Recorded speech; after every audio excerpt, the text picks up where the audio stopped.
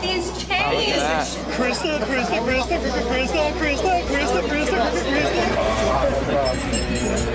You're gay! Hey, this is why I flew out here in the first place, because there's literally nothing else like it. The kind of the atmosphere, the energy, it's just a great event all around.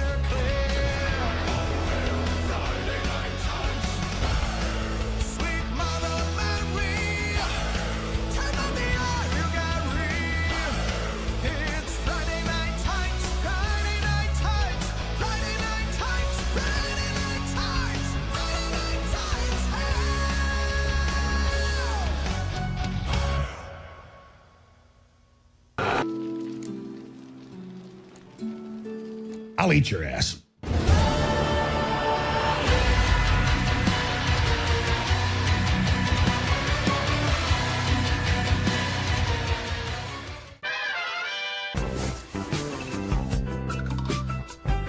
Oh, critical drinker.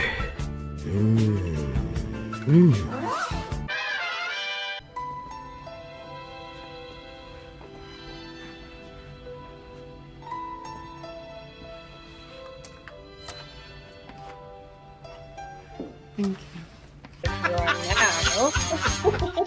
Like, don't. All right. Grammy. Mình kêu là muối họ là ăn mò là bội.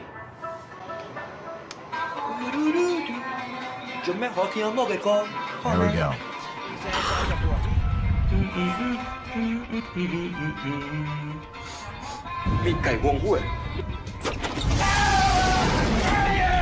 Oh shit.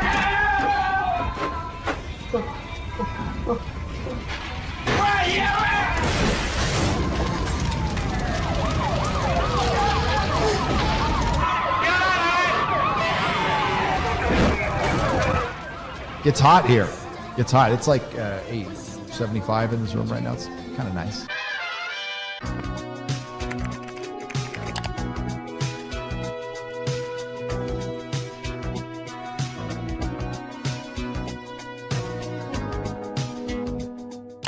Oh, it's on. It's on. Okay. Hi. Hey. Hi, I love Nintendo. Nintendo's my favorite game ever. I love Nintendo. Nintendo is really good. Nintendo is... Nani? Oh my god. Hi.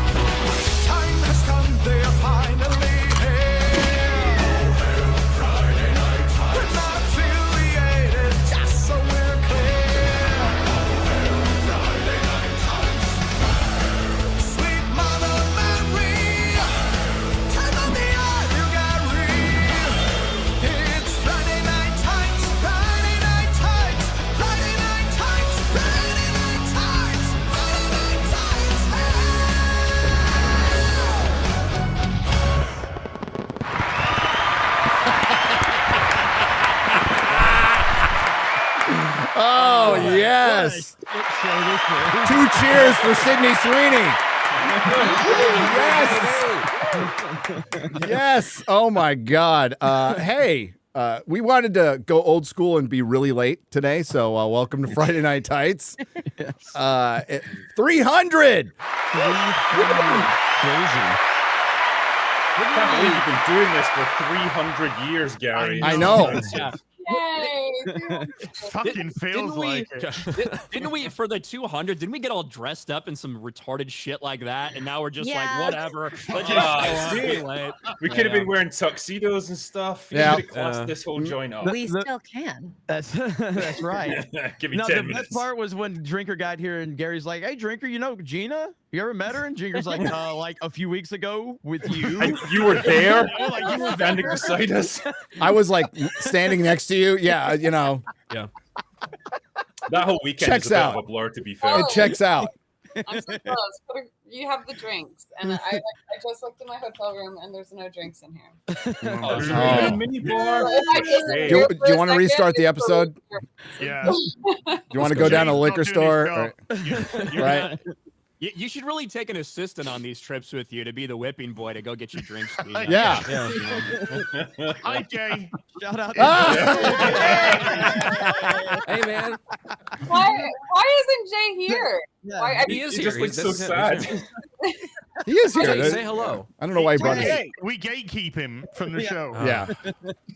Jay, you're on FNT, buddy. You're on The FNT. actual, I had to he take him out. He actually wouldn't say is. He's actually on a plane right now, or I think he Yeah. would have been. Yeah. So I'm that's playing why. to Philly, which is where I'm at. We're doing the Philly Fan Expo. Yep. Nice. Cool. Hell yeah. Yeah. So Very- since we have a limited time with Gina, nobody's introducing themselves except for one. Hi, I'm Gary from Nerdrotic, and my good friend Jeremy Seinfeld. Love your work, Seinfeld. I don't know if Gary called me yesterday just to kind of get ahead of that one. He's like, haha, I called you Jeremy Seinfeld. It's so funny. I'm like, motherfucker, I'm going to meme the shit out of this. I knew it. You should have just started off. So I what's the honestly- deal I with didn't- public transportation. I didn't see the original Fox interview, but I saw Jeremy's reaction to it, and it was brilliant. Just watching him pissing himself when Gary got the name wrong. Perfection. It was so good. The best part, though, was when they were like, now, Gary, you've done episodic breakdowns on Gamergate. Can you please explain your audience? Pro gamer, Gary. How'd you do, fellow gamers? How do you do? Clip of him just flying off a cliff on The Witcher. What was hilarious, like, he first is called a gamer, and Gary, I laughed my ass off when you just lent in. It's like, yeah, you can ask my friends, I'm the biggest gamer. And then he goes, That skinny one. then he goes on this big questionnaire about Gamergate, and Gary's just there sweating his ass off, like, oh crap, what am I going to say to this? Honestly, I thought you pivoted so fucking well, really though, because good. you like He did converted really it into good. other stuff really easily. Yeah, he did Yeah, really respect. good. Yeah, he's that's why And he's when a you've professional. when you've talked to the cops as much as I have, you learn how to pivot. Okay, you do quick. Speaking of pivots, Speaking of pivots, right? Hello, Gina Carano. How are you? Hey. Yeah, woo! Yeah. Thanks for having me on. Happy 300. This is that's big. It's a lot. I think It is I don't big. know. Thank That's you. what she said. for a lot of these things, the idea that it's gone on for 300 weekly episodes, there's not a lot of shows out there that have been going that long, usually because some sort of retarded drama tears people apart. But I think it says a lot that, you know, we're all still here doing this. So appreciate it, Gina. And I think we're gonna go for another 300. I think. I mean, we can kind of tell that Speak you all for secretly yourself. hate each other, but I think you hide it pretty well. Wait, I find the Yeah. perfect balance of hatred so that but it all cancels each other out, you know. But that, Keeps what it is that going to be entertaining. like 6 years you've been doing this then? If it's like weekly, Yeah. Yes. episodes. Of, Yeah. Wow. And so what do I? Oh, so I have not done this before. Oh well, maybe I did it once. I've got private chat and comments over on the side, right? Yeah. You So- read out all the private chat Oh, to the rest yeah. of the people. Yeah. all the private chat, all the gamer words. So- Yeah. All of them. The comment, yeah, the That comments. is a hard R at the end of that, by the way. That is a hard R. It's Crymar. It's okay if you say it. Normally the comment section, if you were streaming directly through the software, would show the comments from YouTube, but we're streaming it through OBS, so nothing's going to show up in the comments on there. So very you- boring. While you guys are Yeah. watching this, do you guys watch the comments on the YouTube section? On the YouTube side. I typically do not. Yeah.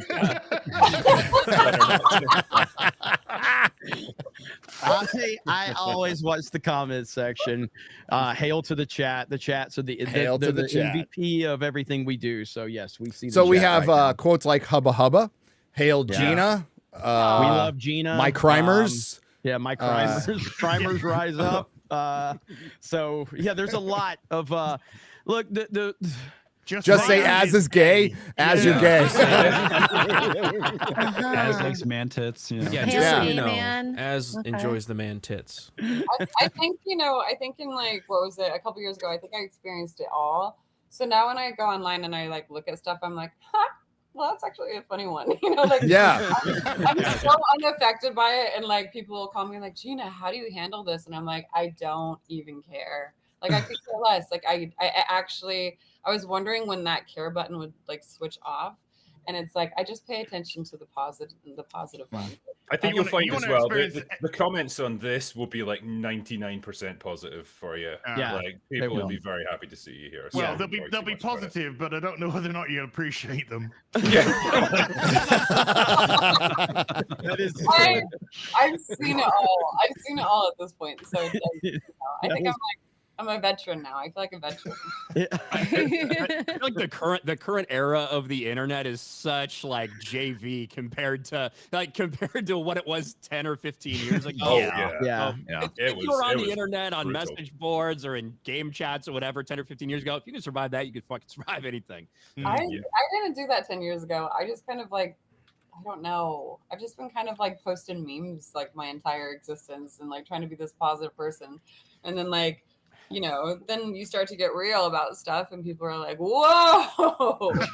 And then like, I feel like it's really changed though in the last 3 years. I feel like it's like now people are actually speaking out and talking and having better conversations, and you get the random weirdo that says something and you're like, okay, well, whatever, keep moving it along. So I don't know if that's been the same for you guys. Well, that's because all the stuff they were banning people for turned out to be correct. Yeah. It's really awkward when that happens.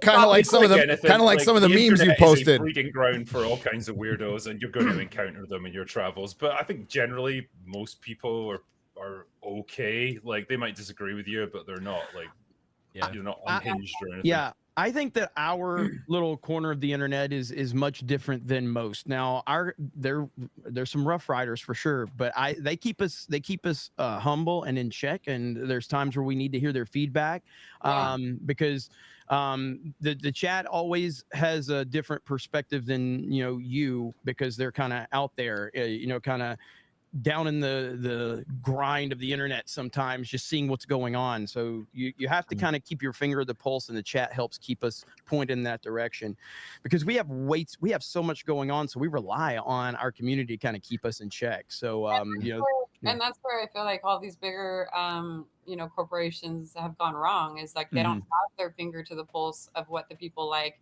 and what they're saying. They just have their finger to the pulse of the interns who do not have their finger to the pulse to anybody but each other, and it's like this like it's like, just the echo chamber, isn't it? I guess. Yeah, I would say their fingers firmly placed up their ass. Yes. On anyone's pulse, so. Thumbs up their asses. If you can survive 18 months of nothing but man-tit jokes, you can survive anything. That's what I say. Hey, there were some fat jokes there too, but now you got skinny, so we're fucked. Yeah. Less relevant every day. Awesome. See, like somebody in the chat I just can said, get fat again. That's somebody in fine. the chat just says Jeremy does that a lot. He's still gay though. See, the chat is always right. Yeah. The chat is always right. Yeah, it's just like the sea from the Rings of Power. The chat is always right. Can we again? And we didn't mention this earlier. We need to commend Gary for saying weaponized autism on Fox News yesterday. Oh, I think when you said fat ugly lesbians, fat ugly lesbians. You said a sticky note on your monitor, like okay. I gotta say Oh, that that's one, just that off the top of one. my head, That's not a bad idea. Just have a sticky note and be like, okay, I'm gonna touch on these subjects right here. Little bullet points. Fat ugly lesbians. We talked about anyone but you, and the most unrealistic thing about that movie was a destination lesbian wedding that stayed together by the time they got to Australia. Yeah. Yeah. I mean, it's true. Okay, it's funny because it's true. It is true. It is true. Hey, do you have U-Haul in Australia, Shad? In a smaller capacity, but yes. Okay. How would you say? Not as many lesbians. U-Haul. Yeah. You the one with Sydney Sweeney? Is that the one? The Yeah, very Was it mid good? comedy, but it made a lot of money. Was it good though? It was mid.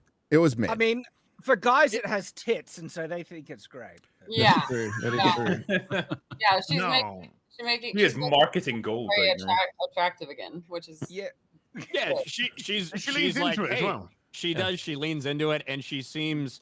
I don't know anything about her, but the fact that she's actually into like fixing up cars and things like this that are outside of just walking a red carpet and like looking traditionally femininely beautiful, and she's also like still in the garage doing that shit. I think a lot of people just think she's kind of normal as you can be when you're like that in Hollywood. cool. It's pretty cool to see like this next generation. I'd say like, you know, there's people like her, like Zendaya. I think Zendaya is amazing. I don't know how you guys feel about it, but I think that she's just like one of the more talented. I don't know her, but like I guess I've never quite understood why she's so massive right now. It feels like they're trying to really make her a thing. But But she's more of a fashion icon, I think. Than But yeah, like I don't know what she's like as a person, so You she could be guys- awesome. You guys are all wrong.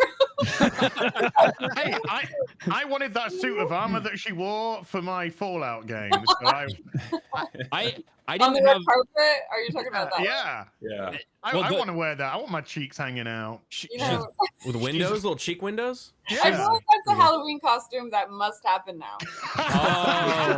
Yes, you heard it here first. Well, we'll hold you to it as you spoke. Wait, as you Yeah. and I still need to do our Rocky 3 training sequence where we run down the beach in slow mo. You have to wear that outfit. Yes, Yeah. I There we completely go. agree with that. But you said I had to be Apollo, so I got a black face, dude, and I don't know how I feel about that. Well, So- just don't black bum, and you should be fine. No, So- I'll go as Apollo. I'll wear that weird crop top thing that he had on. That'll be fine. Like, yeah, you can Sure. you can rock the Zendaya outfit. Do I look gay in this? No. Oh my gosh, How I can't about believe you guys don't like Yes. Zendaya is so Well, she's So so the, she's been the at- last thing, Oh, the go last ahead, thing Ryan. that she was in big that all of us watched was Dune. Dune Part 2. Yes. Yeah. And now she's in Challengers now that's out, but the last like she obviously was Dune Part 2 that was massive a couple months ago. I like a lot of people had problems with what they did with her character and compared to the books and how they changed. They specifically tried to change her character from the books for a reason, which kind of failed to come over well for some people. But for a lot of others, it's like, gosh, she just has this kind of, she's upset. She's got this resting bitch face the entire movie.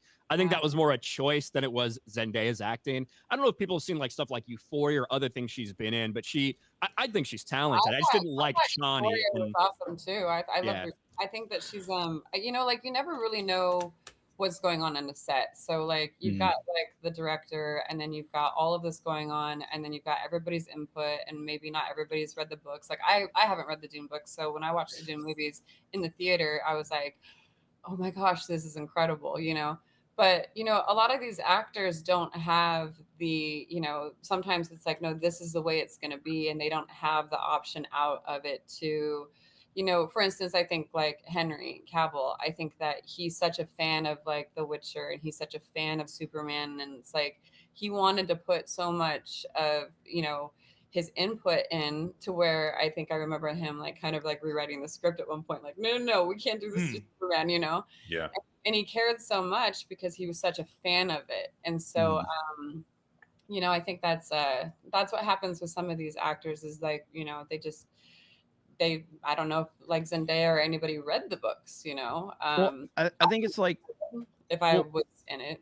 Well, self-awareness is the most crucial part. So like Henry Cavill, we've all watched the interview where they tried to bait him into calling fans toxic, and he completely flipped it on the interviewer and basically like, there's no the toxic fans. They're just passionate and there's nothing wrong with that. If he would have walked into that trap and called fans toxic, there'd be a much different perception of him if he does stuff like that. Sydney Sweeney, if she comes out and says that the only people that are talking about my looks are all of these misogynist, toxic men, the internet's going to turn on her immediately. So it's just a simple thing of self-awareness. With Zendaya or whatever, she was in the Spider-Man movies, and I think a lot of people didn't like that she was in the Spider-Man movies because of how she was portrayed.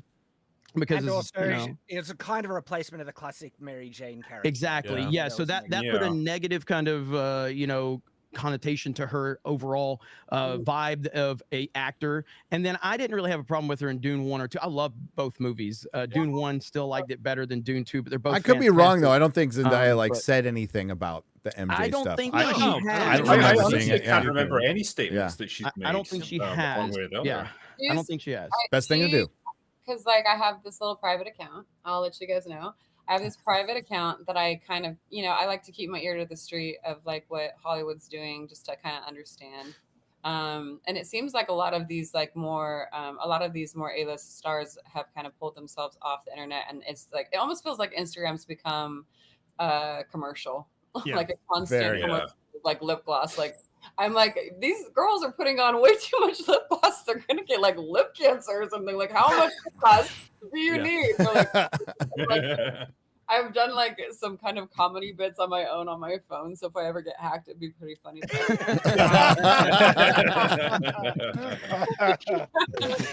Like people send me stuff, but I get like dry rub for meat, and I'm like, oh my gosh, guys, look at this package. I can't believe it. Oh my God. Why are you not uploading this? Speaking of, here's a word from our sponsor, Helix Mattress. But I think you've touched on something really important about this. Like with actors, they would do so much better if they just didn't make any statements about this stuff one way or the other. Yes. Because just had The Rock backtrack his political statements because he was like, I shouldn't have done political that. statements then in that case. Like, Kurt Russell said it perfectly when he said, like, we're actors. Like, I'm here to talk about the movies that I'm in. We're here to entertain people. Anthony Hopkins said we're idiots. Don't ask us about anything, Let me and he's right. I feel like there's certain times in your life that you need to say something. Like we've hit like this like long era of everybody needs to stand up for something and have something to say and do this. And so it's like when I was standing up and saying stuff, I felt like deeply that needed to be said because I was so deeply concerned of where we were going. And so I wasn't just going to shut up and dribble about that. That is something that I'm not sorry for speaking up about.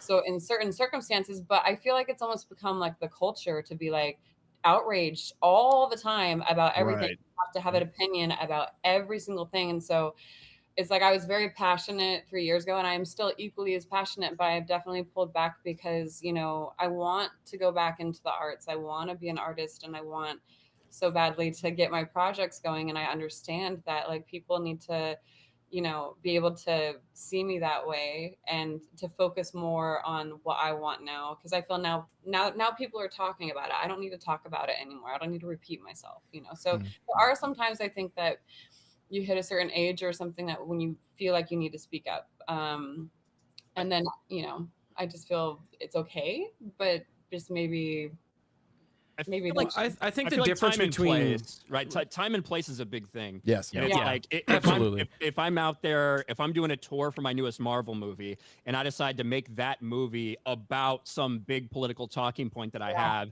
then all of a sudden, whatever you said about that, it's not just about you. It's about this movie. It's about did you hear what Chris Hemsworth said in this interview for Thor 4, where he like whatever. So that's kind of, to me, of course, people are going to have opinions like anything else. And in all likelihood, they might not align with I think ours. the difference you can tell as well. You can tell when it's something like, that they actually care about versus something that they feel they need to like say because the optics of it are. And not trashing the other side. You never trashed other people for their opinions. You just said your opinion. That's the big difference.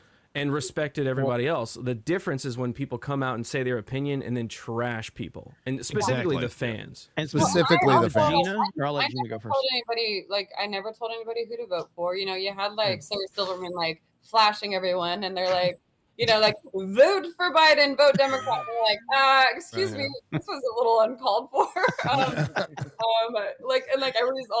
All these people were like taking off their clothes, and we're like, what's happening? Like, what's going on right now? The whole naked ballots campaign. I literally did, it's because the first time I ever voted, is I put one of those little like shiny vote things. They give you a sticker, and I'm like, I voted, and everybody was like, she's a racist, fascist.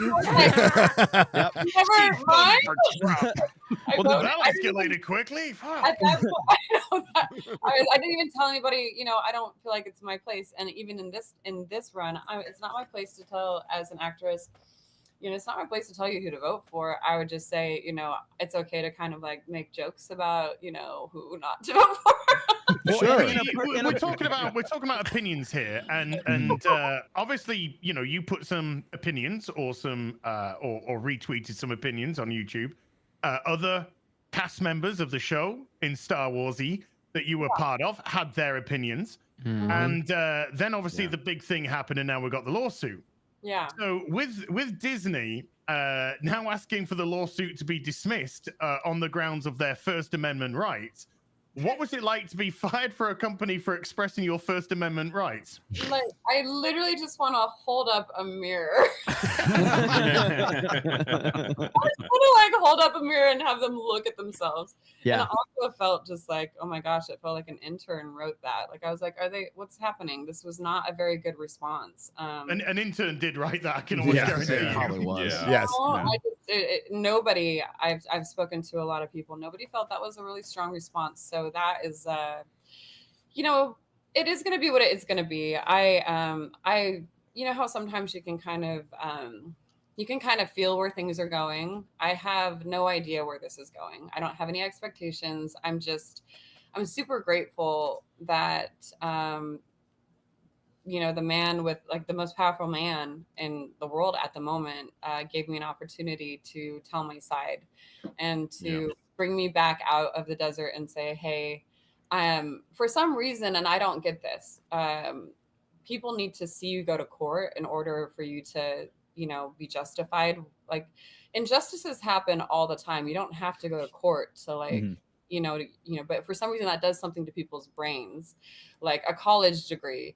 You know, you don't have to, just because you have a college degree does not mean you're the smartest person in the room, you know? So it's kind of like weird that the energy shifted so hard just because, hey, I'm taking them to court and I'm defending myself. But the energy did shift, and I feel like, oh my gosh, I just feel so excited because I'm actually working on projects, and I've been on this, you know, journey for a long time, and I know what to avoid now. I know the people to avoid. I know the cleaner honors, and like I just know how to. I'm gonna have more control of everything that I do, which is make art and make good stories that people love to watch. So it's so exciting. Like ever since that announcement came out, my life changed, and I'm like back in, which is really that's fun. good.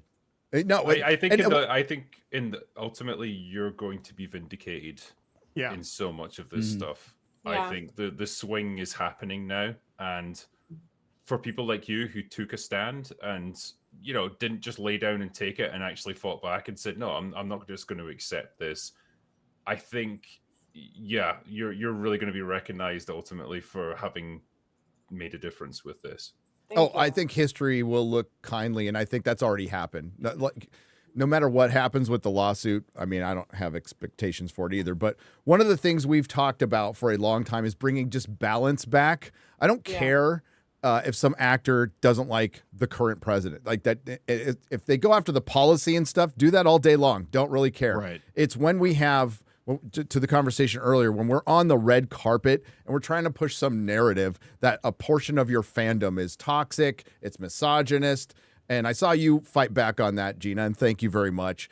And that's what we have a problem with. I think it's ridiculous to talk, fine, on Twitter, Instagram, whatever. If you're on the red carpet, you're promoting, and you're being led in by some Access media member who just wants to soundbite and they bite right into it. That's the stuff we have to fight back against, because it's totally fine for one side to do it, and it's totally not okay for one side to do it. That's bad. That's very, very bad. We just need some balance. A lot of these actors, I feel like they got caught off guard. I think so many people have gotten caught off guard. Where are their agents? Where are their agents? Where are they pay people? The agents are a part of it. Yeah. So it's the publicists, the managers, the agents. They're all a part of this agenda, and they're all pumping it. So, and then you've got the person, and the person, like they just get the phone call, to be a part of this huge thing, and they're so excited about it. And then, you get on the red carpet, or you're like get in a conversation, and then, you've got all of these people surrounding you that's like, oh, girl power and this, and like that are like, and like I remember watching that that clip with Gal Gadot and Rachel Miller. Oh man. And I just felt so bad for Gal, because Gal is so sweet, like she's sitting there and like what's her name? I'm sorry, what's her name? The Rachel Zegler. Oh, right, yeah. She's like the prince. She's not going to be saved by the prince. Yeah. And then Gal, Gal is like sweetly, sitting in the chair, like, she's having to kind of like go along with this, like, gently like nodding. So it gets really kind of, I don't know. And I think that people are waking up now. I think they're kind of like, and nothing for the Rachel Zegler. I think that she's just very young, talented, and she will learn her own lessons along the way. And she will eventually get to a place where she needs to defend herself, and she will understand what I went through one day. It always comes back around. So Karma. It does. It comes back around. So what we've noticed, like with a lot of these celebrities, they comes back around for me. Just they for the say they say so many things. It will, Ryan. Dude. They say so many things that are so similar. It can only be pinned down to they've been given talking points by their publicist, their agent, or whatever. And is that something that you ever experienced? Did they ever come to you and say, like, when you're promoting this TV show, this movie, we really need you to say X, Y, and Z. These are the talking points that we need you to get across. Yeah, that's every single time. But then it became more, like then it became, especially with like the apology, where I was watching all of these, like you could just copy paste, right? Like copy this apology and paste it. And all I told him was like, I'm not doing that. I'm not going to be this like fake person that's just going to be like, oh, I need to get re-educated. I need to do this. And I apologize. And so, but I said, I will absolutely give you a statement. And the statement was like this long. It was like, and I hope someday when everybody gets to read those statements, because I've got nothing to hide. Like, I want people to know I was willing to play ball with them and put out statements. I just wasn't willing to put out their statement. And it was being so I had so much anxiety at that point in my life that like, I don't know if anybody has ever felt the anxiety of like your skin hurts, like your actual everything hurts so bad, because you're just like, what is happening? Like, this is my favorite job. I finally made it. I've got all of these incredible directors and auditions and stuff that are happening. But like, I'm not like doing what they want me to do, because it felt like it was intruding on everything, it just felt like it was crossing my line. So yeah, I think, and the publicists have so much to do with this. Really? So much. They are the ones that connect the magazines. They're the ones that connect the red carpets. They're the ones that connect they are the connectors.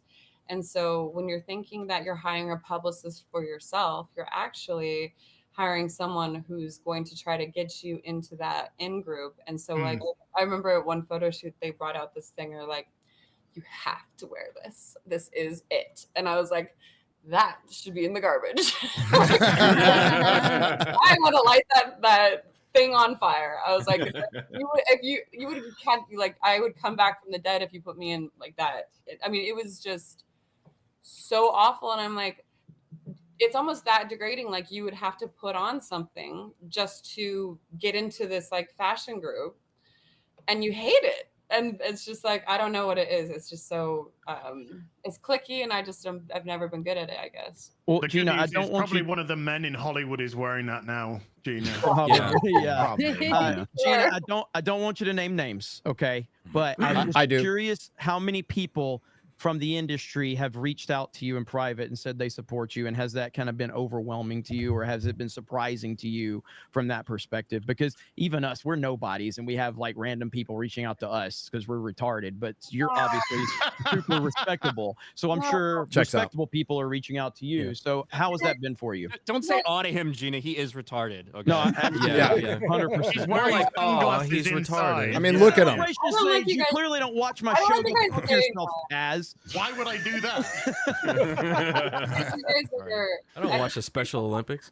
I think you guys are a game changer, and I think you guys have been a game changer, at least in my life. You've been a huge part of like this whole process, and I just remember thinking back before I got fired. I remember thinking, these guys, we need to get these guys famous. We need to get these guys up. We need to get their voices out there, because it's going to balance the playing field. And now look at you all. I mean, I have like, you know, all these people that come up and they say all of your names. And I'm just so happy it's actually happening, you know, because I knew in order to even this playing field, which is like, it was so off balance, like it was crazy. And now you guys are all becoming like voices and louder, and it's just really cool to see. Things have gotten so bad. That's a barometer there. Well, if even we can get famous, like, goddamn, there's something wrong. You know, as far as like people in the industry, it's so funny. Like when I started doing the fan expos, which I wasn't sure I was going to like or not, they you know, some of like the celebrities they would just kind of shun me, you know, even like some of the voice actors kind of like look away. And Voice actors are weird. Wow. Yeah, they really are. At the beginning, but then as the world has changed, now there was this one, I don't want to say her name, but she's like, you know, very well known, and she had me come over to her booth. She's a close talker, you know, and like this close to my face. And she's like, I support you. And she's like, saying all these like wonderful things. But her breath sounded so You just like tic tac, flick it in. I must have looked like I was not looking like the alpha at that point, because I was like looking down. You're like, thanks. I appreciate your support. Like when a dog's trying to lick your face, and you're just we're like, like, oh, we know it was Alyssa Milano. Okay. got a crocheted mask on. Yeah. No, she was a wonderful, wonderful actress, but I was like, oh my gosh, like this wonderful moment's getting murdered. Curse you, halitosis! Oh, how is this happening? And I went back and told Jay, and he was like, oh my gosh. Jay is so funny. Jay knows who it is. I'm gonna ask him now. As soon as he gets off that flight.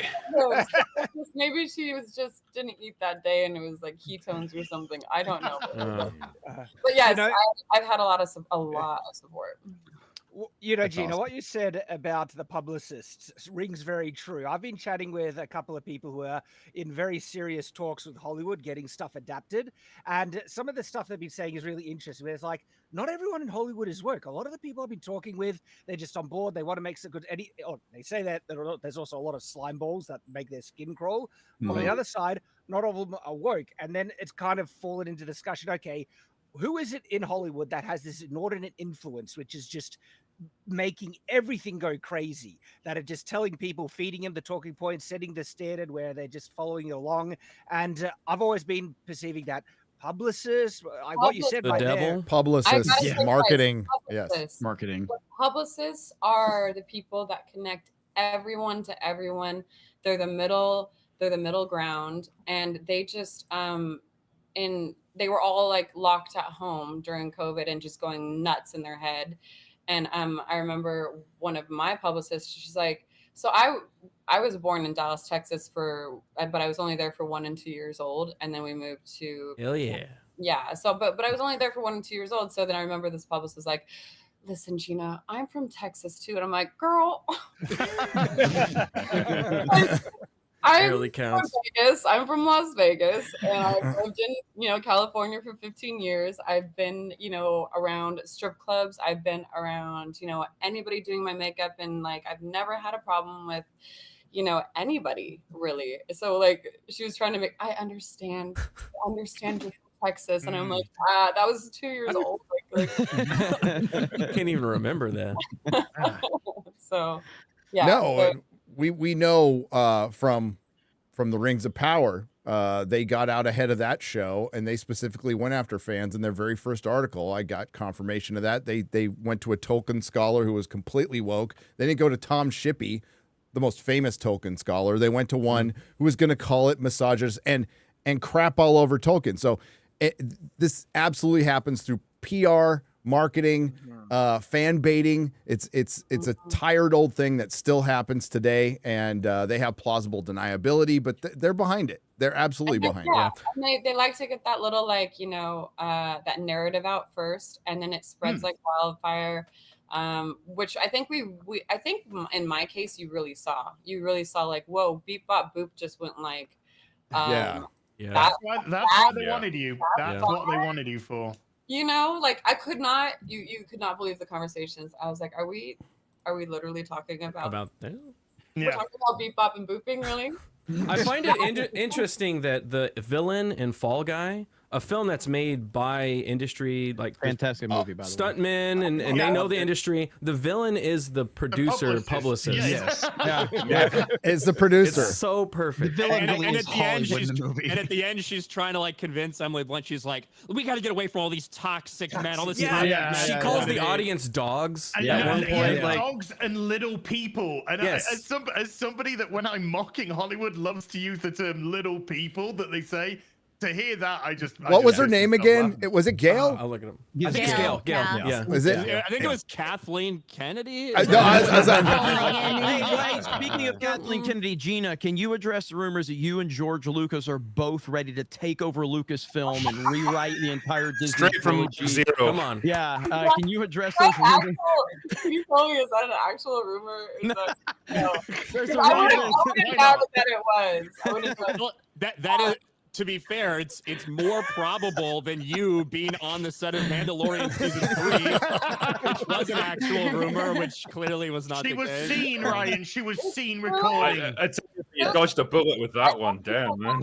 all the time about these rumors that like they make these videos and they'll put my words and they'll put their words, and I'm like, what's happening? Like, and then I was like, wait, is that true? Like, was I there? Was I there? Maybe I forgot. Maybe I was sleepwalking. There must have been a certain amount of Schadenfreude when that South Park Into the Pandaverse. Oh yeah, That was just glorious. Yeah, I couldn't believe it. I was like, oh my gosh, I didn't know that everybody can see it. Everybody can see it. It's right there. Yeah, so that's pretty amazing. Pretty close to the amazing where it's gonna be you, George Lucas, and Tupac coming back from the Star Wars. And they haven't frozen, dude. They'll just warm back up. So go ahead, Chad. Well, I was just saying, it's crazy how obvious it is to regular people in the rest of the world and how much Hollywood is in that bubble that is getting influenced by the PR, the publicists, also the activists, the people that are pushing for diversity, equity, inclusion, and all those things. And it's a completely different world. Everyone else in the real world is just thinking, why are you insane? This is crazy. I remember Steven Soderbergh. So my first movie, I remember him. I don't know why. He said, I remember him specifically saying, there is a small box. And he's like, he said that he kind of treads like on like the edge of it, but he's not on the outside of it. But there's a very small box. And once you get on the outside of it, then you're out. And then I remember running into Mickey Rourke years later, and he was canceled, I think, a long time ago. And we were all like at this restaurant in New York, and like he was like shadowboxing 2 inches away from my. I don't know what this is like. Too close, like stay away. Like shadowboxing 2 2 inches away from my face and telling me about being like blacklisted from Hollywood and all of this. And I was like, you know, looking back, it's been happening for so long.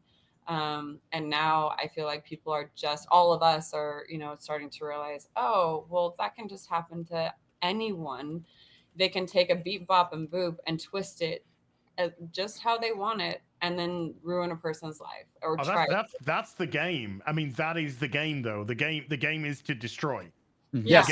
Yes. To build up and then to break down and to see who can climb back up, I guess. Yes. So it feels like that's part of the strategy. If they can use any number of these activist kind of rallying calls to get people pushed out of positions, which makes them available for, you know, other people that want to climb the ladder. Yeah. Yep. That they can control. But I think with social media, though, social media was built on the algorithm of hatred.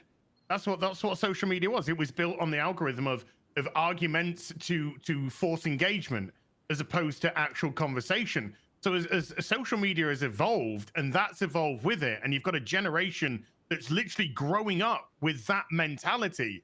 You say something. Now we're in a world that's so polarizing and black and white. You're not allowed to have shades of gray. You're not allowed to have nuance. You can't like something because of these reasons and not like it because of other reasons. You got to be all in.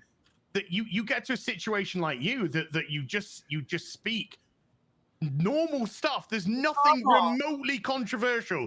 There's nothing remotely controversial that we talk about in the world. Nothing whatsoever. However, we are perceived as alt-right this or extreme that or ists or phobes and whatnot. But with you, because you're a fucking worldwide star, they see what you do and they go for it, and they just want to they take that mentality and they just want to rip it to pieces.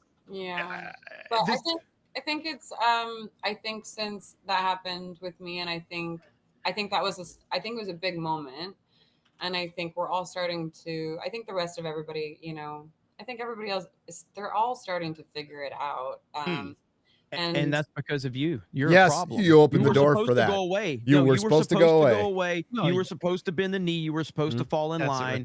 And that's what they've done to so many people. They will basically say, "We're going to ruin your career if you don't shut the fuck up." That's the message. Basically become a huge problem, and you're not going away. And like you said, Elon Musk, who's probably the most influential human being on the planet right now, and I've said many times with him and his purchase of Twitter, it's going to be one of the biggest moments. We're going to look back on his purchase of Twitter and everything he's doing. And you are becoming a massive problem, and keep kicking ass and moving forward because they hate it. A term that they love in Silicon Valley is disrupting, right? And you disrupted Hollywood, and Elon disrupted social media in a way that hasn't been disrupted in decades, right? And it's really helping break the narrative that gets spun by us or by the mainstream media. And it really it's great that you open the door for everybody else, because like, as Jeremy was saying, that's a message that they were sending to you and every other actor. Now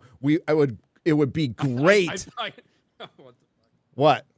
Sorry, what? Did I just drop out for a second? No. Sorry, Gary froze completely for me for like 5 fucking seconds. It was you. It was me. It was you. Yeah.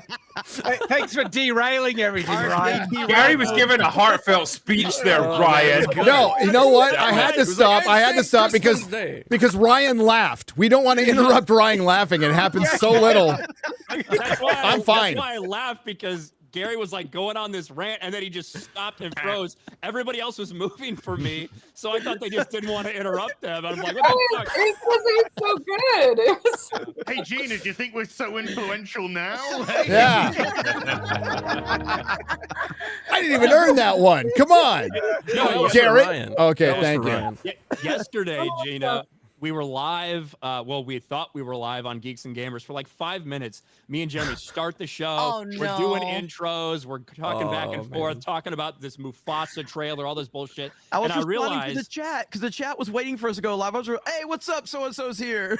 And we weren't live. We weren't fucking live at all. I wish I was I've done that before. Yeah.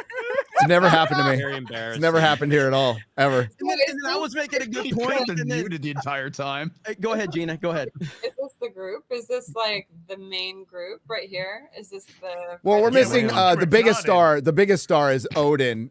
He's not here. He's fashionably late. He's getting his makeup done. He's He'll getting be his here makeup moderate. done. He's the only guy on Earth who's ever had children and procreated. So It's like Children of Men with Odin. Yeah, and Chrissy. Chrissy is also not here. She had a baby though. She just gave birth. Yes, Yeah. yeah. Yeah, we'll give her a pass on that one. She may or may not show up later. We'll see. yeah. I've been meaning to watch. I don't know what she did. She did something about on YouTube. She did her like because I've never. So obviously I've never given birth before, but it seems petrifying. And so I was actually like messaging with her, and I'm like, "How are you feeling?" She's like, "Petrified." I'm like, "Oh, good, yeah, that's Normal? Yeah, checks out. Yeah. So I've been meaning to like watch her thing. I'm not pregnant. I don't plan on being pregnant. I want to get back to business, and I know that's like a controversial thing for some people to say, but I want to get back to art. But I love the whole like new thing where like people should have babies earlier, and I love that like I love what the conservative movement is doing with that. It's just I'm just not. I don't know. No, it's weird that the conservative, the quote unquote conservative, it's not for everyone. No, absolutely not. But it's weird that it's become punk rock to be traditional again, and how that flipped. I never thought I'd live to see that. I know. It's so weird. I'm one of the most radical people on the internet. I'm a freaking conservative Mormon. Yeah, see Johnny Rotten like backing Trump, and it's like it's the weirdest thing. When the counterculture becomes the culture, then tradition becomes an act of rebellion. Yep, it is. It does. And Gina, don't worry about it. Me and Chad have it covered. I got 4 kids. He's got 5 kids. 20 kids between the two of them. Offsetting. They got us covered for everyone on this panel. So I mean, like, I don't know. I think maybe in the future, like maybe adoption or something. But like I don't know. Adoption's good. Yeah. Adopted. Yeah, definitely. Speaking of Megan Fox, she's doing a wonderful job with her kid. Dun, dun, dun. There's like it's not three lovely boys in skirts and dresses. Oh, I missed it. There was something. Oh, okay. The thing Consider is, yourself lucky, Gina. Go ahead, Ryan. The thing is, it's not just like kids that are getting raised in Hollywood that are number like this. Like kids right now in school, it's an insane amount of people that are trying to get on this trend of being trans or being bi or like whatever. Like literally just because it's trendy, because they saw it on TV, because they saw it in a movie, because whatever. Literally the programming that Hollywood's been trying to push on everybody has been working. It's frightening the amount of kids that identify as something just because it's the flavor of the week. It's a trend. Yeah. And that's such a dangerous thing. Oh, very dangerous. Especially with the surgery. After 18, do whatever you want after 18. Like have a blast, Sure. Right. But like up until 18, I feel like, in my opinion, it's child abuse, and so I don't know, like that's it. And then it goes into women's sports, which is like completely suffering. So it's like, in order for them to compete in women's sports, there would have to be like hormones early. And in order for there to be hormones early, that would be considered, to me, child abuse. And so, but after 18, like do you and have a blast and, come like, I'll give you a hug. Like, I don't care what you do after 18. Spend your teenage years figuring it out. Let's get super controversial. Remember all the people on the other side of the COVID argument who are saying like, well, you might not want the jab, but you affect everybody else. It affects society. Well, guess what? The same issue affects society. It becomes society's problem just in a decade. To just getting a crap tattoo. Dude, I know. Or doing drugs. Get high and get a tattoo and regret it later if you live. It's like through a goth phase, just get out of it. Yeah, go through any kind of phases you want in your life, I suppose. Just don't force the rest of the world to enable you. Or especially on kids. That's the biggest issue. Yeah. And more research has actually been coming out about how harmful puberty blockers are for little children. To the point that actual countries are starting to ban it outright. It's not just countries, progressive countries that are banning progressive it. countries. There's There's a that reason. much data on how harmful this is. People are starting to wake up. There's a Finally. reason they're going after after kids. They're not going to convince all of us old fuckers. So they're going to go after people they can actually manipulate and actually twist them up, because keeping people divided and keeping people reliant upon the government is all they want to do. So getting them at a young age and manipulating them and fucking them up, that does wonders for them into the future. And that's why it's happening. I think what's going to happen, it's going to backfire, because you're just going to get a ton of really upset kids 5 years from now that are now grown up, and they're like, what did you do to me? And why? We're seeing it now too. People are speaking out, like Chloe Cole, who's been speaking out about it as well. So it's only going to get worse as time goes on. Yeah. Can we get back to the old school, like high school problems of premarital sex and doing pot? Yes. Instead of chopping your dick doing pot. Doing pot. Doing pot, Harry. I've never heard it said doing pot. Gary, I've been around a lot more drugs. I feel like your dad was up to you and said, are you doing pot? Are you doing pot? Are you doing the straight edged? Pot's not even pot is basic bitch now. You can go get it delivered to you in your little gummies or whatever. Man, you didn't have to sit at your dealer's house for every fucking corner. Dude, you didn't have to sit at your got fucking cocaine machines. Yeah, you didn't have to sit at your dealer's house for 4 hours listening to complain about his fucking old lady while he's like cutting your shit full of X-Lax or whatever. Oh, sorry, that's cocaine. But those were the days for real drug addicts. Cocaine machines in Canada. Yeah. So you can like go get a bump right before you kill yourself. Like It's right next. They have dispense machines with drugs in them. Is that real or is that a joke? Yeah, Or is this a Vancouver thing? I think this is a Vancouver thing. That's Canada, X-Ray girl.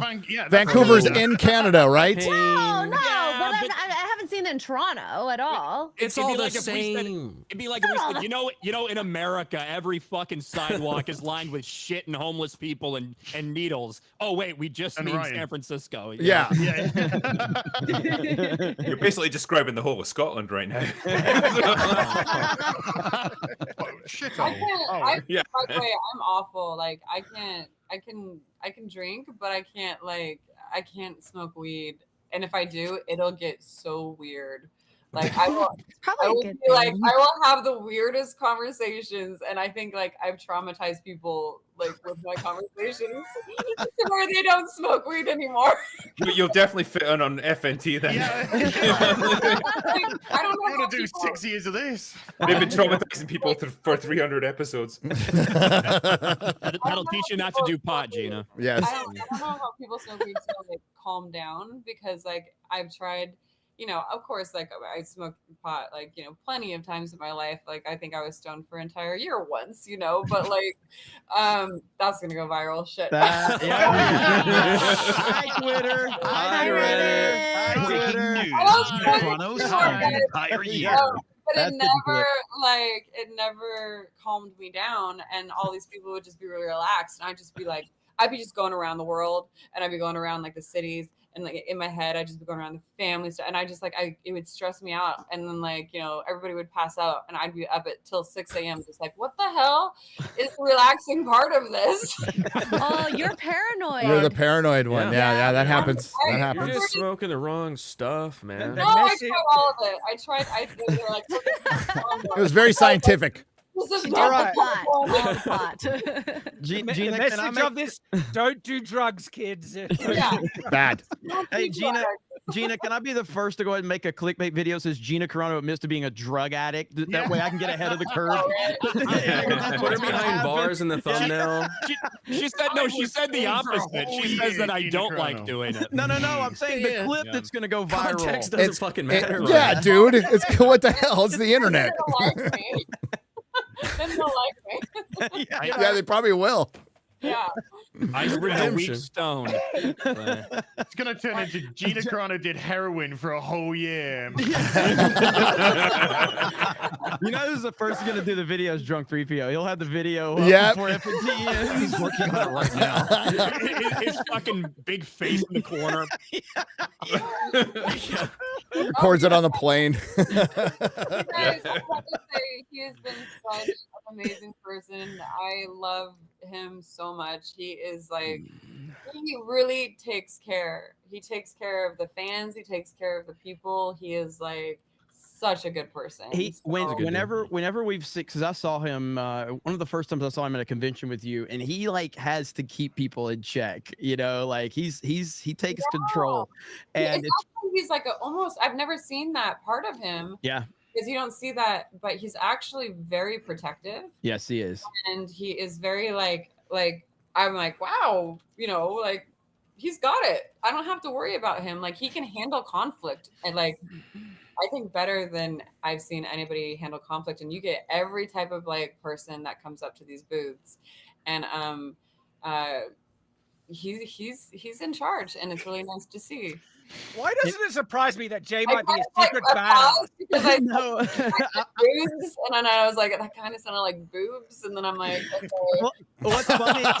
That's what I heard. We mentioned our late great. We mentioned our late great friend John Bartolo earlier, and rest in peace to him. John, the first time he talked to me about Jay, he's like, because John was in the UFC, he was connected, you know, he knew Dana White and everything. So he sees Jay, and he's like, Jay's a big guy, man. You know, when he gets here, we're gonna have a talk about maybe he can get in the octagon. And then he met him. He calls me, he goes, he is a sweetheart. He is nowhere. I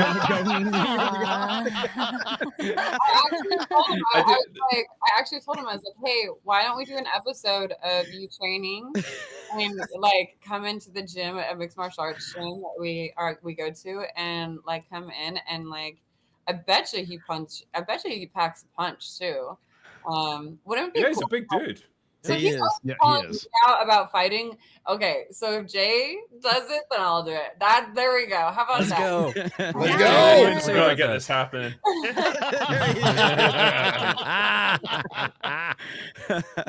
Jay, you're gonna start doing influencer boxing for Jay. You should. And we are closing in on record viewership for Friday Night Tights. We currently have 19,300 people watching. I think the record is 19.7 Gary, right? 19.8. 19.8. Oh, we've got to get it to 20 then. Come on. 20. That was the episode that I returned back off my holiday. Just saying. Go ahead, Gina. You're welcome. What do we have to do to get it further? Don't even answer that. Wait. I have an idea. I will personally get naked on screen if we don't make it to 20. So yeah. Right now, save us. I'm already wearing no pants. Okay, I ain't got no pants on. Wait. Honestly, who has no pants on? That's gonna help viewership, Gina. You guys are all wearing pants. I knew the assignment. I have shorts on. Did that count? Yeah. I think you all should stand up. I wanted to Do we have to do this? He's gonna do a call right now. Yeah. We're gonna do it. What? Those are tight shorts. Those are shorty shorts. Shorts. Oh, Yeah, I just got gym shorts on. Yeah. By the way, comics division is stood up right now. You can't get any higher. wow. Just like, He stood on a phone book for that. It is sometimes like a depressing reality when every fucking day you just wear a t-shirt and gym shorts, and then at the end of the week you do laundry, and that's all that's That's all that's in there. I didn't go out and do anything. I was fucking useless. And Some guys go to offices with like 3-piece suits on. Yeah. Here's my laundry this week. Where are the colors? None. Blacks. Yep. That's like YouTuber's favorite color. Yes. Ironically, that's what my What did wardrobe Asmin is buy? like. So, yeah. I just wear a bunch of yoga pants and sweats and ponchos, and like I'm out here. Keep talking. It's working. Yoga pants. You had me at yoga pants. I like the moo lady. Like I wear, like I have chickens, I have horses. I have to get up at 6 a.m. and make sure everybody's good. That's so cool. Yeah, so like it's so funny because I got all these construction workers working on my house right now. So when I cut, like, it's so funny they see like me in real life, and then they like see me on the internet and they're just laugh and they're just like, oh my god, the people they knew. Like I'm in beanies and sweatshirts and just so relaxed. Like, so that's like the real life, but. I mean, I basically wear this, like hats and, baggy stuff. Keep it laid back. Keep it Was comfortable.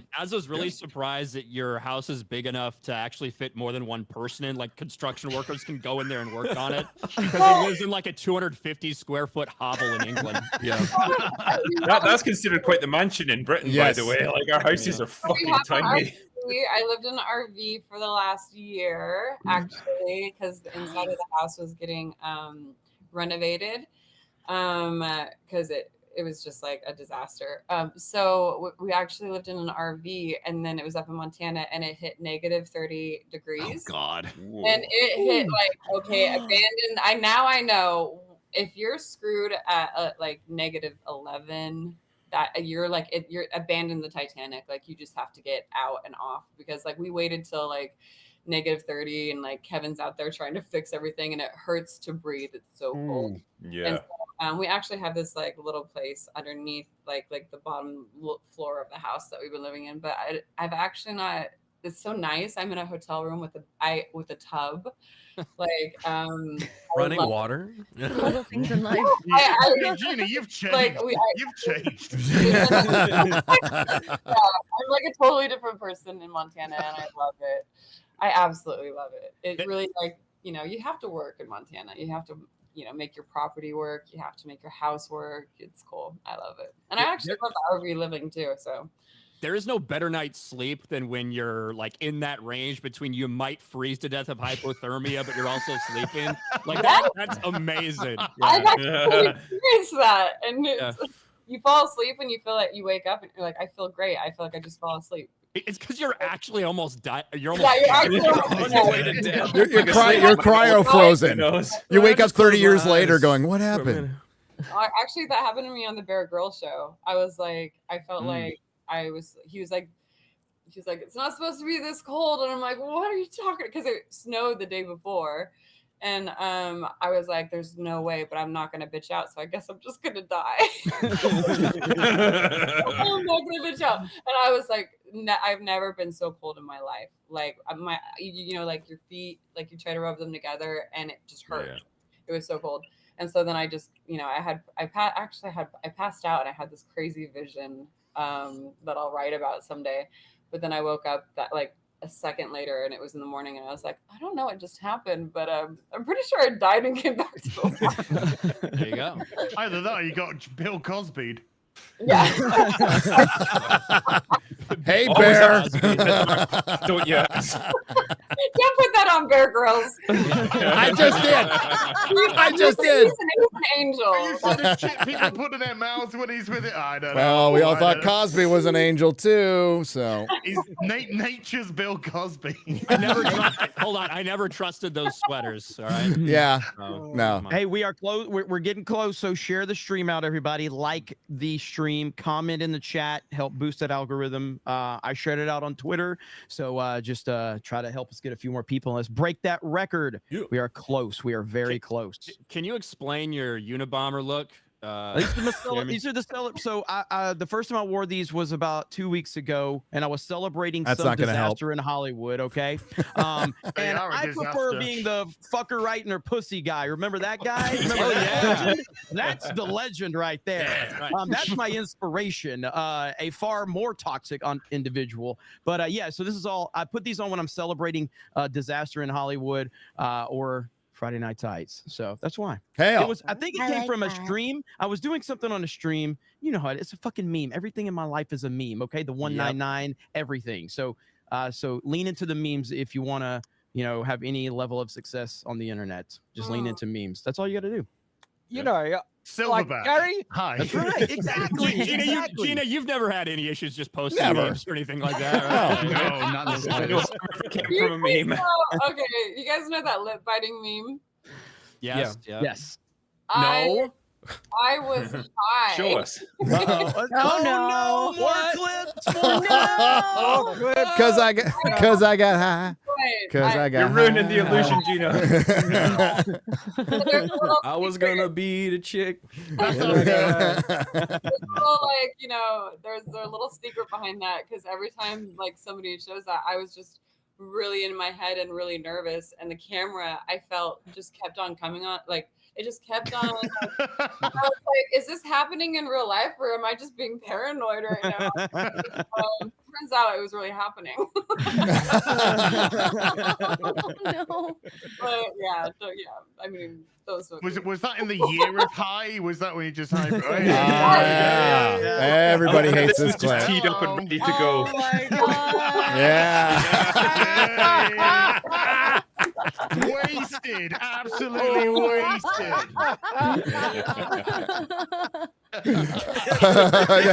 There, I can see it there. I can see it there. I want Thug Life in the corner and a doobie just flying. I I love want the some gangster music too. Yeah. I love the fucking title. We need the Gina Thug Life Carano- glasses. Gina Carano lit by Well, if you guys want to know, who you're looking at, like, hi, it's that beast right there. I don't know who that is. Like, it's not me normally.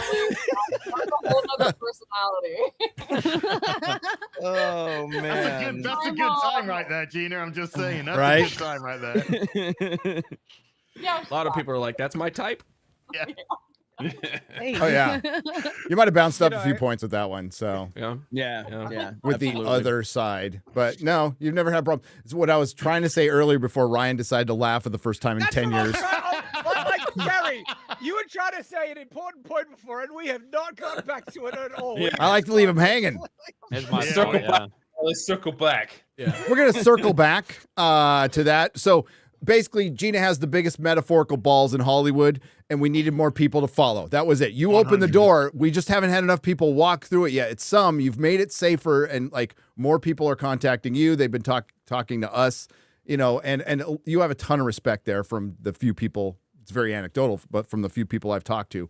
But yeah, we need more people to call out their own industry. Like when it's 70-year-old like Jerry Seinfeld saying for the 5th time in a year, like, yeah, woke killed comedy. It did.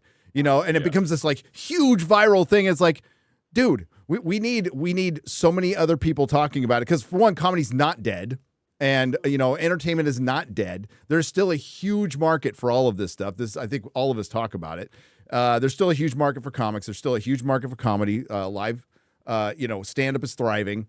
When they make a good movie, people come out and see it. And generally, it's not a bunch of dumb actors coming out and crapping on it. So maybe we just need more people within the industry who actually feel this way. I don't know, to remind themselves that they have a sack and get out there and talk about it more, Well, you know? also, like, art is supposed to be the most free thing, right? So it's like, make whatever you want, whatever you want, but don't just pigeonhole it like, oh, Hollywood just makes this, you know, like, just like make art free again. It's supposed to be free, and there's room for all sorts of different ideas. Like, I mean, like, make art free again. For the love of God, I cannot believe. Are you high? Well, Hey,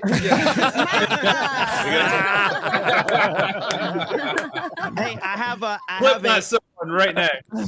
I have a question for you, Gina, and it was sent in from a struggling YouTuber named Jay. Jay has a question for you that he wants me to ask you live in front of 19,700 people. Wait, Jay, where are you, Jay? I'm gonna call him right now. Jay says, when are you fighting Ronda Rousey? Okay, Jay. Has he not been watching this show? Obviously not. He's on a plane. He told me he's like his reception's terrible. I've had to get 5 different clarifications. I'm like, you're telling me I can ask her that? He goes, yes, ask her. Tell her it's from me. Here's the deal then, Jay. You have to have your first serious amateur fight. Oh. And I'll fight again. Whoa! There you go. Heard it here first. Breaking news. Can he fight Ronda Rousey first? Yeah. If Jay seriously wanted to do a train for a fight and do an amateur fight, it just has to be one, then I would do another fight. Whoa, bro. Wow. It's all on you, Jay. Who would be his Ball's in your opponent? court. Gina, are you going to fight Jay in that case? Yeah. I think it would be really good for us both. So I think that could happen. You know, Jay? Wow. As far as Ronda Rousey, she just came out with her book, and she just said that I mean, and she's offered it, by the way. She said really? yeah, she offered that, you know, the one person that she would come back and fight was me, which I think is amazing. I have to lose a lot of weight, so that's going to be hard because I would never not like have it be the same weight. But I think she just came out saying that she had to retire because of the concussions that she got during the career. Yeah, that was the thing. So it's like whether it's Ronda Rousey or someone else, if Jay wants to do an amateur fight, I'll make the UFC walk. Well, you guys could just wrestle. You don't have to hit each other in the head. I think people will be cool with that. No, it's a beautiful thing. You know, it's I think that would be a genuine dream match, and guys, it'd be awesome to see because you I never. Get, think- you guys, Yeah. Sorry. Sorry, I think I found the perfect opponent for Jay. Like, Oh if we could, no. I think this. Come on. This guy would kick Jay's ass. Get his ass kicked. Yeah. I mean, he's got This is some freaking moves. awesome. This guy's awesome. He's fucking awesome. I mean, if he gets to bring the nunchucks into the ring, he'll fuck it up. This kid just destroyed Shad's nunchuck argument, like immediately. That's actually Hell yeah! I want to see Jay. Hell get his yeah! ass He will whoop Jay's ass. He will whoop Jay's Chad just doesn't like that guy because he can actually use nunchucks. I know. Ricky, Seriously, unironically, though, people share that clip with me saying, "What do you think about nunchucks now?" Look up Nick Diaz. Nick Diaz loves nunchucks. Like he actually makes it look cool. Like it's really cool. Would Nate be down to spar with Jay? Ricky Berwick would kick Jay's ass. Okay. No, you guys don't know. I think there's something in Jay that is like I feel like he can be fierce. I feel like he's a strong person. Independent woman. Oh. Especially when he's in his bear outfit. I've seen a different side of him, and like you would be so surprised. Like he's not afraid to get in people's faces. Yeah, I've seen him like hurt. Yeah. I see why. Yes. This is what he makes things. He makes it cool. There you go. Right. There you I'm go. Sorry. If Nate Diaz comes in, he's gonna whoop anybody's ass. Yeah. He's just he's so nonchalant with it. By the way, I think Nick Diaz is making a comeback as well. I think he's in a better mental state than he's ever been. So I think he's actually kind of making a comeback. good. Yeah, which is cool. He's one of my favorites. Him and Nate. You know, we came up at the same time. So, and Mike Tyson is coming back. That's happening in Dallas. Yes, it is. It's an officially sanctioned bout now. It is. Yes. This is going to officially Yes. sanction and kill Jake Paul. Yeah, I can't imagine that like Mike Tyson wouldn't be able to, like, he's not going to be able to turn off like oh, this is a sparring like exhibition. He's not going to be able. No way. I mean, what is he? 57, 58 now? Yeah. So, Gina. But old man strength, Mike Tyson. Come on. He's going to have like 2 rounds in him to kill him, basically. I And he will kill him don't within know. 2 rounds. You shared an Instagram story, and I shared an Instagram story a few weeks ago where Mike Tyson is being interviewed, and he's crying. Yeah, he's crying as he's been interviewed, and he's talking about how he's had to try and reprogram himself as a person. He studied the art of war. Everybody, he's just been, that's why I was so feared, because I was just built to fight, and then I had to step back and then I feel like a bitch. And he says, and I worry about that guy, because when he comes back, hell's coming with him. Yeah, you believe him. He's just like, I think that's a very normal thing. I would, if I would cry every. It would be like the night before the fight, and it's almost like you're just releasing all of your fear. You're releasing all of like this, you're just releasing all of it, and then you get in like primal mode, and then your adrenaline when you're walking into a cage and then you're like standing there looking across a person, looking them in their eyes, is seriously, and I said this on a podcast once, but it's like the one of the most intimate things besides sex, like it's like so intimate. Yeah. You're looking at the person like we're about to like. How do you control that though? How do you control it? Because with your adrenaline spiking, you're still got to control it to release. I don't know. That's a good question. I had, you know, I've had 2 adrenaline, like where my adrenaline dumped in 2 fights. One of them was a cyborg fight where my legs just like, I was like, legs, what's going on? Oh, yeah. Like I was like, yeah. You're not working. Like you're literally just moving, and I'm not telling you what to do. And then another fight was a K1 fight. I don't know if you guys know K1. That was an old school promotion.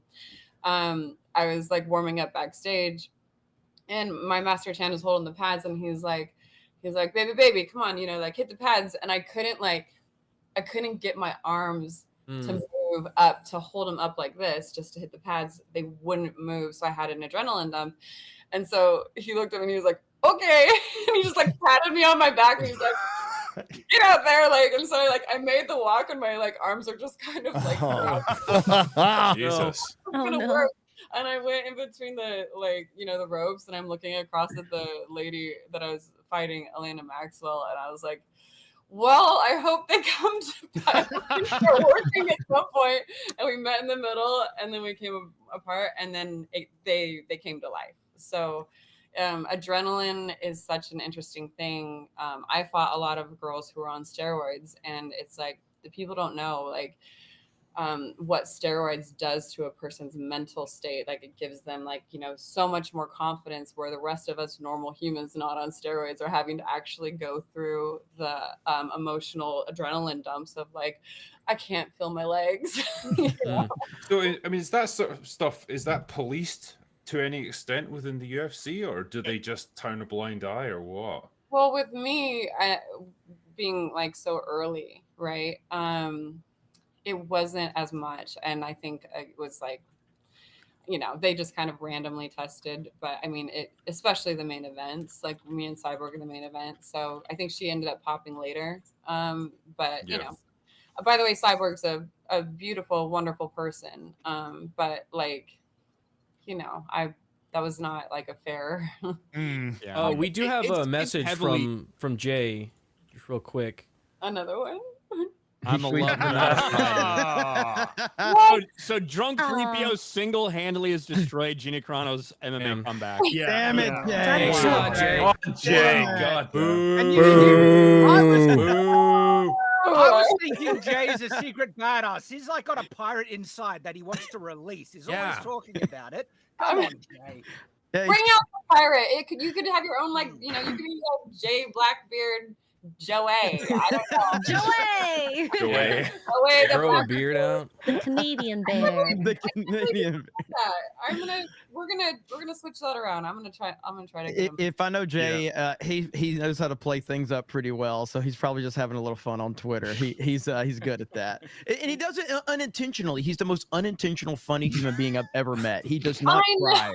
Did you guys see the video when he like? So I'm like, I'd love to be like, I was like, Jay, I'll be your cameraman, you know. So like he started walking in front of me, and then he just starts pointing, pointing, and I was like, I had like 2 martinis, and I was dying laughing. I'm like, what is he pointing at? Like he was just like, and then I was supposed to, and then he showed me his J Travel channel, and it's like all these really, really beautiful like pictures of him, like, you know, artistic, and I totally ruined it and made fun of it, and I was like, I literally almost peed my pants. It was I don't know what's so funny about it, but he has so many funny moments that he's almost made me pee my pants. That's like being like him. He's not even trying to be funny, and I'm just like this. That's what he does. That's what he does. But now we were at 19.9. We're at 19. That was a record. Right now. that was the record. Yeah. We'd love to get to 20, but we hit the record. People, we can do it. I mean, for personal reasons, I hope we stay at 199 for the record. Shut up. Did we make a record then? We did. We did. We did. New record for FNT. 19,904 is the highest I saw. You beat my 19,904. record, Gina. Congratulations. Well, my job here is done then. Okay. Yeah. Drinker's just like, who the fuck am I? I'm not But you know what? Sometimes you gotta like just take a step back. Right, Let someone take right, center stage. right. Yeah. So I have another guest that I booked. Another celebrity. Just so you know, another celebrity. So Yes. I don't know, Gary, if you want to intro the celebrity in. Let me swap out. Let me swap out. I'll get ready for my fan expo tomorrow, and I've had so much fun with this. I've really enjoyed. Thank you. It was a real pleasure talking to you, Gina. Yeah, thank you so much. Yeah, absolutely. You've been wonderful. Yeah. Thanks for coming on for a proper FNT guest spot. That's awesome. Yeah, and she was only supposed to be here for a little while. She stayed a lot longer. Longer. So thank you, Appreciate it. Gina. I had so much fun. I had so Yeah. much fun. And I'm a fan of every single one of you, and I hope that your guys' star just keeps rising, and I appreciate all your support. So, But Jenny, we've been a big fan of you. I mean, we all have. We've been a big fan of you before any of the business happened. I've been following you since your MMA days, but that's because I thought you were hot as fuck. But that's just by the by. We've been following. You know, we all have been following you here, and we, you know, the amount of support that you have, and not just from we're talking about the audience who are watching, and everyone that's been on Twitter and just had your back. You have so many people that legitimately have your back. Yeah, you've been so consistent. You're an absolute sweetheart in everything that you've done, and it's a pleasure to kind of go to bat when we need to go to bat, because you're one of the good ones. thank you. Yeah, absolutely. I just want to echo.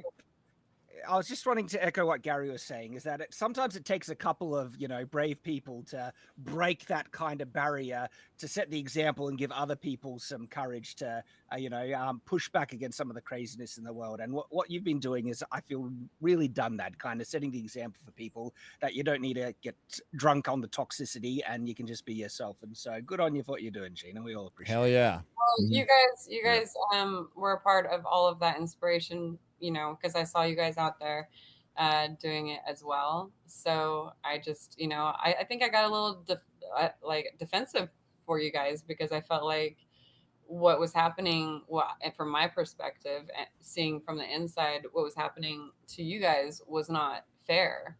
And, I saw that on the Zach, they go to people and they say, these are the bad people. And I think that's a really poor way to do business. And it's like, they tried to do that with me. And I was like, oh, at first you're like, okay, you don't want to disappoint your employer. But then at the same time, I care for people. So then I started looking deeper and I'm like, okay, so what's the big deal? You have a critic, you have critics, you have people that are being better critics than all the other critics. You're actually like having people be honest about things. So it's just kind of like, I didn't agree with it and I didn't go along with it. And I'm glad I didn't, and I wouldn't take it back for anything. So.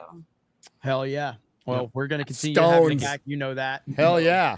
Oh, hail Gina Carano. By the way. Yep. And Disney hell. Yeah, absolutely, absolutely. And say hello to Drunk 3PO for us. Yeah. When you get I'm gonna get him. He's gonna reverse his decision. He'll have.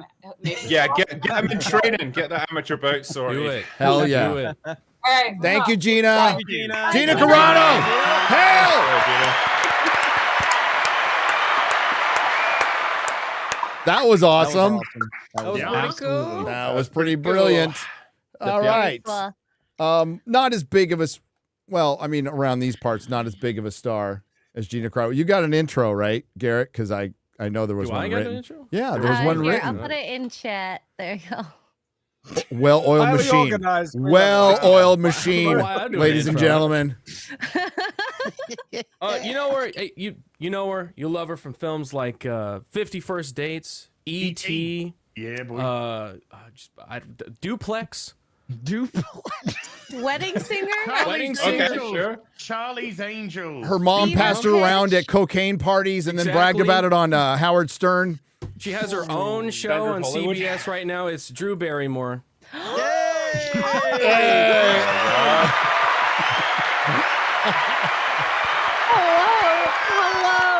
everyone. I'm so happy to be here. See so many beautiful faces. Congratulations on 300 episodes of Friday Night Lights. This is so exciting. Thank you. Thank you. This show has officially lasted longer than my relationship with Tom Green. I'm on Team Tom. Yes. This really feels like we're back in the pandemic again with all these little boxes again. It's really crazy. But it's so important to make connections with everybody here. Holy Toledo, folks. I was so happy to see Gina Carano was also here. Like, she might be the only person who has gotten fucked harder by Hollywood than me. Holy shit.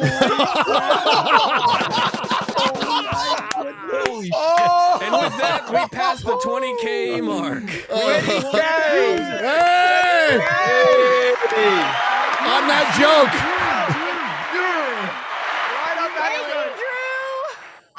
Stop it. I have my own cancellation story as well. My dad tried to cancel me by viciously kicking my mother in the stomach when she was pregnant with me. Gina was in Fast and Furious 6, which is so crazy to me because Fast and Furious is how Spielberg likes his hand job.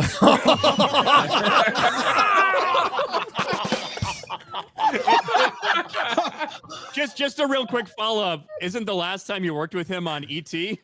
I don't want to get into that, right? Will, I marvel at you, Will. You and I have so much in common. We both love films. I too was a critical drinker by age 9. Shit, at first I didn't realize she was talking about me there. Will Smith? I know you guys wanted to talk about Helldivers, but I thought Helldivers was just what I used to call all the men who've ever gone down on me. We're on two different pages. Holy shit. Back down to 19. We'll get that right back up, quarterback. Garrett. As you are so beautiful. I see you as this magical butterfly, but you're still stuck in your pupa stage. I'm so proud of you and your weight loss journey. It reminds me of when I had to lose 5 pounds for my role in 1992's Poison Ivy. Luckily, I had a team of dietitians and personal trainers and enough cocaine to put down a horse. So, as long as you stay strong. Actually, could my box go next to Az? I want to hold his. Yes. Second. Yes. Is that? This is fine. No, his Other hands. way. The other way. Other way. Az, would you hold my hands? I'll hold your hand, Drew. Beautiful. You're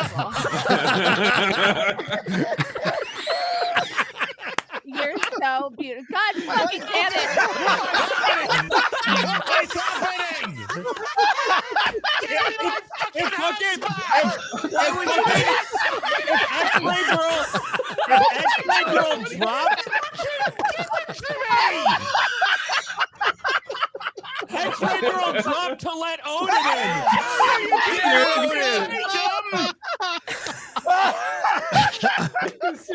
Oh, thank you. You're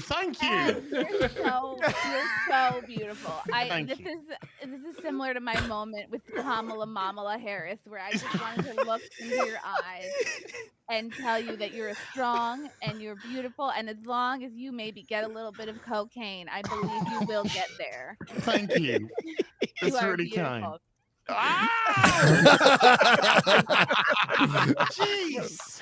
Ryan Kinnell, I love how hard you try to be masculine with your gruff exterior, and I know you hide behind your favorite naughty words.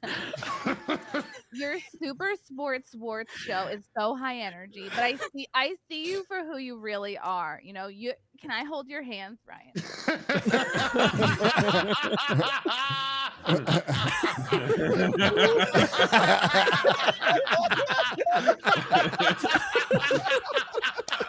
Ryan, you are the embodiment of a home run. Look at you. Look at you. You are a home run. Say it with me. Who's a home run, Ryan? I'm a home run.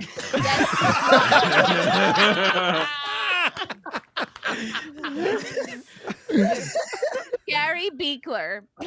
Uh-oh. Hi. I have so much admiration for what you've been through, having to grow up in California with type 1 diabetes and fetal alcohol syndrome.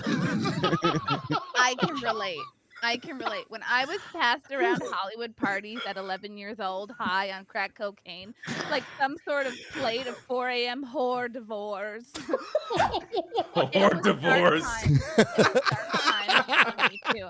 I too almost opened up a comic book store. But luckily, I was rich and famous, and our family accountant advised against it. And I was temporarily locked out of my family trust. But here you are now, with your comics and your toys and your $6.99 box of bleached blonde hair. God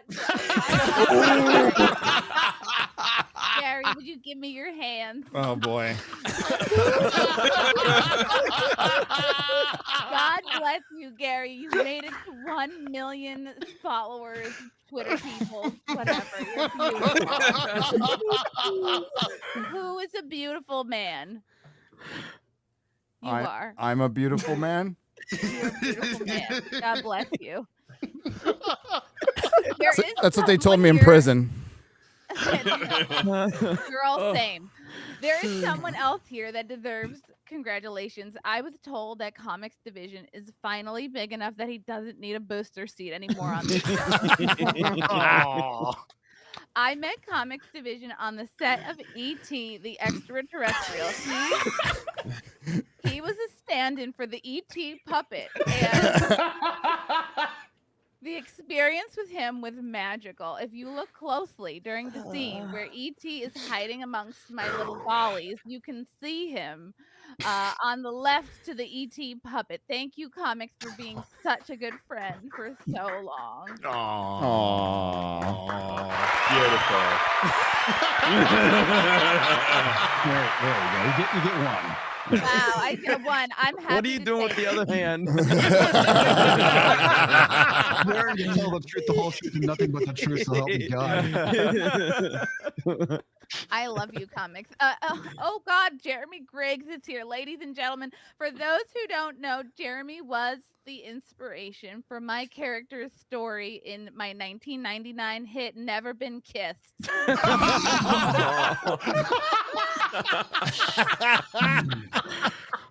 We did have to take some artistic liberties and give the fictional version a happy ending where I succeed and find true love and friendship, whereas the real Jeremy here is still single and plays Super Mario Kart every weekend. Sounds like a damn good weekend right there. So precious. Anyway, I don't want to hijack the rest of your evening. I'm so proud of you guys. My publicist said my Kamala experience was a little cringe, so I just wanted to come on where the cool kids are and just hang out a little bit. So. You got that wrong then. Why'd you end up on FNT then? Yeah. Congratulations. I love you all. F's in the chat. And you're all welcome to come. Oh my God, I forgot someone. God damn it. Odin? Oh, I wanted to introduce someone. She is one of my best friends, and we actually got to co-star together in both Charlie's Angels and Charlie's Angels Full Throttle. Ladies and gentlemen, Lucy Liu! Lucy Liu! Lucy! Who can't come? There she is. It's so good to see you. It has been an honor watching your career continue. She's not working right now. I mean, there was Godzilla -1, Everything Everywhere All at Once, Godzilla versus Kong. Kung Fu Panda, Godzilla, King of the Monsters. I could go on and on. Godzilla versus Destroya. I just want to say I love you. Please do. I love you and thank you for your friendship. Oh, yeah. She's about an hour behind you on internet. There she goes. There she goes. There we go. I think I did the hand thing one too many times. All right. I love you guys. Thank you, Drew Barrymore. Drew Barrymore. Give her a hand. Drew, I just wanted to let everybody know that was not Chris Gore. That was Drew Barrymore. Oh, God. I love how we've been streaming for 2 hours. We haven't covered any of the things on the lineup. It's about time. Welcome to Friday Night. Welcome to Friday Night Tights. We just got done with intro. There is so much shit to cover, and we So- covered literally none of it. Let's get to it. Right, I couldn't not laugh when she said "or divorce." Or divorce. Divorce. Guys, okay. Helldivers, go. Woo! Okay. Gary, you're the gamer. You tell us what. All right. Yeah, Gary, Well- how do you think this relates to the first gamer game? Yeah. Well, I think the difference is 5 guys didn't get fucked by Zoe Quinn and then write good reviews. So I think that's the good. The gaming industry is just fucking its fans. How's that? Yes. So Helldivers, really popular game, fighting for democracy. It decided to fuck over everybody. Am I getting this right? Not everybody, but No, just but Steam the majority. users. Yes, Okay, so the Steam PC users players. that are compelled to get a Sony account because Sony is really well known for guarding their information with customers, by the way. Yeah. To keep playing the game? Like what the and that wasn't set up beforehand, right? That wasn't like something That was pretty good. It was- Gary. That was pretty good. Thank It was you. on the Steam page. It was just buried. It was It's buried. It's not something that they were putting out there, and they're No. pretending. In this statement, is what pisses people off. Is they're pretending like they made this a wide known thing. Like the grace period is over. What fucking grace period? So again, this is all about them basically casually coming out with an announcement that all of the PC players are going to have to create a PSN account in order to continue to play the game, which is bullshit for PC players. There's a lot of players that play specifically on PC because they don't want to deal with console bullshit. Yeah. A lot of people don't trust Sony because Sony has had massive amount of problems with their security. And the fact that they're masking this announcement in the fact of player safety, they can get fucked. And they are getting absolutely wrecked. This is one of the most popular games right now, and it's been popular because of how much they have been paying attention Used to to be. the community. Yeah. And this announcement, this is what Ooh. happens. Understand your fucking fan base. Your fan base loved you because you respected them, you appreciated them, and you were doing right by them. This announcement was tone deaf, it was disrespectful, and you basically were talking down to your fan base, thinking they were stupid enough to walk right into this. But in reality, you guys didn't promote this at all. They're not the only game. A lot of these games require that you have an Xbox account or a PSN account Or an It's about Ubisoft account or Yeah, EA yeah, account or yeah. whatever. It's Yeah. a And big they're all problem. fucking trash for that, by the way. To be clear, this game was published by Sony. Correct. So it's not like Yeah. it's just randomly connected. It's Just- Is it a chargeable PSN account? No, it's free. Free. PlayStation Free. Network Free. account. It's But- just but the does- principle of the matter, though. It's the principle of the matter that a lot of PC players do not like console gaming, and they stay away from that shit. And they don't want to give their information over to Sony for various amount of reasons. And they shouldn't be forced to do that 3 months into a game that they've put hundreds of hours into. If this would have been something that you were promoting from the beginning, that's a little bit of a different story. Even though it's shitty, at least it's not as shitty as this. This is deceptive as fuck. And then as you tried to get a refund and they rejected your refund because of time played. No played. shit, I've got time played, motherfucker. The Yeah. game's been 3 out for months 3 in. months. But you have changed the rules of it. And people are not going to let this go at all. They're not going to do it. Question. Does that mean they have, like, if you sign up to a PSN account, that then now you are bound to their PlayStation Network terms of service? Yes. Is that's scummy as hell, because that's one of the reasons people avoid it. That's also- what's causing the issue. People, that's what the confusion. Well, I say the confusion. all the fucking bad faith people going, well, it's just so easy to open Just up. make an account. Just make an account. No, it's binding you to Sony's terms and conditions, PlayStation's terms and conditions, and they are trying to introduce an AI algorithm that detects toxic behavior and will ban you. Yes. So it's going to be put into the hands of shit like that, algorithms like that. And the thing about Helldivers 2 is it's like got such a massive community around it, really positive. Everybody's fighting for Super Earth. Everyone's in on the fucking meme, the joke. Kind of like a role play. It's almost a role play of sorts. Oh, yeah. Awesome. And then you get this that comes out, and the whole thing's about you just being we're going to ban you for being a fucking bunch of assholes. It's just like, what the fuck is wrong with you? To protect, it's safety for the player base because it's to safeguard against griefing. Who's griefing? Well, yeah, because friendly fire is a thing in this game, so it can be a problem. But I've never seen it. Well, I was just going, I've never seen griefing for the sake of griefing. I strafe across X-Ray Girl, or I strafe across you in Sunday Fun Day, and everyone, X-Ray Girl drops a pod on my fucking head. But hold on, didn't one of the top people at Arrowhead recently talk about the friendly fire and how it's funny and how they're not gonna they're not gonna nerf it or take it out of the game because it's funny? And now you want to sit here and fuck anybody who has grief over playing a fucking video game because somebody shot you. Get fucked if that's your problem. It's not griefing. Griefing's a different fucking thing. Just shooting each other in a game that has friendly fire is not griefing. Griefing is like coming into a world and cheating and fucking up a game and intentionally ruining a game. Like, yeah, you would say that, but they will change everything. Like somebody will fucking report you for anything in a game, and they will weaponize that shit. And this is why people are so leery of TOS being changed, TOS being weaponized, all of that. It's absolutely nonsensical right now. And this is why I keep saying this. I've been saying this for fucking ever. Every fucking game that I play, Call of Duty, Titanfall, Halo Infinite, they all fuck up. And that's why I just end up playing fucking gay ass Fortnite, because at least that one's not fucking up every fucking 2 seconds. But now Helldivers, which has had the pulse of the gaming world, and now they have completely screwed that up. And I don't even know if they can backpedal this. I don't think that they can. Well, this is going to be if they do, right? It's just going to be purely like because the fans have backlashed against it so badly. It's not because they think it's a bad idea or anything. So everyone's going to know they just bent the knee because they were scared. This is a community manager. Good idea, right? Why you have an option to opt out of cross-network play? Yeah, you should. Just let me just play on PC. Loads of games have that. Loads of fucking games have that. I don't want to have to carry your console ass anyways.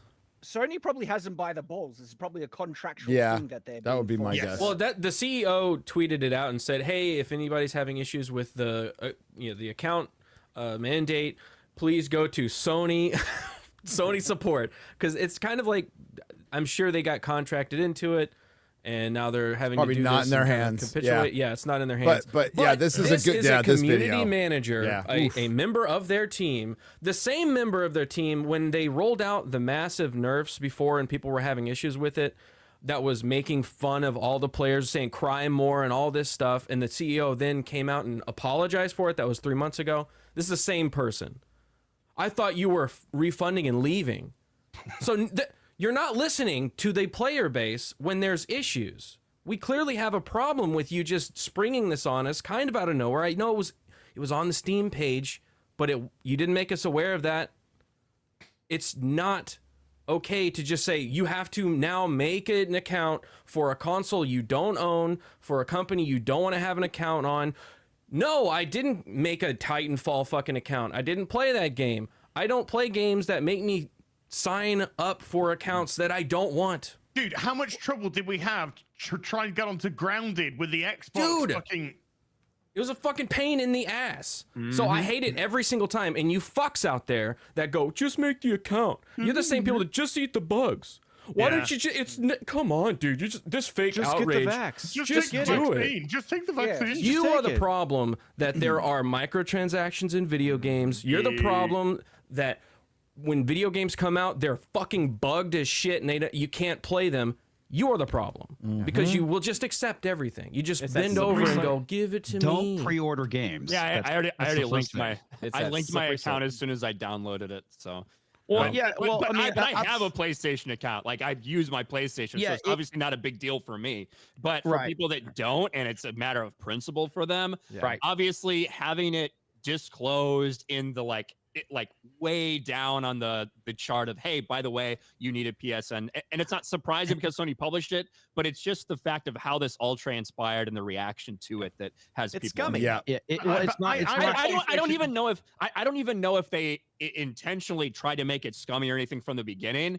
Just mishandled. Like, I think it's just mishandled. Yeah, mishandled. It's not understanding your audience. When you tell PC players that you have to fucking sign up for a PSN account 3 months into the fucking game, you don't understand PC gaming at all. Hey, Jeremy, haven't you got a phone? Yeah, don't you guys I understood that reference. Sorry, is this an out-of-season April Fool's joke? It's the same energy because I have a PSN account. It wouldn't be a big deal for me to link it at all. But I did. If I wanted to play it on the PlayStation 5, I would have bought it for the PlayStation fucking 5. Correct. Right. I wanted to have it with a PC to avoid this. I don't tend to go onto the Epic launcher. I don't fucking deal with games now that make me fucking sign up to EA's platform or Ubisoft's platform. And it was it was a fucking annoying that Grounded we had to go through the fucking Xbox one. Considering it's a fucking PC game in the first place. So that kind of shit I get fucking really annoyed with. So just because I have a PSN account doesn't mean that I should. Do I want my PC game to be now linked up and adhered to Sony's PlayStation terms and conditions? No, I don't want that at all. And so, it's so easy to see why so many people are pissed off. And like I said, if you haven't read the room, whatever did you think was going to happen? Because this goes one way. You get certain people that just go, fine, I'll do it. You'll get some people go, fine, I'll sign up for an account, right? Those are the people that are staying. What's going to happen, though, is you're going to get that, which we just saw on the fucking reviews. Yeah. Because the only way it goes is not that way. It now just goes down and off. Remember when you just buy a game and play it? You just buy a game and play it, and now you got to sign up to an account and do all this crap. It just sucks because there was so much positive momentum for Helldivers. Massive amount. Yeah. Well, just on what Az was saying, right? I was this close to getting Helldivers. I was seeing everyone having a great time. This is 3 months in. completely just thrown me out. I don't like. I'm not interested now. And one of the reasons, right? There's a reason why I don't own a PlayStation, whatever the friggin' number they're up to now, because Sony is a dog crap company. They've been screwing over gamers and being really poorly consumer focused and stuff like that, just all the way back from not even offering backwards compatibility on their consoles and screwing over mods and things like that, to the point where Sony can go screw themselves. I'm not buying in that PlayStation again. And yeah, I've got an account, but I don't want to support the company. They've been trying to censor Stellar Blade. That's the driving force behind that. And so screw Sony. And now that they're saying that, you need to link the accounts on Helldivers, it's like, all right, I don't need the game. I could have bought it. I was this close to getting it, seeing people enjoy it. Don't need it now. I've been really enjoying Fallout from the 90s. Yeah. I'm just going to go back and play. I'm just going to continue playing that. I was playing Pokemon Yellow on my phone the other day. Well, Drinko. So you have a phone. You, me, and a couple of others. we were playing Helldivers 2 off stream, just so we could like chill out, have a fun night together, just shooting the shit with people that we know. And it was great. Crossplay was super efficient, worked no problem. Didn't have to sign up for anything. It just worked. You were on the PS5. We were on the PC. We didn't have to do shit. But now we've got to adhere to Sony's TOS for our safety. Fuck off. Yeah. I was feeling threatened by you, Az, to be fair. I mean, he does. You need to police some of these PC gamers, man. It is. It happens way too much. All this goodwill, and I don't know if they're going to get it back now. Really, their response is going to be very crucial, and everything that they're doing is going to be under a microscope. And I don't know if they can pull this back. I really don't. And that's really not even their decision at this point. It's probably Sony's decision, and Sony isn't going to give a fuck. No, because that's going to. Well, they must know the terrible PR this is creating for them, though. If nothing else, that might motivate them. Maybe. Like, I imagine this was like always part of like their initial agreement to be published by Sony. Do you know what I mean? Yeah. I don't know if Sony's gonna fucking budge because they probably just want more PlayStation accounts. Either like just in general, who knows what they do with the data? Blah blah. There's a lot of like reasons Have you it can come up with as to why, but. Yeah, I don't. But I mean, I like, just don't think Sony's gonna budge on something like probably that. not. And data breaches has Sony had in the well, last I mean, fucking they 5 couldn't years? keep their 3? emails secret. Okay, so that was a bit of a problem. Their own damn emails, which cost them a CEO. Well, as you know, as a gamer, Gary, there a couple years ago there was a massive PlayStation network hack that happened. Yes. So I know you were really up, and you were really worried about that. You canceled a bunch of your subscriptions to I PlayStation did. Plus and Yeah, everything. Lord of the Rings Gollum, that's going to have to wait for the time being. Right? Yeah. So much for those episodic October- breakdowns of the latest gaming I controversy. played a October PlayStation 4th. game at Christmas. I played Return of the King on my PS2. Thanks, Gary. You're welcome. October 4th was the last Sony Cool data story, breach. Wow. Oh, there you go. That's there very you go. fucking Yeah. recent. That's You guys pretty are fucking so recent, mean. Yes. Yeah. I've I've had a Sony account for a long fucking time. They get breached like once a year. My shit's still safe. Not fucking, As do you think they're gonna be able to survive this? I think it's going to legitimately have an effect. It's going to be interesting to see like a week's time or 2 weeks' time what the player count is and how the player count has been affected. But historically, when a company does this, it's just an annihilation of faith. Yeah. In that company, and even if Helldivers 2 kind of stabilizes, the next game, people are way more cautious when it comes to that. But we've seen it. Look how strong BioWare were just 10 years ago. Yep. And now they're in the dog shit. They're on the verge of Rocksteady. being closed down by The EA. trust is broken. And this is what we see with gaming. So gamers keep gaming in line for the most part. And then there's Call of Duty, which they can fucking do whatever they want. People are gonna buy the shit out of They got that. Raptor people now. Yeah, like they can do whatever they want. And like even like Halo Infinite was hitting massive numbers when it first came out. Those first few months, massive numbers, and it just fell off a cliff. And so, but that's what happens when you fuck your community over. Yep. And all Halo had to do is, oh, by the way, we got nothing. We got nothing coming, guys. Zilch. It's Well, like, I think okay, Call of Duty was the perfect example of just running out of ideas. Like, everyone loves this modern warfare stuff. What should we do next? Let's release Vanguard, where we got a bunch of ass fucking World War II weapons that nobody wants to use. All right, cool, yeah. Brilliant. Then, what else can we use? Do you want to play as Nicki Minaj as a downloadable skin? Not don't really, think- no. even though How you- dare wow. you say Even that though you M1 Garand can't is see- bad?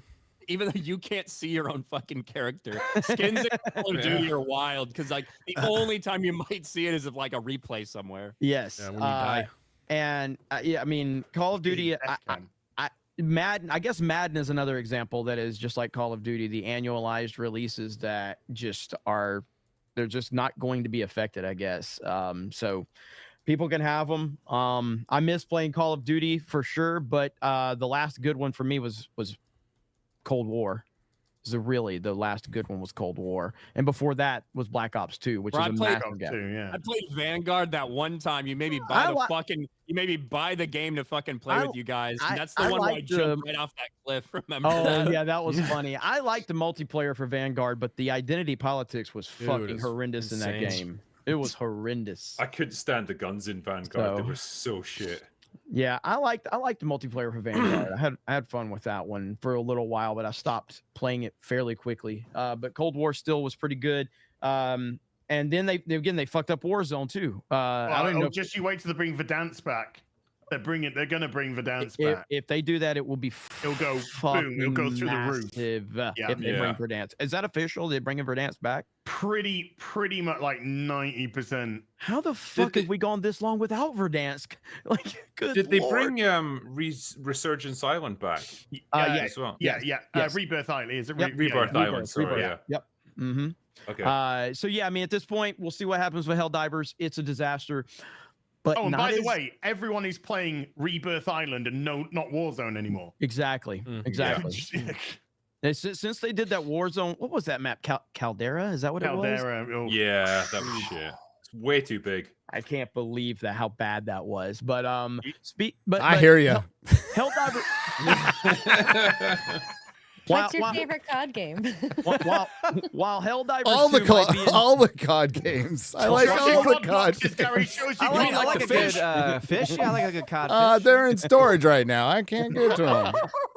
Caught some the other day. Yeah. While Helldivers 2 is in bad shape, it's not nearly as bad a shape as Mark Hamill. Yeah.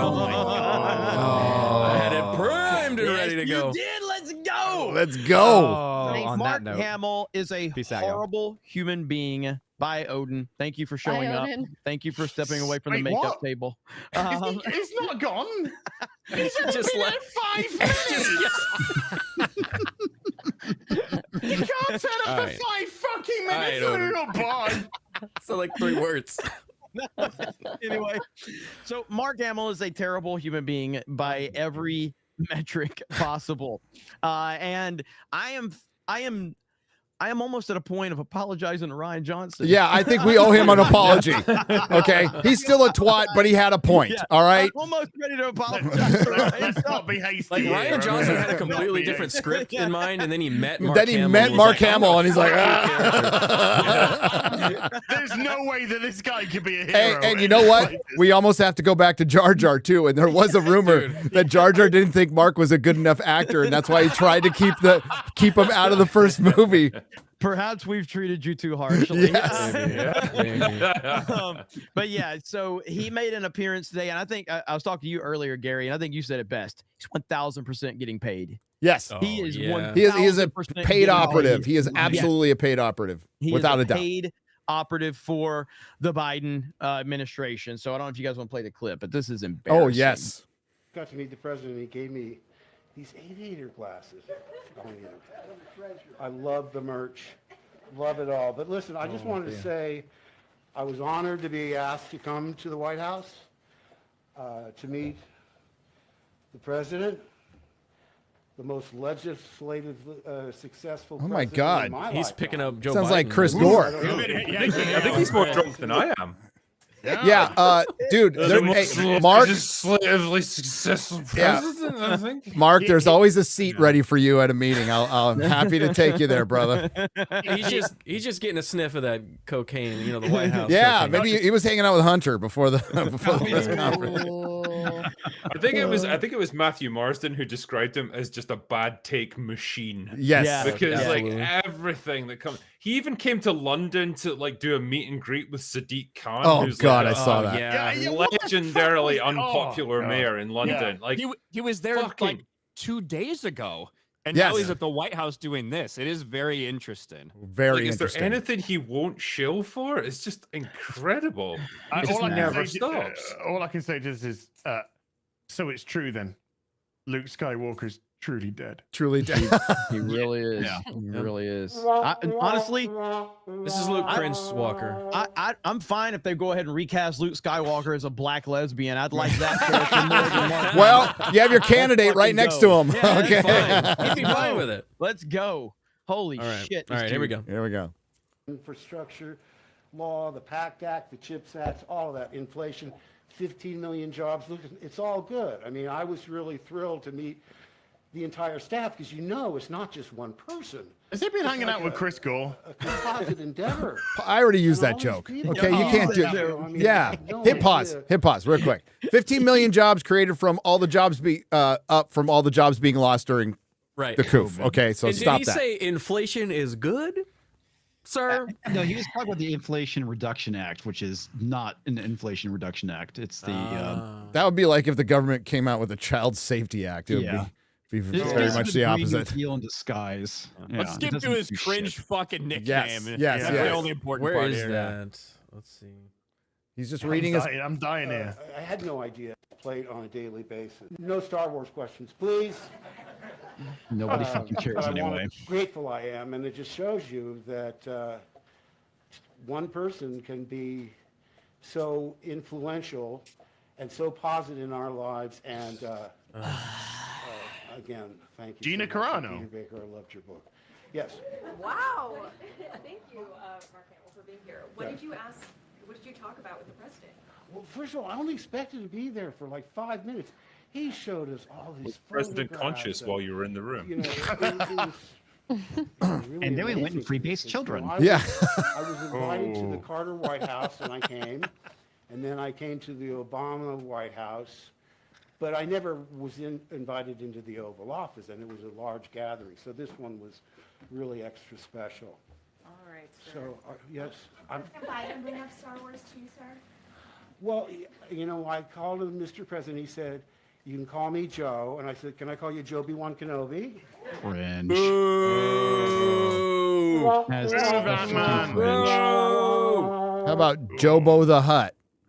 Hey, Jojo Binks. Jojo God. Binks. That is.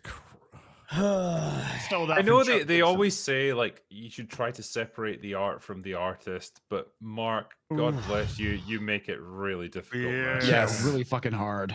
Nah, it's What did you say, comics? I said he makes it really fucking difficult to separate the No, art. no, no, that's not what you said. As soon as I No, said that's that, not you what you just said. fucking take it No, you twisted. didn't. You knew comics knew exactly what you were doing Like, I too. fucked up saying that. Oh shit. Hey, by the way, as soon as Friday Night Tights ends today, we are going to raid the Friday Night Tights vlog premiere from Vegas over on the main G&G channel. It's been edited. Shout out to Valientes from Park Hoppin', Ivan from Park Hoppin', and Nerd Wars for editing that. Ivan got all the footage. There's a ton of footage. And they went around asking about everybody's favorite host, and Az, I think you got the most mentions in the vlog. Get the fuck out of here. Yeah, I clearly had nothing to do with the editing of this fucking video, but in the original one, I had the second most. Yeah. So I don't know what they were fucking asking those people out there.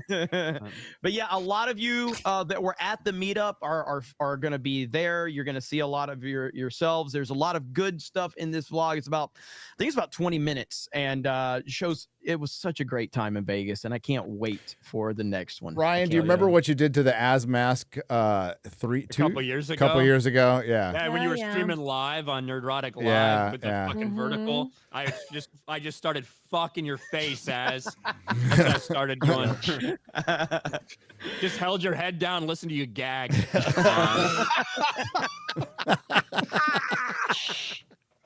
Holy shit. Wow. Speaking of getting fucked, Disney. Hey,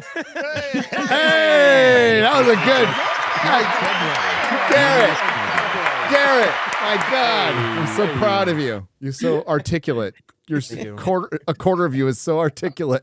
I actually think That was a three-quarters. Yeah, thank you. Actually, That's a three-quarters.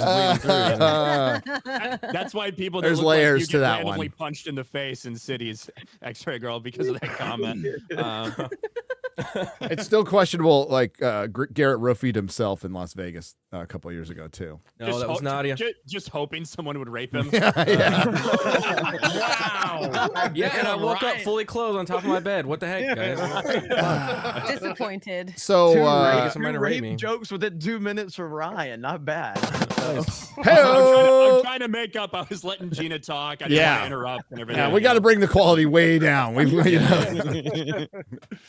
I fucking hate this list because it's bullshit. Because as bad as it looks for Disney, as much money It's as worse. It's actually way fucking more. Because not only does Deadline use the estimated budgets that we know are off, for instance, the Captain Marvel budget they had is the one that was reported before any of the massive reshoots, before a bunch of VFX, before a bunch of that stuff. And also, the kicker in all of this is that in these things where, hey, revenue in, revenue out, like all this bullshit, it includes the money that Disney pays themselves for the rights to stream it on their own streaming service. Which, if you were getting that money from a Netflix, from an HBO Max, from a Amazon Prime, whatever, then it would be valid. It'd actually be fucking money that you made. But that's not how it works. Guess what? If Disney says they paid themselves $90 million for the rights to have Captain Marvel and Disney Plus, that is no net money for them. No, you just transferred to a different account. Okay, you just transferred from savings into the checking. That's all you fucking You did. transferred that loss to Disney Plus. Yes. Which has been losing money hand over fist, but they do that. Probably, I think they still continue to do that, probably to make sure that for movies that actually do make any money, kickbacks go to the people that made the movie. Remember, That's what I think. Ryan, Well, Disney theatrically as well, you can say that, like, well, that's offset your losses because it's transferred to a different subsidiary of your own company. It's perfectly legal. Yeah. But it's also, you're also bullshitting your stockholders. I mean, because you're not profitable. Disney Plus has to be profitable in about 7 months. Couple months. Yeah, well, by the fourth quarter, right? That's when so it's less than that. By October. By October of this year. Yeah, it's supposed to be profitable. That's what Bobby promised. Good luck, so boys. Disney detonates. Which is, go on. It's going to be profitable, but it's not going to be because they're increasing revenue, and it's going to be profitable because they're cutting things to the bone and they're doing tax write-offs. They're firing. That's what they're doing. That's not going to be sustainable. And they if you don't bundled it actually in. have people coming in. And they bundled it in with Hulu and ESPN Plus. Yeah. So Disney detonates 4 bombs in Deadline's 2023 Most Valuable Blockbuster Tournament. Now, I mean, this is like old freaking news, but as Ryan said, we're gonna go down. And by the way, of the top 5 or bottom 5, however they put this, 4 are Disney. And I tweeted about it earlier, and all the shareholders voted for fucking more of this, of this shit. Great job, guys. Way to go, dipshits. Yeah, exactly what I was gonna say. Isn't it funny as well? Like, I just thought, seeing Indiana Jones there in the graphic at the beginning, nobody talks about that movie anymore. Nope. Nobody does. Like, and it was the biggest bomb of the year because the budget on that movie was astronomical. Insane. It was more than the Marvels, and you know, Drinker, that we were told very early on that the Marvels went over 300 million a while ago. Oh yeah. So it's if we scroll down to the little graphs they have. I'm pretty sure the Marvels beat out Indiana Jones as the biggest bomb. It does because they made so little money. Yeah. So this is how they break it down. The Marvel's profit and loss sheet. This is from known Hollywood insiders, what their guesses are, what the reports are for this shit. So box office, as we talk about a lot, where you make the money at the box office does matter. So when you look at $206 million worldwide, because the heavy international tilt for that, they only brought back $88 million to the studio from the theatrical release. Then they claim home entertainment. So that is going to be Blu-rays, DVD sales, whatever. But also if you buy it like video on demand, shit like that, that all counts towards home entertainment. I believe that's projected through what they think it will do throughout the course of its life type of thing. Yeah. Television and streaming are the rights. Bullshit. Yeah. That's the bullshit. That's what you would pay. Back in the day, 10, 15 years ago, it's what, hey, Netflix says they'll offer us $30, $40 million for 2 years exclusive rights to this. But for television, we have it on TNT and they get the rights. You're fucking making money hand over fist when it comes to the distribution of rights. That's not how it is, especially for Disney anymore, because everything just goes right on Disney Plus. So that $90 million is them saying we paid ourselves $90 million. That's how much we believe the rights for this are worth. Whoever's going to fact check us on whatever. That's what they're claiming as revenue, taking it from one pocket of the Disney Corporation and putting it into another. So in reality, when you scroll down and you see expenses, production, which is very low, it's easily going to be over $300 million. Print and ads, marketing 110, that's really light, but that's what they say it is. That's bullshit. That is bullshit. No way. And so even with all this benefit of the doubt, it says they lost $237 million. That's closer to $350 million in real life. That's easy. $250 million. You say it lost $250 million. There used to be a time in Hollywood that if anybody involved losing that much, we'll just say percentage-wise, because we're going back 15 years, percentage-wise, that much money would never fucking work again. Ever. They'd be done. Absolutely, they'd be off the TV or another job. Now it just, hey, it's okay. Let's go with what got us here. Let's stick with Bob Iger. I doubt Nia DaCosta is going to get another job, but maybe if she gets more supervision. But well, it is the highest grossing movie from a black director, a black female director. Yeah. So you know. And it's the biggest flop by a black female director. So congratulations. Black women can direct flops too. Yes. I love how aggressively Ryan says black. I know. Black women directors. It's a like it begins with a consonant, ends in a consonant. It's a hard sounding word. Black. Is it hard in the? Somebody. Oh, no. I will never forget this comment on a Sports Wars video. Somebody's like, this guy doesn't even need to say the N-word. You can just tell because of how he says black. It was like such a brutal comment. Hard RK outpost. Hearted it. Yeah. This is for the Flash. This is the Flash, and who knows what they paid themselves for? Oh, that's another Max. bit of horseshit. That was, the Flash was massively expensive to make. Yes. The reshoots they did were huge. Almost a completely different movie, and we're getting a completely different movie with Black Falcon, Captain America. And we finally got some pictures. And way more than that. Oh, dude, it looks bad. $120 million is what they claim they paid themselves to stream dog shit Indiana Jones. Jesus. Look at that. Television streaming. $120 million dollars. Did it even chart? What do you think? Did it chart at all? It may have. Like, it didn't do well. Like, yeah. 600 million minutes or something like that. That's pathetic. There's Wish. Okay. 85 million they paid themselves. Wish, their 100th anniversary, like this was supposed to be a Disney movie, not a purchased property like Marvel or Lucasfilm. This was the heart of the company. It was supposed to be the homage of 100 years of this great company created by Walt Disney, and it was utter shit. They kicked it. If you go follow Film Threat, the whole story on that is crazy. They got rid of all the old school artists, brought in a bunch of freaking not TikTok artists, but why am I blanking? Tumblr. Thank you. Artists, yeah. Tumblr artists, and gave them jobs and listened to them. You deserve what you get.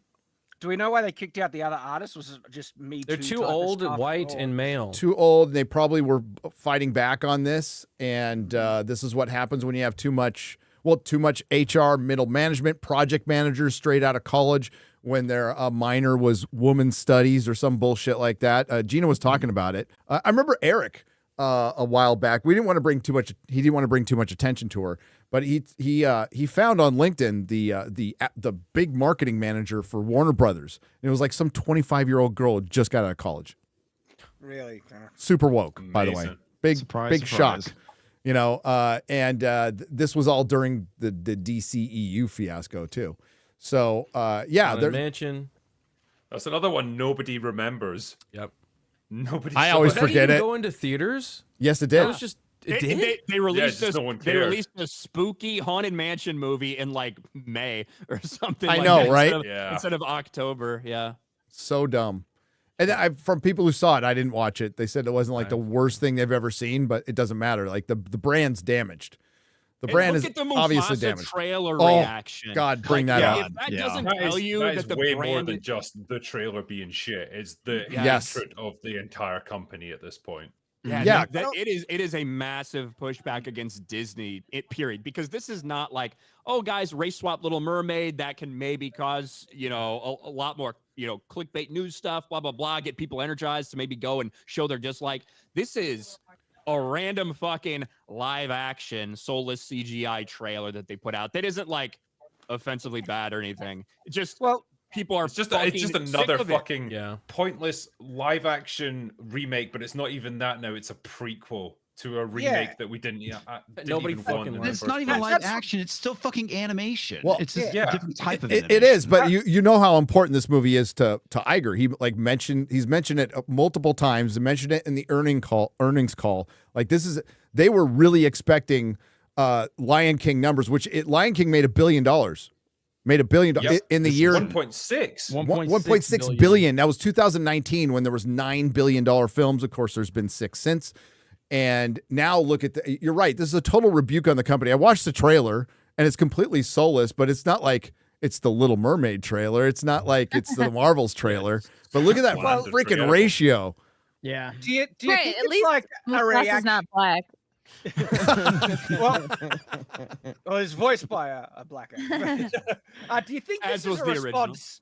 Yeah. Do you think this is a response to the fact that it's a sign Disney isn't learning a thing, right? People Yes. hated the Lion King remake, and this is them doubling Well- down, saying, not only are we going to give you the same, we're Well, going to give they you a did I'm sure hate this is it. in production since the hold first on. one came out. It made $1.6 billion. Yeah. So as much as People clearly did, liked it. as much as people did kind of, there was a lot of odds, a little soulless, whatever. You can't deny what it made initially at the box office, but this is a different time at the box office. But no, Exactly, that's is that the point you're trying to make? Sorry, Shad, but like it's clear that times have changed. We live in a different world, and the perception of Disney is absolutely damaged beyond repair. Exactly. That's what I mean. It seems like I haven't learned that they were sailing off of goodwill, and crappy films got to get a free pass back in the day because people would still show up because it's Disney. That's dead now. It's non-existent. And they're thinking that they're going to be able to survive off making the same crap.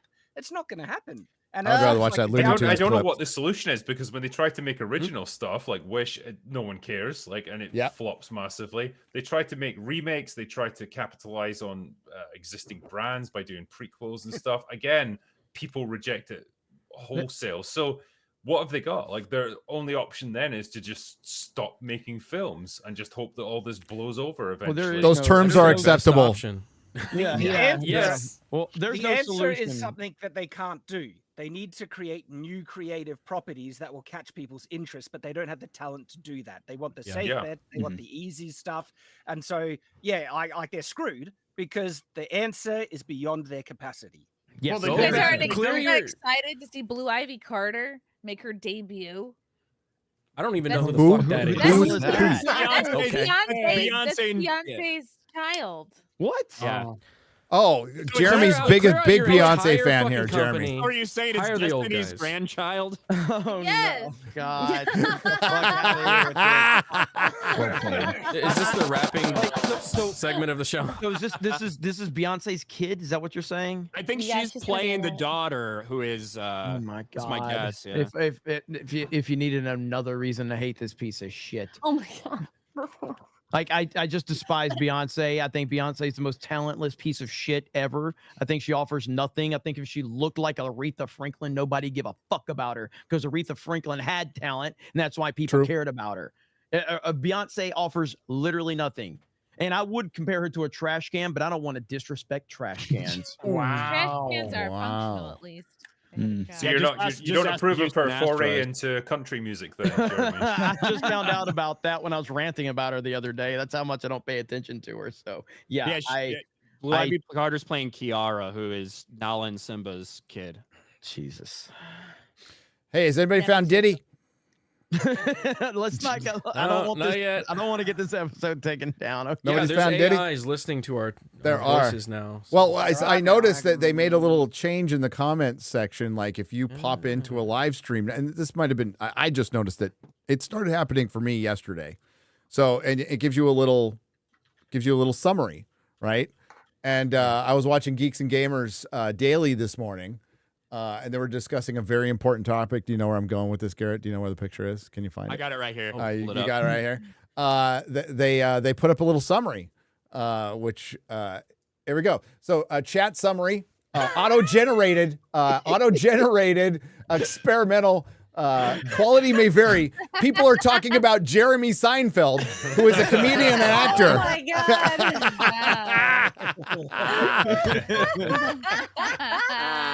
Oh. They are also talking about Gary, who is a YouTuber.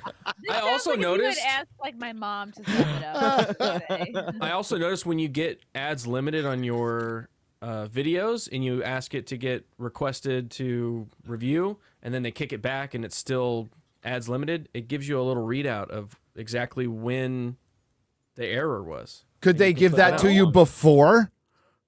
No. See, they Before, could. when you check it, there's no see more details. It would just say, hey, yeah, they confirmed it's ads limited, but now you can actually see where it was. Well, hang on. So for anyone that doesn't know, so Gary made an appearance on Fox News yesterday with Will Kane, did a great job, and he was talking about, they were talking about Jerry Seinfeld, and he was also talking about, he had mentioned me a couple times prior, and then he mentioned Jeremy Seinfeld. He's like, shit. I caught myself. My friend's Jeremy gonna get me on that. And you saw Will Kane get like a courtesy laugh, even though he had no fucking clue. Well, who he's I on a was. delay. I Like the know, poor I know. guy, he was probably laughing at something from 2 minutes ago. We were on a delay. That was crazy, but it was fun.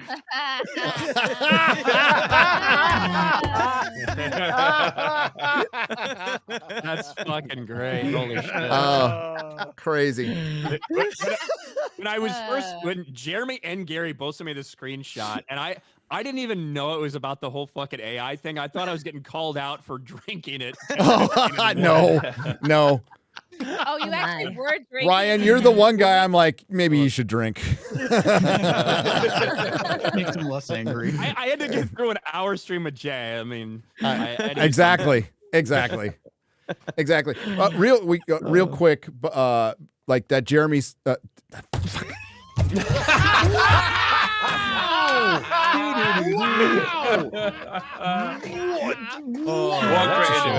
Again, everywhere he goes, he sees my face. It's hard to believe it. I'm gay.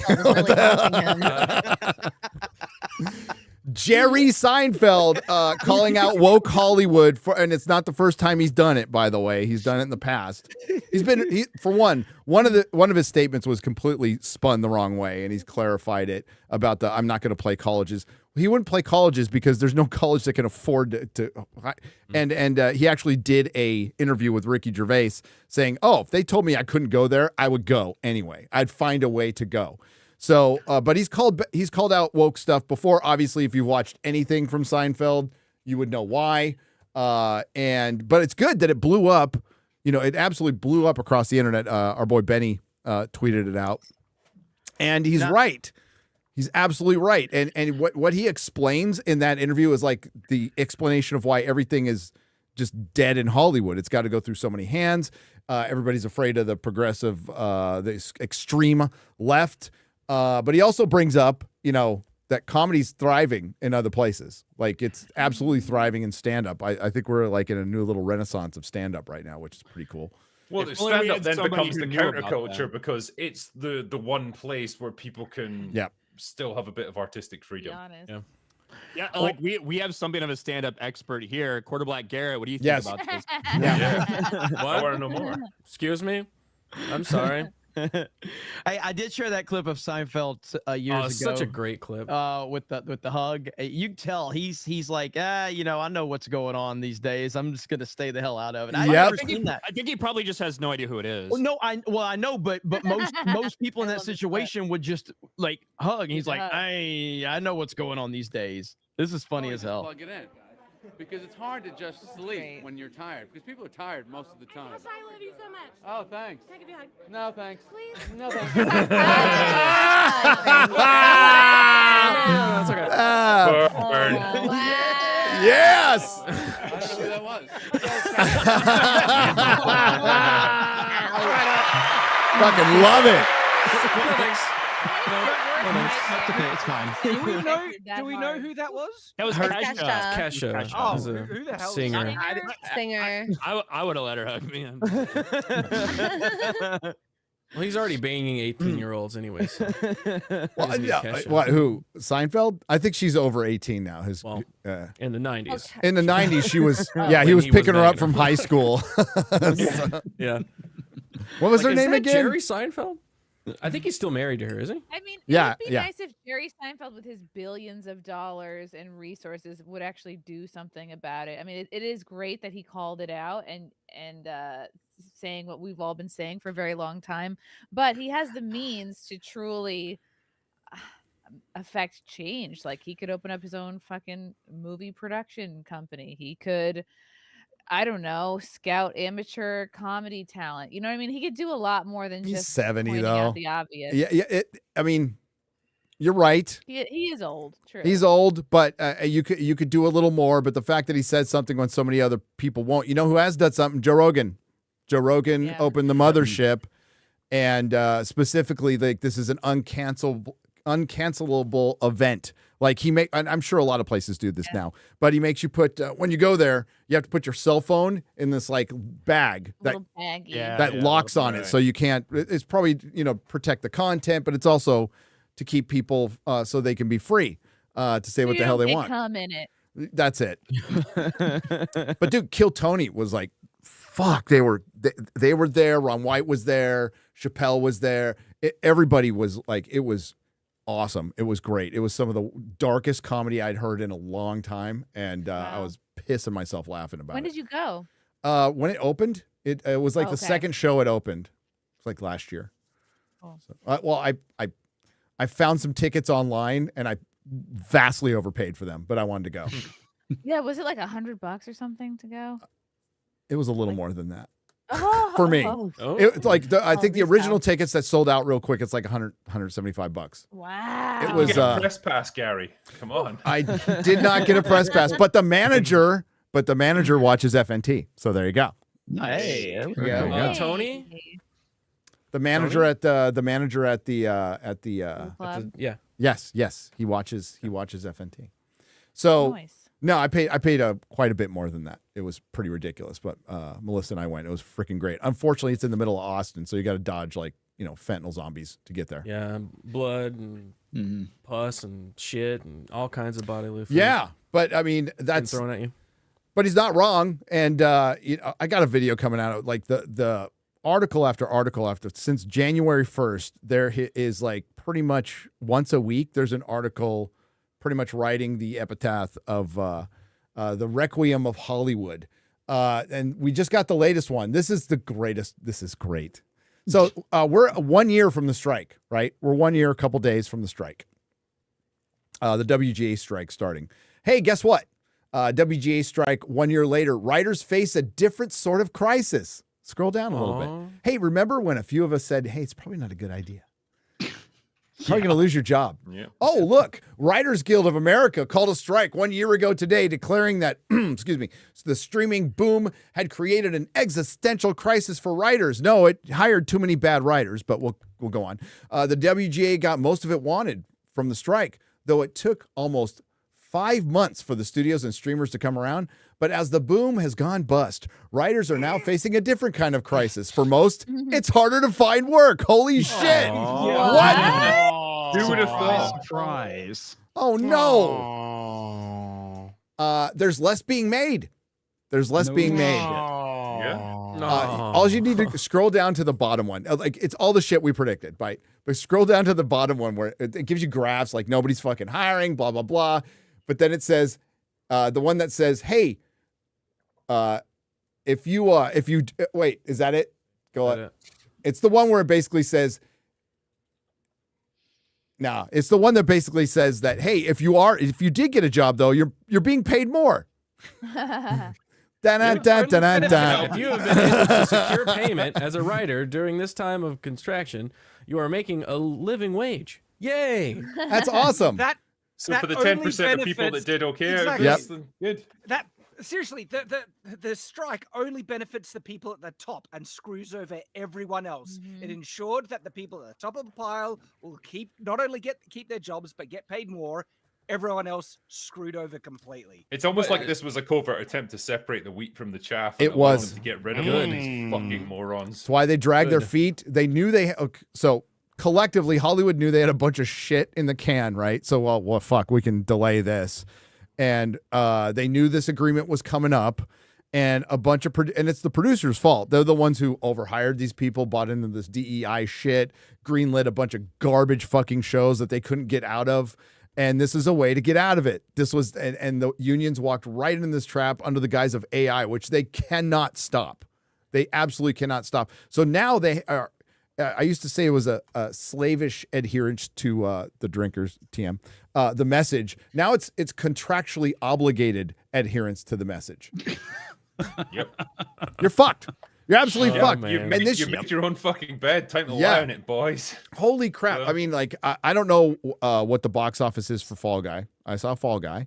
We were in an empty I theater. Heard it's not good. It's not good. It looks like it's going to be a little under $30 million, which I think they were hoping or expecting to be 35, which sucks because It's a good Word movie. of I mouth like the will help. movie. Yeah, it was fun. I think word of mouth will help. Word of mouth is going to help this movie It's because fun. it's really Yeah. fucking fun and good and entertaining.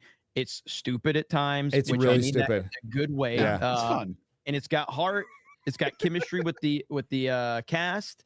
I liked it. I had a I think it's Yeah, a it was little too fun. long. It's probably about 20 Little minutes too long. Yeah, They could little have too cut long. one of the scenes where he explained that he ran away because he got Yeah. injured and she's mad about it. There was 3 of those conversations, and they were like 3 to 4 minutes long. Yep. Coulda got cut. It was box office wise. Is it? But outside of that, the was fun. potential to be like another Ministry of Ungentlemanly Warfare, where you've got a relatively fun movie that just for whatever reason doesn't hit the mark and ends up crashing and burning at the box office. I don't know. I think not this gonna be- movie was a lot more fun than the Ministry of Gentlemanly Yeah, Warfare. I think that this will have better word of mouth because Yeah, I do too.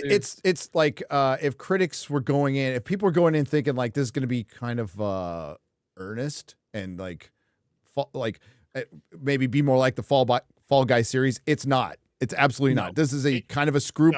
It's a chick flick. It is a freaking chick really flick. It is. The first act is definitely a chick flick. It's like yeah, all I chick liked flick it, stuff. but it's a chick flick. This movie is dumb. It's Yes. stupid. It's fucking hilarious. It's fun. It's Yeah, it's really really good fun. fun. Yeah. It's romantic. It's got good stunts. Good action. It's got good action. It's a whole fucking Practical bag. effects. And all the stuff when I say it's dumb and stupid, don't mean that in a negative way. You mean that it's unserious, which is Yes, it's very tongue in cheek. It's tongue in cheek from beginning to end. Like the unicorn bit. Where he's shaking his glass out of just his in the hoodie, background. and he's just like Split trying to get the screen, glass. loved it. Yeah, that was the split screen scene was great, especially when she had the alien hand and she's Really like, well done. She's just And like being this. Yeah, she's like, Fall Guy was one of my favorite shows as a kid. I used to love Great that show. fucking show. And the beginning credits, one of the best things about it in the beginning credits was when the van just bursts out and does that huge thing, and they recreated that in the film, and I was like, fuck yeah! that's cool. I absolutely popped. dude, for they it. played the At the theme end, when song. a They certain person pops up. They played the theme song at the end. It was. They did the $1 Million Man homage to. They did. There was a Remake sound It. effect where it goes.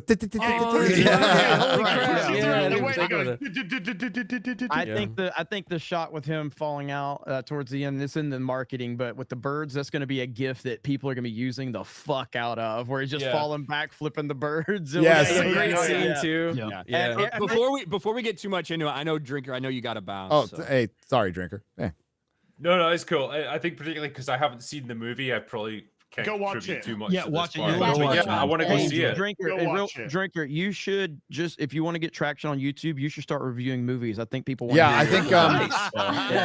Hey, even you know what? Can I take it one step further? Break down some scenes, maybe. If you just pick specific scenes, I think that's a good idea too. Yeah. And here, I got another one too. You should start a gaming channel called The Critical Gamer. You should do that. You should write books. Helldivers just before all this stuff blew up about the PlayStation Network as well. Great review. I watched. It was a great review. Thanks, Drinker. Thanks for being here, man. Bye, Drinker. Thank you, guys. Always See a you pleasure later. to be on Take FNT. care, man. Thanks for having me. Yeah, man. Take it easy, man. brother. Take care, brother. Have a good one. The king.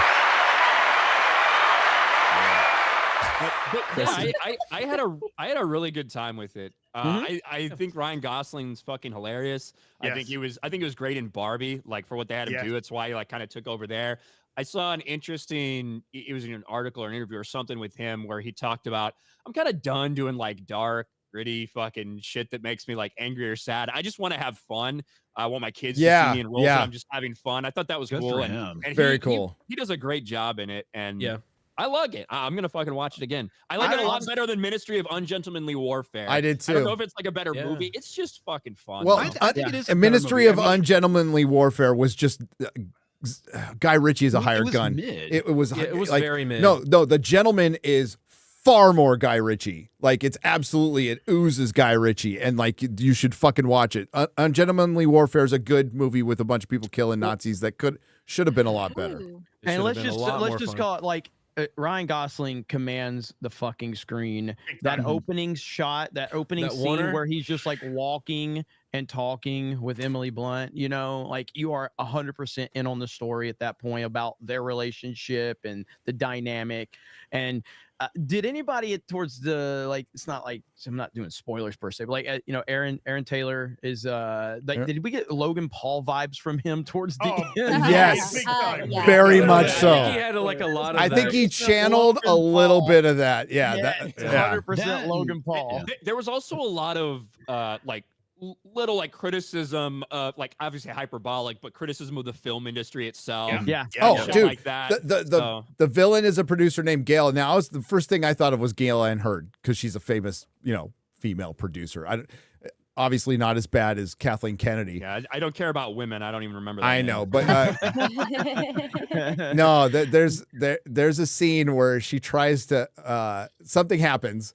And she's like, "We girls got to stick together against all this toxic masculinity," and it's See, they're calling it out now. The lead actor is like a massive fake piece of shit who thinks he's hot shit and doesn't want anybody to know he actually isn't, and he tries to cover up a bunch of stuff. The producer is a massive bitch who's trying to win Emily Blunt to her cause by saying, "Fuck all these toxic men. We don't need them." Manipulating people. Yeah, it was great. But it's actually calling it out within the movie was fucking great. The toxic masculinity line was specifically framed that she was using it as a manipulation tactic to cover up her own bad behavior. And that's like, whoa, this is surprisingly based. This is actually like, it's directed by Hollywood. David Leitch. It's directed by a stuntman, so David Leitch. he knows A man, the industry. He knows producers. He knows what the fucking all the dark secrets are. I'm sure. So he kind of threw those things in there. It was really good to see. Like something that was just a breath of fresh air. That it caught me by surprise. I wasn't expecting this out of the film because I didn't know much about going into it. The stunt work is friggin' amazing. Some of the best practical stunts I've seen in film in years. It made me feel like I was watching a Jackie Chan movie, seeing like such practical stunt work. In front of my eyes. Police Story or something. It was it had the wow factor. I was just like, more holy stuntmen need to direct movies. I'm sorry, John Wick and this. Like, Same guy. What did we see? The entire red carpet. They did stunts throughout the entire thing. They were like showing off the stuntmen, but they're like getting a fight behind the scenes. Then they go like fly through stunt glass. That's cool. They were doing a bunch of cool shit like that. The problem is this movie did cost $125 million. Yep. Which means you were probably looking at it needs to make somewhere between 350 to 400, depending on what the marketing was. And with an opening weekend projected of $30 million here domestically, I don't know how it's going to play. Internationally, it did 8 million internationally. You know where I bet they spent a lot of their money? Stunts. Yeah.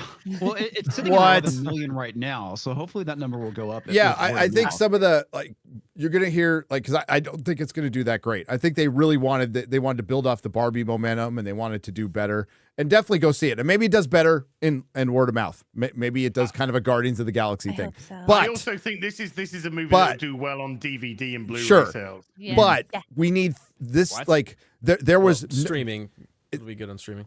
It's a fucking wasteland for the theaters right now. Like absolute waste. Like when you're looking forward to Furiosa, nobody gives a fuck about Furiosa, but like you're in trouble. Like they needed this to do well, and it's not doing that well. They were kind of hoping, they delayed it to a better point. They probably shouldn't have delayed it, but they needed to because they've got absolutely nothing for the rest of the year, which we've talked about a lot. But what's coming out between now and Furiosa? Shit. Planet of the Apes or something. Planet of the Apes, that'll do well. That'll probably be the hit of the month. Probably. I mean, I'm looking forward to it, but I don't know how big it's going be. It's the fourth movie in a franchise. It's got a lot of good buzz, though. A lot of good buzz. See Barbie, Ryan Gosling's not really like on my radar as like an actor that's like in the trends or whatever. But like after seeing this, I have to ask, why the fuck is he not being considered for Batman? What? What? Yeah, I'd like to see him shirtless. Him as Bruce Wayne. Would be phenomenal. No. Well, he's a great actor, so he can pull it off if he got it. It would be okay. Bruce Wayne does not have his right eye isn't like an inch higher than his left eye. Okay. I know some people might draw it that way. It's just very very strange that you would take like this movie and say that. That's what I don't. Well, I mean, he just because he commands the screen. I mean, he's not somebody I'm really. I can't remember the last time I saw Ryan think Gosling. he could pull it off. He could pull it off for sure. It's just not my first pick. Yeah, I would take him over. Who's the Reacher guy that wants to play him? That's the guy. And then there's a black guy. There's a black guy. So I'm going, why is it Ryan Gosling somebody? Like, who else? The black guy from this movie. Who else? Who else would we consider? Jensen Ackles has really been trying to be Batman. Yeah. Oh, that would be good. But I would be okay with that. I like Jensen Ackles as a choice. Big time. What do we got? I like that. If who else is next? Is it hard to find an actor who hasn't been a superhero before? Because kind of. It's got to be. But Jensen Ackles was Jason Todd in the animated. In the animated, he DC. voiced. He's in The Boys. He's voiced Batman before, though. Yes. Like, Yeah. What are we looking at? Oh, the release. This is the But release Alan date, Richardson was so- Hawk. I wanna So see in Back Teen to Titans. Black, And he was also Aquaman. And Aquaman, Oh, right? Yeah. Back in the day. So we got next week is Kingdom of the okay, Planet of the so that's Apes. going to do well. That those do very. And well. then if with Ryan Reynolds. Oh shit! No, Back to Black. I'm ready for it. Yeah. Whatever the fuck that is, and I don't give a shit. Once and you then go okay. then Furiosa. And Bro, Furiosa. I think Garfield might make more than Furiosa. I think Garfield's it's- gonna Oh, make a it shit definitely ton. make I don't think a lot of like Nah, Furiosa. Furiosa's gonna It's do a good. kids movie. Fury Furiosa's Road. gonna do Fury good. Road was a very well received movie. With Furiosa's going to do really good because people love that fucking movie, Fury Road. Go back and look. Go back and look at the box office from but it, though. yeah. It wasn't. Yeah, It wasn't spectacular at all. It made $380 million. Yeah, it did okay. Not great. Yeah. Yeah, I mean, I we'll I see. hope because fuck those movies, but I hope Garfield makes more than it. Well, I mean, like, and then Andrew Garfield. George Miller's out there, like, yeah, we'll do a Mad Max prequel. I don't, yeah, and it's like, for one, Bad Boys Ride or Die. Bad Boys Ride or Die. I saw a trailer when I watched Fall Guy. I saw a trailer for something with Tom Hardy in it. It's good, motorcycle. Oh, yeah, the bikers. Or that something? shit Biker gang, yeah. That one actually looks pretty good. Yeah, that shit looks looked good. The trailer looked That's good. coming and out. Go down. I think it's. I think coming it's out. December. I think it's December. No. Is when that was coming out. I thought it was coming out during the summer. Or I maybe I'm think it was wrong. December. Maybe I'm wrong. I can't remember the name of it. Something was Operation Dragon. I want to see this. Horizon. Yeah, but like, look at the summer, dude. This is Kevin like Costner. the heart of summer. It is Oh no. bad. This is It gonna bad. fucking do gangbusters because That'll do Yes. well. That'll do well. That might That'll be do the gangbangers. highest- That might be the highest grossing movie of the year. It could be. Yeah. It very What well was it? could be. Yeah, The I- trailer. Did you see the trailer for Maxine? Oh, yeah. I did. It was in mine, and it looked actually kind of good. Scroll down. Oh, really? Like a good period Wait, piece isn't about hold the on? 80s. Isn't that the one? Isn't there some weird shit about Mia Goth in like behind Mia the scenes of that Goth's in it, movie? yeah. Is it? I thought she was accused of some shit in that one. Hey, Am I what? wrong?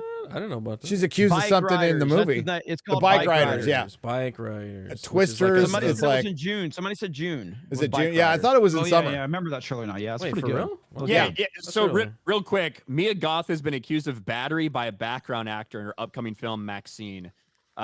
James Hunter said he was diagnosed with a concussion after Goth kicked him in the head on set. Wow. He also claimed wrongful termination after he was barred from the film set following the incident. I don't know how much has come of that, but that like stuck in my head. Bro, you're trying to say like little Mia Goth kicked you in the come head on. and you hurt yourself? I would just. Oh yeah, like if I was a dude, I would not even. I would go to the never council cop to that. Yeah. I would just like that never happened. Come Dead on. Don't Hurt looks pretty Fucking good. A. Viggo Mortensen's The back. Dead Don't Hurt looks pretty good. Hell yes. yeah. I think he's directing that too. So Hell yes. June 21st is what people are saying is Bike Riders. There it is. Yeah, right it is there, the Bike Riders, June Oh, right here. 21st. Yeah, there you go. Yeah, Austin Butler. That's gonna bring the chicks in. Austin Butler, Michael Shannon, Tom Hardy. Yeah, It looked Yeah. good. The trailer looked fantastic. That's the Mhm. first I'd seen of it was when I saw it during Fall Guys last night. So It looks like the adult Outsiders or Rumblefish. That's what it yeah. looks like. It's based on true events, it says. Yeah, so that's cool. If that's Not cool. much. It looks pretty grim, dude, compared to last year. Like Twisters. last year, there was a bunch of flops. This year will be just a bunch of meh. there's Deadpool and Wolverine. Yeah. That'll obviously. It'll be interesting to see what that one does. The story of Tom and Jerry. What the fuck? Ooh. Ooh. Doesn't even have a fucking poster. There's No. poster. What the fuck? It's their secret gay romance. That's what it is. Yeah, boy. There's Borderlands. Borderlands. Trash. Dude, my son, the trailer came up and my son was like, "That's trash." No. He loves the game, so Well, he's just like pissed. The 4 people in our theater were most excited about the Despicable Me 4 trailer. Like that was the only one that got laughs. I hate Despicable Me. Really? Alien, yes. Alien 1.5. Alien 1.5. Ryan's World, is it going to be like a bunch of N-words? That's it. Fast food. That's it. All right, we got to get soups. Not Ryan's much. Looks World grim. movie? What? House of the Dragon. That's coming out. So excited. I almost called you, Ryan. I've gone down this freaking A Song of Ice and Fire rabbit hole. I'm rereading everything now. I just reread Fire and Blood. It's super short.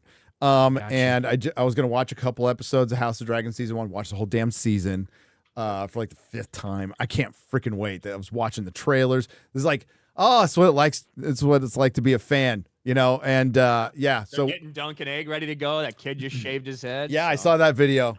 It's good casting. I want to see who's going to be Blood Raven, man. Blood Raven, because we're gonna get young Blood Raven in those series, and that's one of the coolest characters. It's basically Elric. It's one of the coolest characters in A Song of Ice and Fire. So the first Dunk and Egg book is like, you're reading it, and you get like almost all the way to the end. You're like, holy shit, this is like obviously there's brutality and there's shit like that, but you're like, holy fuck, this is like a happy ending. Is this a George R.R. Martin story? And then the guy's fucking brain falls out. Then the guy's brain falls out. Yeah. You're like, oh god, this is brutal. No, you know, the whole fucking realm is now in disarray. Fuck. Yeah. So just to tell the story, there's a really good knight, popular guy in a melee, right? And it looks like he won it. Popular guy, heir. Like, you know what I mean? Like, heir to the fucking realm. Heir to the realm, gets popped in the head in the melee, and everybody thinks he's fine. He takes his fucking helmet off, and a piece of his fucking head falls out, and he dies. Yeah, like do this entire thing, and you think that, holy shit, his team's won, like a good happy ending. Yeah, it's like, and he's just whoa. standing there talking, and he starts to sound like Chris Gore. Chris Gore. You're like, oh, what the fuck is going on? And somebody takes his helmet off, and his brain falls out. There it is. There it is, right there. And it was his fucking brother that hit him. His brother did it. It wasn't trying to kill him or anything. No. That's called a cod piece. It's called a cod piece. Look at his cod piece. That's my favorite cod. Look at his novel. Look at that steel dick. Oh, those books are great. Also, those books are great. Artist. Yeah, who drew that? Who drew that? Yeah, I got a page from one of those books. Thanks, Mike. By the way, my graphic novel, Shadow the Conqueror, Mike S. Miller, and seriously, one of my favorite graphic novels, The Hedge Knight. The story is just I friggin' love Mike was at our very first meetup where we met Ryan. That's true. Yeah, that's right. That's true. Oh, look since we're talking about these, look what came in the mail. Yeah, I didn't get mine yet. Sweet. That looks fucking awesome. Wow. Check out. God, that looks sweet. I can't wait to get mine. Yeah, fuck you. No, that's for Razor Fist. Fuck you. No, I'm just kidding. All right, let's get to some soups. Sorry, we couldn't get map in the back. Ooh, so hardcover. Super chat. Super chats. Sorry. Super chats. Oh, and there's pencils in here. Wow. As Gary, Did like, Gary scrolls die or through what? random- Like, yes. So I got a new sound too. Gary just. I'm just trying to make sure I don't like take down the stream. Okay, it takes a little concentration. Concentration. Apologies to the questions for Gina. We tried to get to them and we couldn't, but she stayed longer than she was supposed. She was only supposed to come on for 30 minutes. We were just talking about random shit, you know. Yeah, it was great. It was good. No, she did great. She's awesome. Gotta have her back someday. All right, so Paul Belfiore for 50. So the studios release a new stinker and it flops and they say, that's a thinker. It's our jobs on the line. Nah, it'll be fine, when they could have just heated the drinker. Heated the drinker. Very good. Thank you. I fucked that up. Sorry. But you shouldn't be surprised. David Harvey has gifted 10 Nerdrotic memberships for $50. Hail. Thank you very much. And by the way, you beautiful people in the chat, I could see you all. You're all gorgeous people. Thank you for making this a record show. Record show. 300. Dude, 300 shows. How many weekends is that?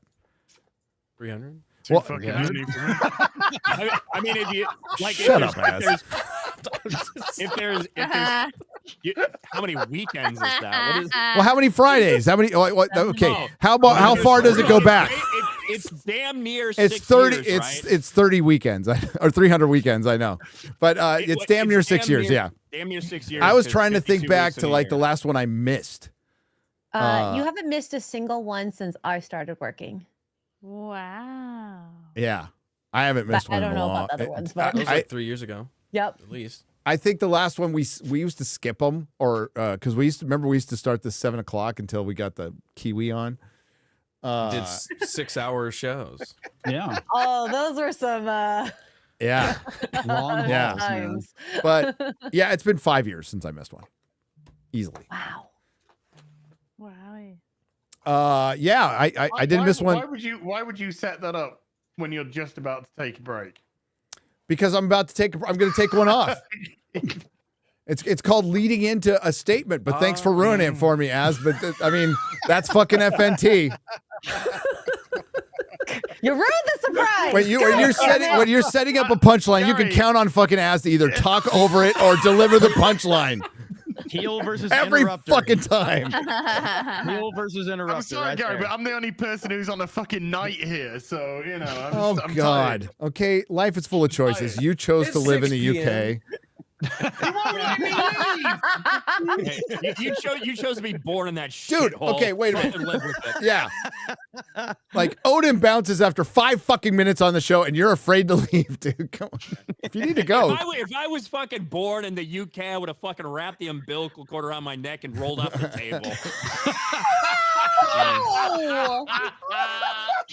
I'm out of here, mate. You can just move. That's more practical. Az, do you need to go? Canada. Ryan, that's Canada. Az, do you need to go? Holy shit. Yeah. Do you need to go to do what? Go to the bathroom because you don't have a bathroom right now? You need to go out in the I got a woods? toilet. I got a Okay. toilet. All right.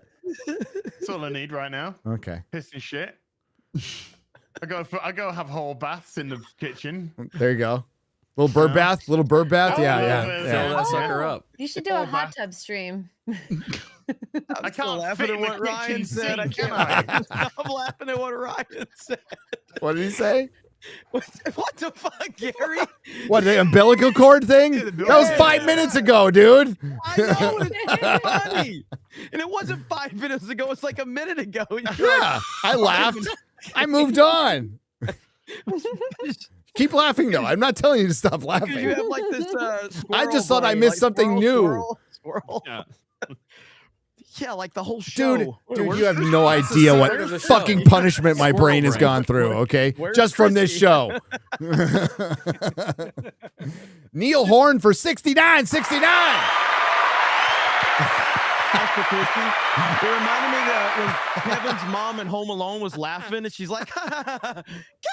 Because he was laughing, and he's like, hey, where's Chrissy? It's just a random 3 hours into the show. Somebody's has a. As I'll let you go after the super chat. That one. I saw you, talking. motherfucker. Fuck him. I know. Hey, Now let's FNT, leave. happy 300. Thank you. I really enjoyed your live stream with Shagworth. Thank you very much. That was fun. Everyone should check it out. I got my Cosmic Summit pass. Hey, I'll see you there. And we'll say hello if I see you guys. We'll be on the floor. You come by. We'll have a little table. Come by and say hi. Finally, Chrissy, why didn't you name your son Ryan? Oh, because it's a shitty name.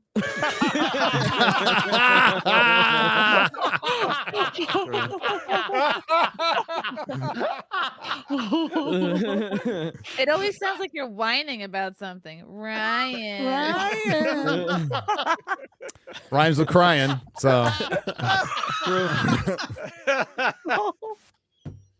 Look at him. Wait, he's so serious, Brian. He gets so serious. He broke kayfabe. Yeah, I mean, it's steam coming off of him. it is kind of a shitty name. What am I gonna say? Yeah. Wait, no, wait. Az. Yes. Bye. Take it easy. See you on the Real BBC. Yeah, I'll see you on the Real Wait, BBC. Your speaking of channel. Real BBC, can we share this before you go? Oh, plushie. Yeah. Plushies. Go. Plushies! Plushies. On makeshift.com. 7 days Get left. one. Yeah, I think Next we're. girl about to pull ahead of Gary. That's right.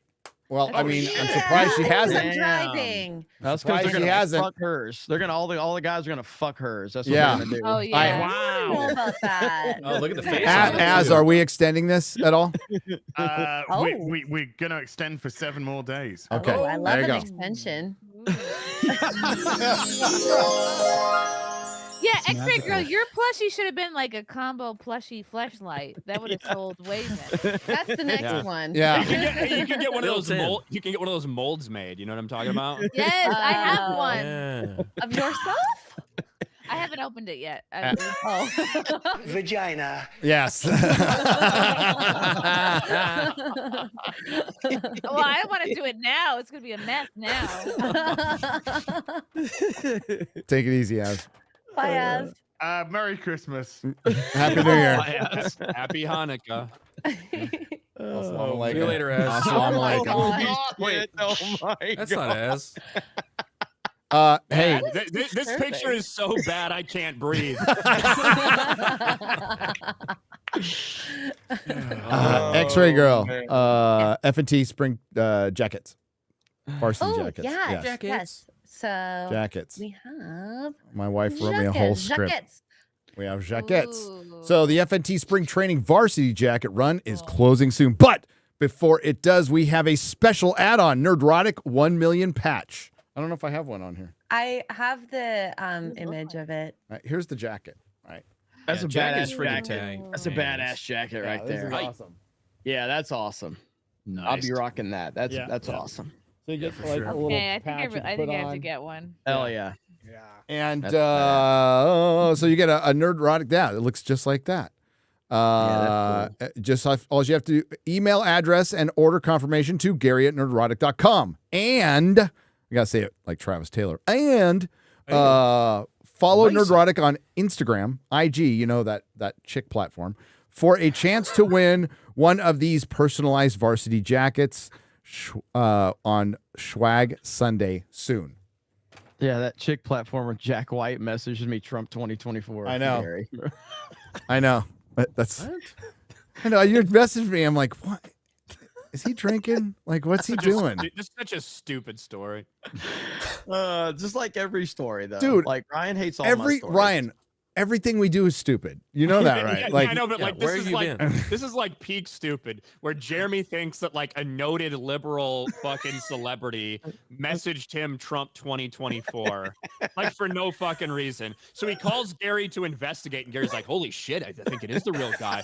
That's really weird." They fucking play Sherlock Holmes with this shit until Jeremy realizes that he's the one that sent the fucking message to Jack White.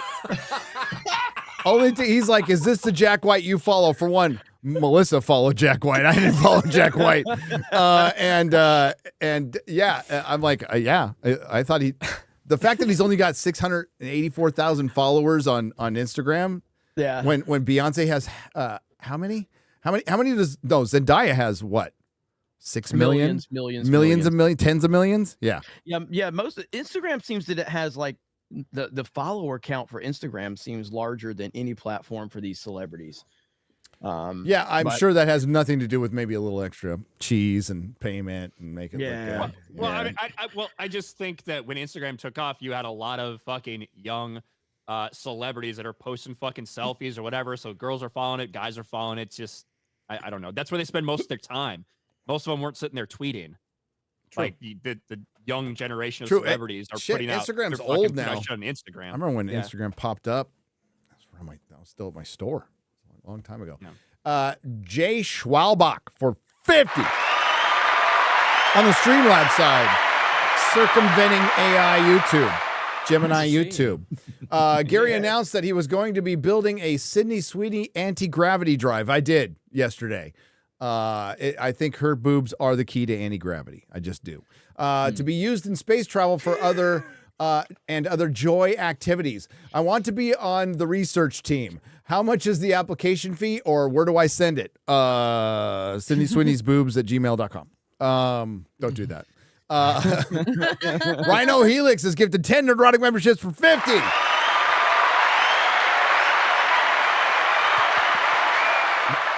Oh my. What was that? Why am I the fat one? Am I becoming the new Azzy? Well, I have Okay. earrings. Like, damn it. Why did Lady Greymaster put in one of her 50 subjects that we were never going to get to in the chat? Why did she put 300? Is there something happening with 300 that I'm not aware of? It's the 300th episode. 300th, yeah. Okay. 300th episode. I couldn't tell because there's 50 subjects. I'm like, are they making a 300 show? Like, what's going on? I did think that. Lady Grey, I appreciate it, Lady Greymaster, but I think we would have gotten around to the subject that it was show 300. Oh, shit. I was like, there already was a 300 show. It's called Spartacus. You only have yourself to blame for the autism you weaponized with Lady Gravemaster. True. So That is true. True. That is true. How am I supposed to say this name, X-Ray Girl? T1S. That's not I don't Tis. know. Or you can try. Tis. I don't know. T1S. For 50. Hail FNT. The Fellowship, the 199. And the Legion of Memers. Hail the Legion of Memers. Hope Frank the Tank Gore is getting better with each day. Oh, fuck that guy. He's milking that shit like crazy. He's going to movies all the time. I see him going out. I think he's just using it as an excuse to stay away from streaming right now so he could just go watch more movies. Not a bad idea. No, it's not, actually. P.S. Guys, I smell toast. Yeah. P.S. The world needs a Chrissy Mayer impersonation of Alex Mercante. Is that her name? I thought her name was Alyssa Mercante. Alyssa Mercante. We did request that. Ike requested that on Twitter when you asked. I should know who this is. She writes for Kotaku. She's a senior editor for Kotaku. Yeah, think Frost, specifically, but more retarded. Yeah, think Frost, but more retarded. You can't be racist to white people, and men are the enemies tattooed as well. Yeah. So I love it. Yeah, She's a sex worker. Like, she's the visual representation of what a itchy butthole would be. Holy shit! Now, if little hemorrhoids, little itchy. If there was an anthropomorphic itchy butthole, it would be her. Yeah, it would be her. It would be her. Okay, I'm gonna go for it. From that little hemorrhoid Kotaku, that pops out aka every once Frosk Jr. Stay awesome, lads. Thank you very much. We appreciate it. Suns and Shadows has gifted 10 Nerdrotic memberships for 50. Thank you. And the members, thank you. Everybody thanks you. Even Gina. B-Chain315 has donated $300. You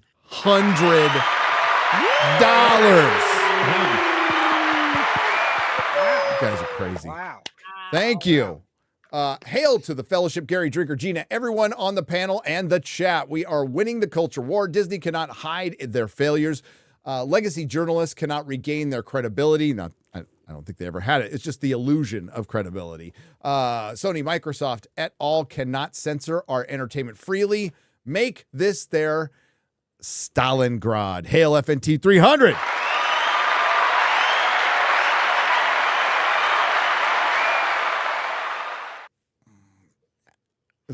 No, I won't go with that joke. Never mind. There's a couple jokes I held back on. Do it.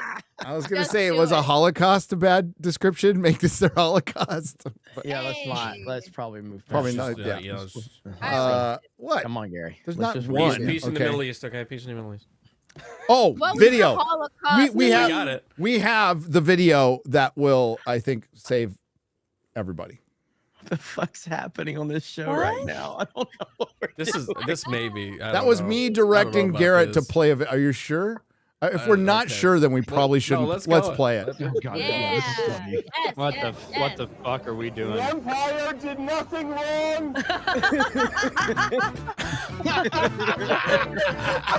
Tarkin blew up Alderaan. The liberal media is not going to tell you that. The Rebel Alliance kidnaps children and they indoctrinate them. We're going to talk about Star Wars.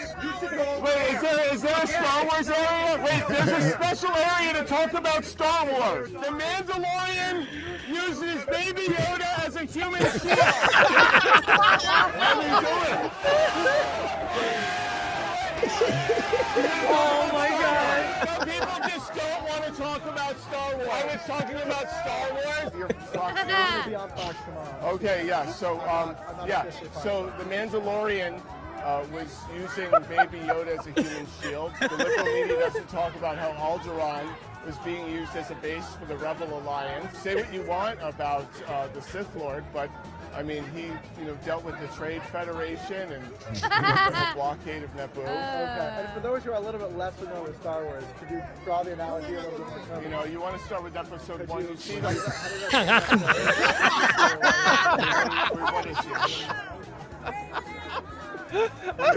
what's going on here?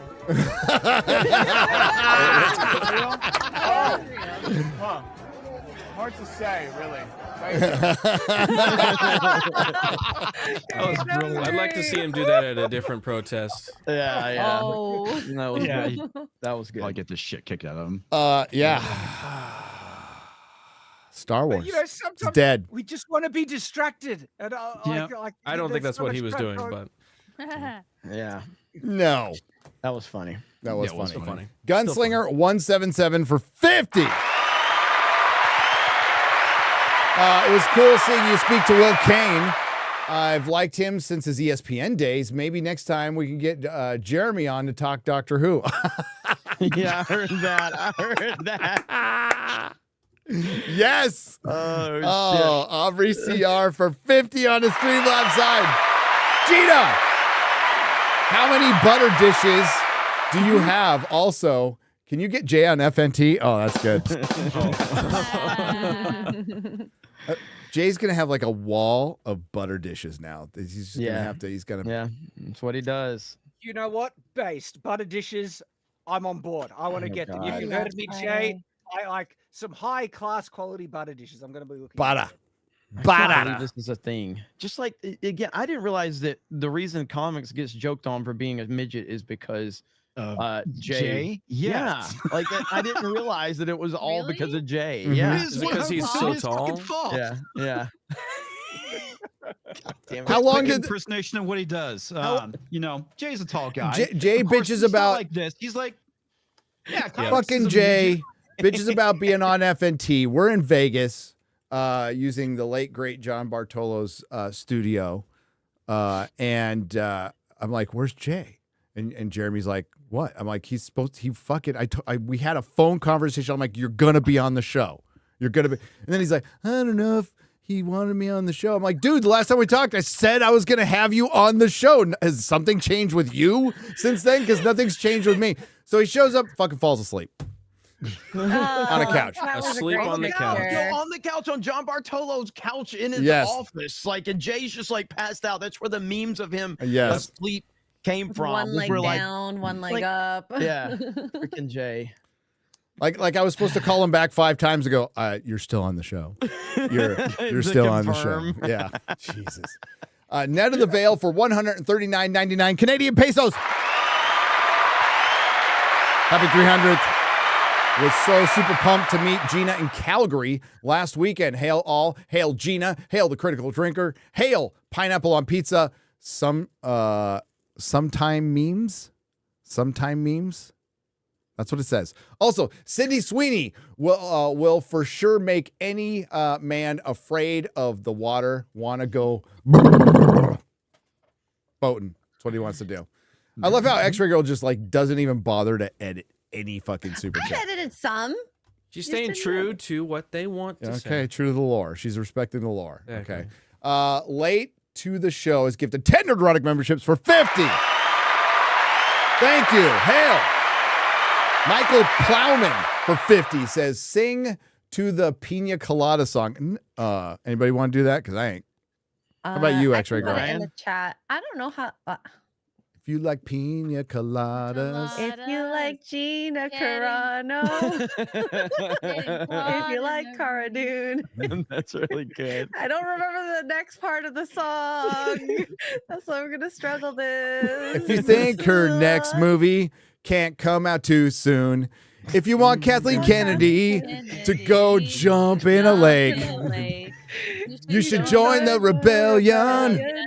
Together we can't escape. That was fucking terrible. Thank you. Yes. How do people watch this? Why do I ask a woman who was like locked in her room till she was 20 until she got straight A's by her parents anything? about anything culture. Stop telling them the secrets. The Wolferman Heart. Hail, Wolferman Heart. 79 for $49.99. Says, hail this panel and the chat. Gina, I love you. Simp. Hold the line, 199. Not one step backwards. Hail. Hell no. Hell no. Light for 50. I have found that asking leftists questions like, what's the speed of light? What year the U.S. Constitution was signed? What year was the 19th Amendment ratified? Or if they know how to drive stick, leaves them dumbfounded. Hell, how many people don't know how to drive stick? That's kind of concerning. My dad tried to teach me, but then he threw his hands up. Yeah. At this point, like, how often does one encounter the need to drive a stick shift? Like, I do, and I'm glad I can, but I don't anticipate ever. At least in America. Yeah. In Europe, they drive stick more often than I prefer driving a stick than automatic, just especially with sports cars. I mean, I think there's no point to have a sports car if you're not going to have a stick shift. But a lot of people don't know how to drive a stick. It's true. Even like there was an article in Toronto where someone tried to steal a car because it was a stick car. There you go. There's a reason to get a stick shift.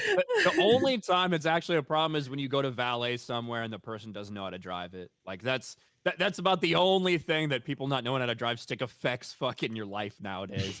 But How could I you don't be know. a valet and not know how to drive? Yeah. I don't know.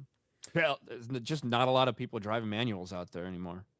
Period. Man, it's a In damn shame. America. In America. Mhm. Yeah. Hef for $100. 100. That's Hef, like Hugh Hefner. It's got an E in. What's up, Hef? It confused me. Welcome back, Hef.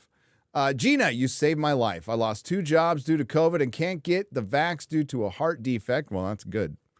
That you can't have the vax, not that you have a heart defect. I should probably clarify that. Or losing your job. Or losing your job. I probably should clarify that too.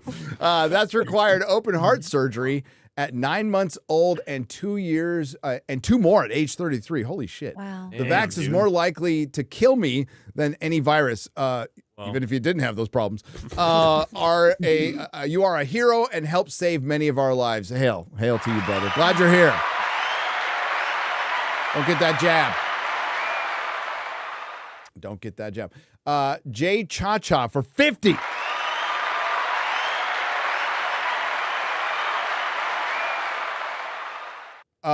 Gary, do you have a new Mark Hamill tweet to make fun of? He called Joe Biden, Joe By-Wan Kenobi. Good God. Yes, we played that. Damn, he's such trash. Hail Gina and Drinker. Happy 300th. I've got some alternate ones. God damn, there was a good joke in there. But yes, you know, sometimes you just got to leave them behind. The Exalted Patriarch for $49.99.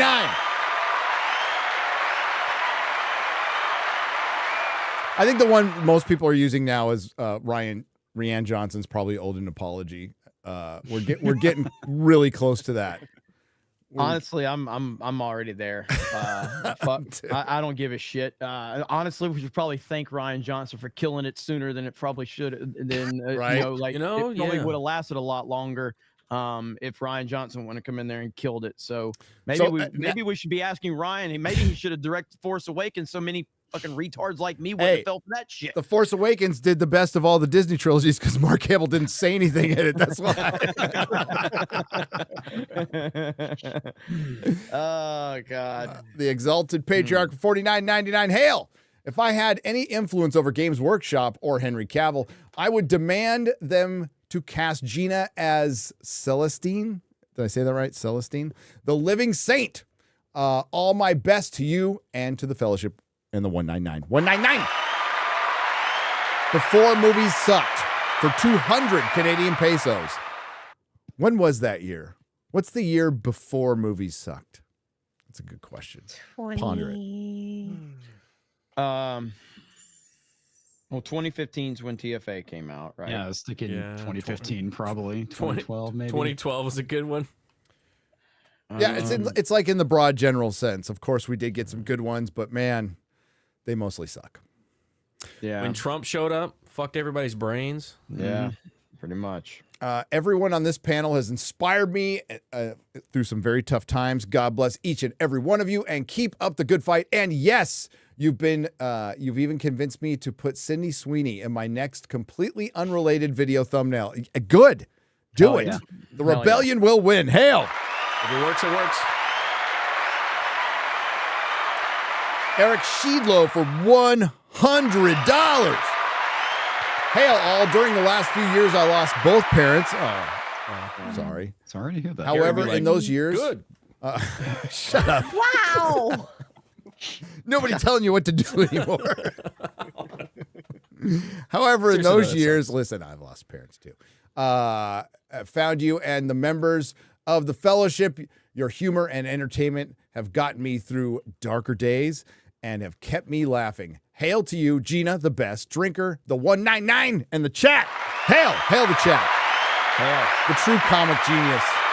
In the FNT vlog, you'll get to see where Ryan comes up on stage and calls me a retarded genius for the coming up with the 199 thing or running with the 199. I know thing. it's Ryan's favorite. He loves it. I saw it on his face once you started running with that. Like he's like, this is going to become a thing now. Yeah. And I hate every part of it. Yeah. The vlog is really cool though, so I can't wait for everybody to see it. I can't wait to see the reaction Very to the soon. chat. That's when we did. When I had to ask Meta PC, I'm like, hey, can you guys give us a code, a discount code? I know we already got one. Can you give us one? Just 199. They're like, what? Do you think it's like that's how much you're getting off? Won't that be misleading? I'm like, can you just give us just give us a code that says 199? Just My number boss one, is number nine, retarded. number That should nine. be the next code. My boss is retarded. Yeah. I love it. I love it. I love it. Escafreya for $49.99. The best part about Gary being on mainstream media news circuit is hearing him say weaponized autism on Fox News. Hail FNT and 199. Yes. Yeah. All right. I'll be brief about this. When Will Kane and his producer contacted us, I said sure, and I saw it was the Will Kane podcast. So I thought it was just going on a podcast. I didn't know I was going on like something affiliated. I knew he was like work for Fox, but I just thought it was like his That was his own personal side thing. hustle, Yeah. right? And I had no idea I was on Fox, dude. Like on the website at all, like zero. So Sounds about right. That's why you got so nervous when you realized what had happened. You called him Jeremy Seinfeld. Yeah. Gary, I'd love to say just that was love that you nerves, were- but that was just straight up, senility. That's all that was. I just loved how unfiltered you were, and that's like awesome, as you should be. You complete yourself, and you're saying weaponized autism, big lesbian. Well, that's what it is. I mean, like, what other name is there for it? Like, there's not much to filter there. Like, right? Yeah. It's not like he was screaming the F word or something. Next time. Alf. Alfavra. Alfavra for 50. I just want to say Favre. Al Favre. Brett's brother. Yeah, Brett's dad. Just want to say congrats on 300. Love the fellowship. To simp for Gina some. I've been a fan of hers since she was in Strike Force, and I'm proud of her that she's a warrior out of the cage too. There you go. It's encouraging to see a group that's real about things. It is. I mean,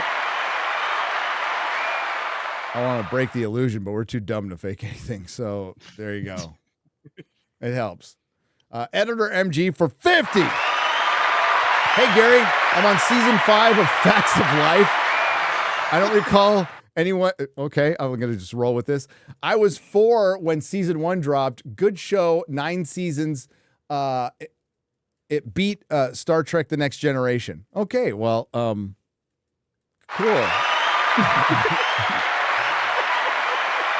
Facts of Life. I watched the Facts of Life when I was a kid. I think because, I mean, we had 3 channels to choose from. We had to watch what was fucking on or do our homework. So we watched the Facts of Life. And that I can hear that dumb theme song. I know, same here. Facts of Life, the Facts of Life. And it was a bunch of girls that weren't lesbians in a girls' school. Well, one was obviously one. She actually looked like Leslie Headland. What was her name again? Come on. Joe.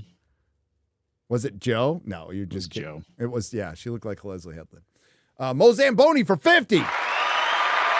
Congrats on 300, everyone. I truly appreciate the laughs over the years, but above all, I truly love the fellowship and the friends I've made. We are motivated to be the next generation. Thanks in no small part to your great advice and support. Hail. Hail to you. Hail. Thank you. Hail.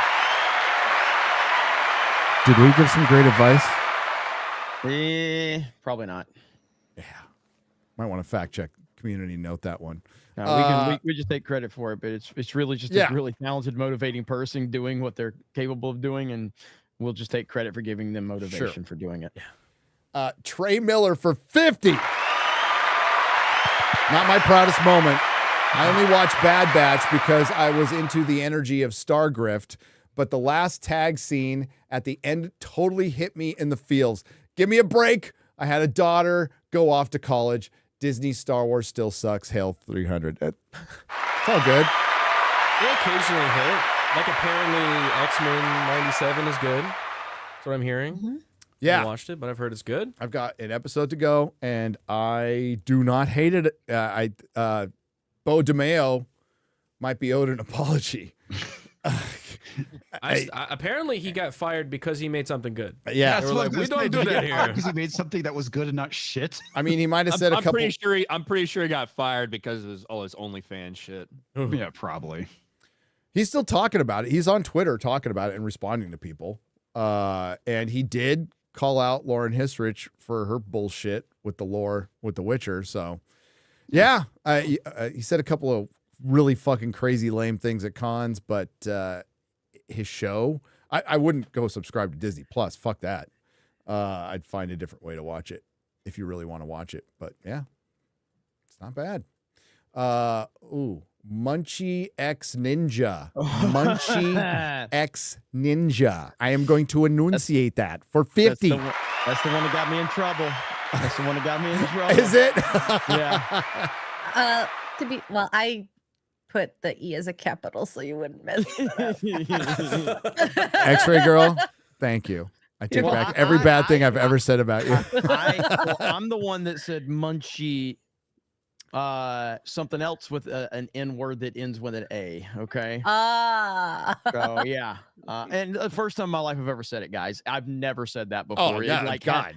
Never said it in traffic. You never said it playing Call of Duty. Never said it. Never happened. It's the first time. Just everyone has the ultimate N-word pass alone in your car in traffic. Like, Did you get real N-word passes? Society. I did, yeah. Yeah, we did. It actually fell out the other day at Little Caesars. It did. Oh, dude. That's funny. Because like, sorry, not this card. Yeah, like I was like tilting my wallet over to try to. I'll forget about my white privilege card, and I'll be at like Circle K getting something, and my white privilege card just pops out. Gina Carano at FNT. This just serves the big 5-0, and let's see how my name messes them up. My stupidity saved me. My inability to read, my dyslexia saved me. I don't have dyslexia. I just can't read. I'm not going to use that excuse. Samuel Araton for $99.99.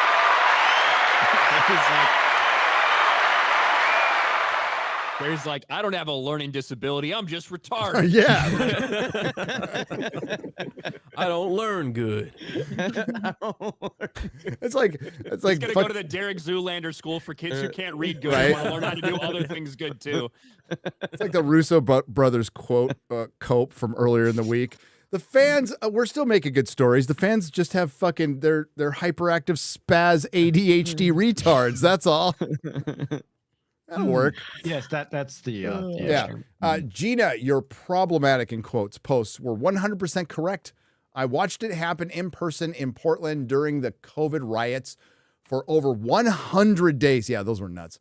What made me mad for you is everyone else could speak their mind without issue. I hope you fleece Disney. Long live the Fellowship. Hail. Yeah.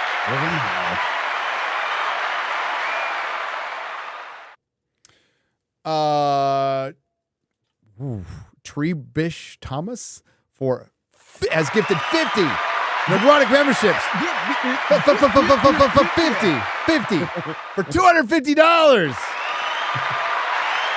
Ministry of Wrong Thing. Thank you. That's 250 new members. We will at some point 50 new members. 50 new members. 250, 50. I was only out by 200. Okay. Well, that's 50 new people who can watch. I'm going to do a Clarkson's Farm watch party in the next couple of days because Clarkson Farm is back. I'm so excited. Love that show. Oh yeah, dude. That's my inner 54-year-old dad energy is like just so fucking excited for this. I can't fucking wait to go watch some idiot farm and talk about pigs and British bureaucracy. It's my favorite show. I love it. So look at this. I just pulled it up.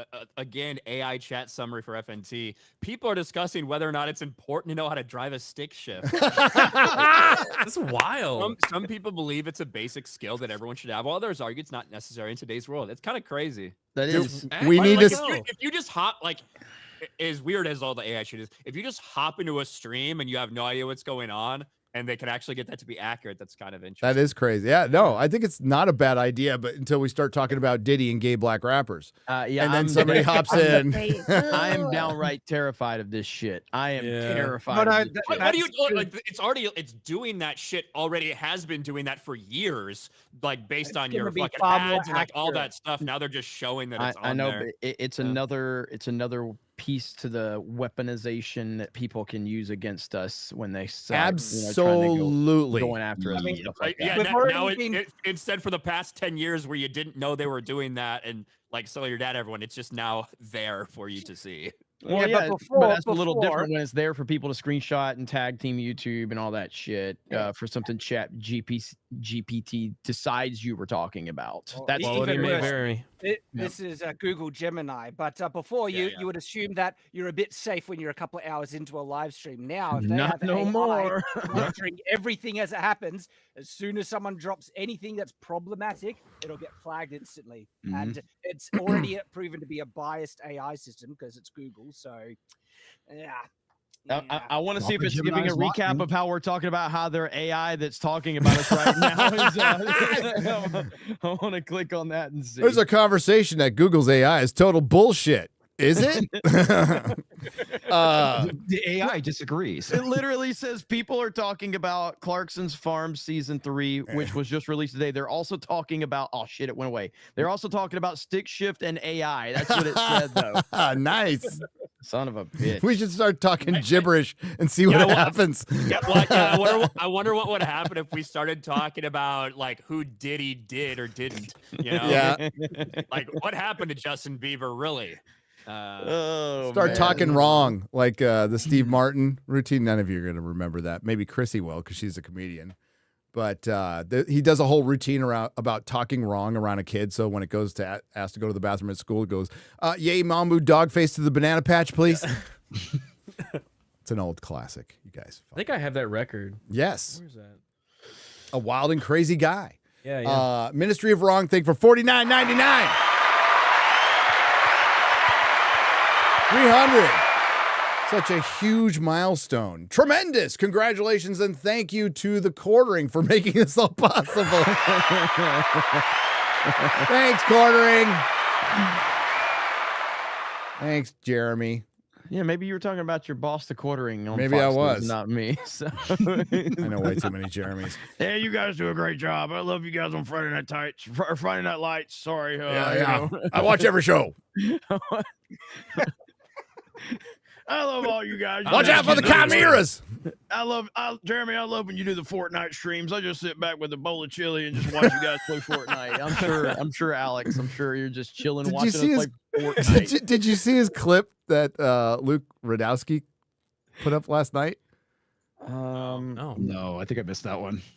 I am not your toilet bowl to be shit on. I'm not going to eat your shit anymore. Yes. I was actually going to clip that out. As a matter of fact, here. I need a new sounder, man. I had a clip. I was going to put like literally every fan to Disney, and I was going to put that last part out. This is fucking great.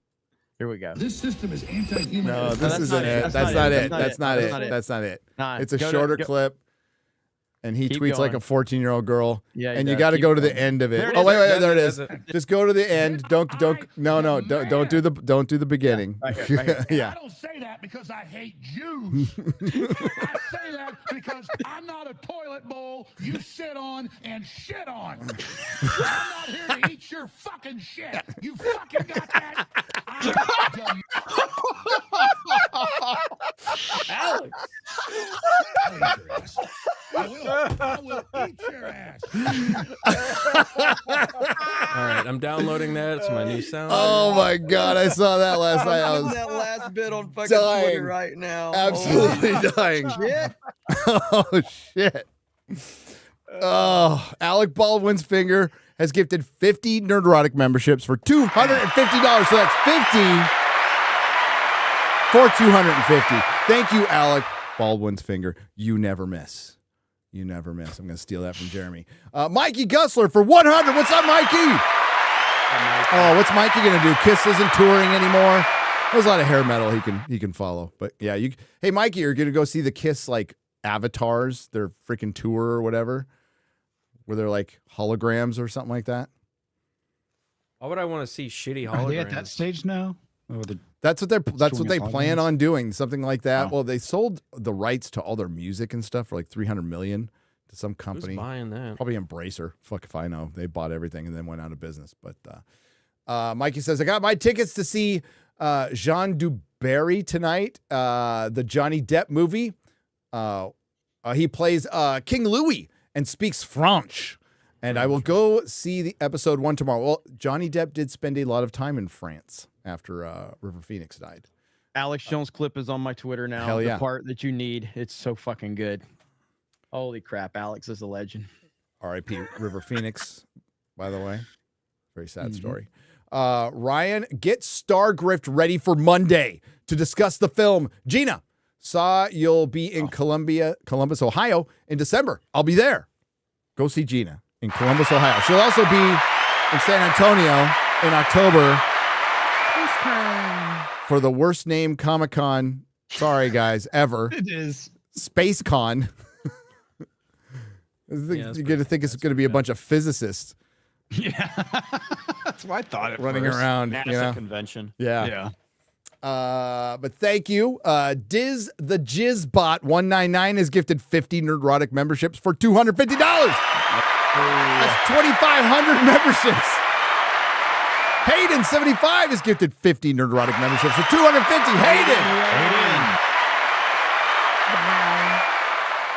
Hayden, are you out at work today or are you at home?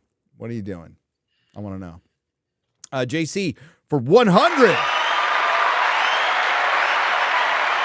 Gina, thank you for being a true example of strong women for my children. They loved you in The Mandalorian and love that you're a genuinely good person. We're done with Disney now that they've grown out of it. Epic Universe, here we come. Godspeed, all of you. Godspeed. Yeah, Universal's that's going to be crazy at Universal. Oh, Ryan, I know you want to go, Ryan, but that Audible announced they're going to do fully cast unabridged adaptations of all the Harry Potter novels. And I've been asking for this for real. It's For real. gonna be like an actual What? audio drama. Audio drama. Shit. Yep. That's gonna be fucking awesome. That's gonna be great. I just hope Hermione doesn't sound like a ghetto bitch. You know, that's all I'm hoping. Likely. It's Leviosa. Yeah, it's like the first thing I thought of is I hope Hermione don't sound ghetto. Black girl magic. But no, that like I've actually I don't know why they haven't done this with the Song of Ice and Fire. So they did this with Sandman before the shitty Sandman show came out on Netflix, and it's actually better. The audio drama is better than the show by a long shot. Fucking don't like that show at all. Laurent has gifted, but I wanted to we messaged about it. And I was like, this is actually fucking cool. Yeah, this is actually cool. And there already are two versions of the Harry Potter audiobooks. One's like region locked, so you have to like go to a random podcast. They've opened it up now. So the Stephen, they just did it a couple days ago. Fry, so you can get the complete Stephen Fry on Audible now, and Jim Dale. Superior. No. I do think the Stephen Fry ones are better. I still like Jim Dale. Jim Dale's good. Jim Dale's great. Yeah. But Stephen Fry. Well, I haven't really listened to the Stephen Fry one, so I'm gonna do that. Oh, shit. Yeah. And isn't in the Jim Dale? Doesn't he regionalize the phrasing of some words? Like Kind of, yes. He also is in the Guinness Book of World Records for the most voice dialects and variations done in any story. It's like 157 different types of accents. He's pretty fucking good. He's really good.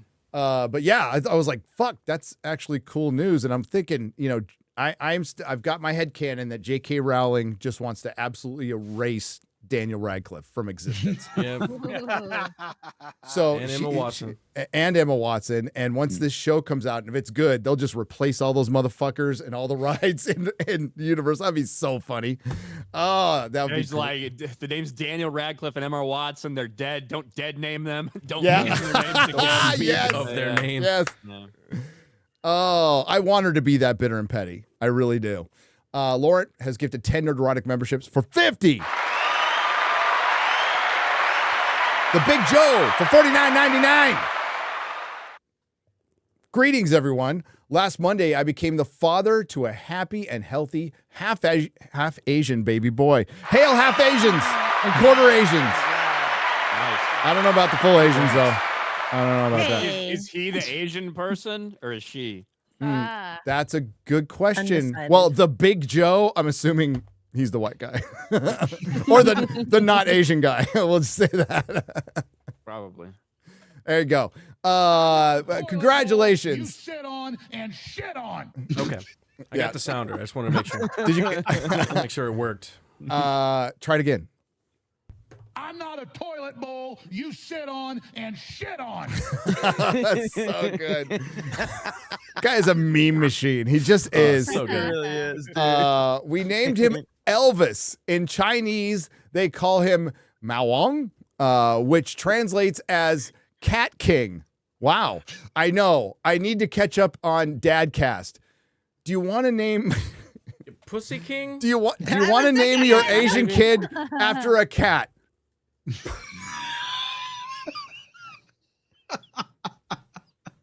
I'm just asking.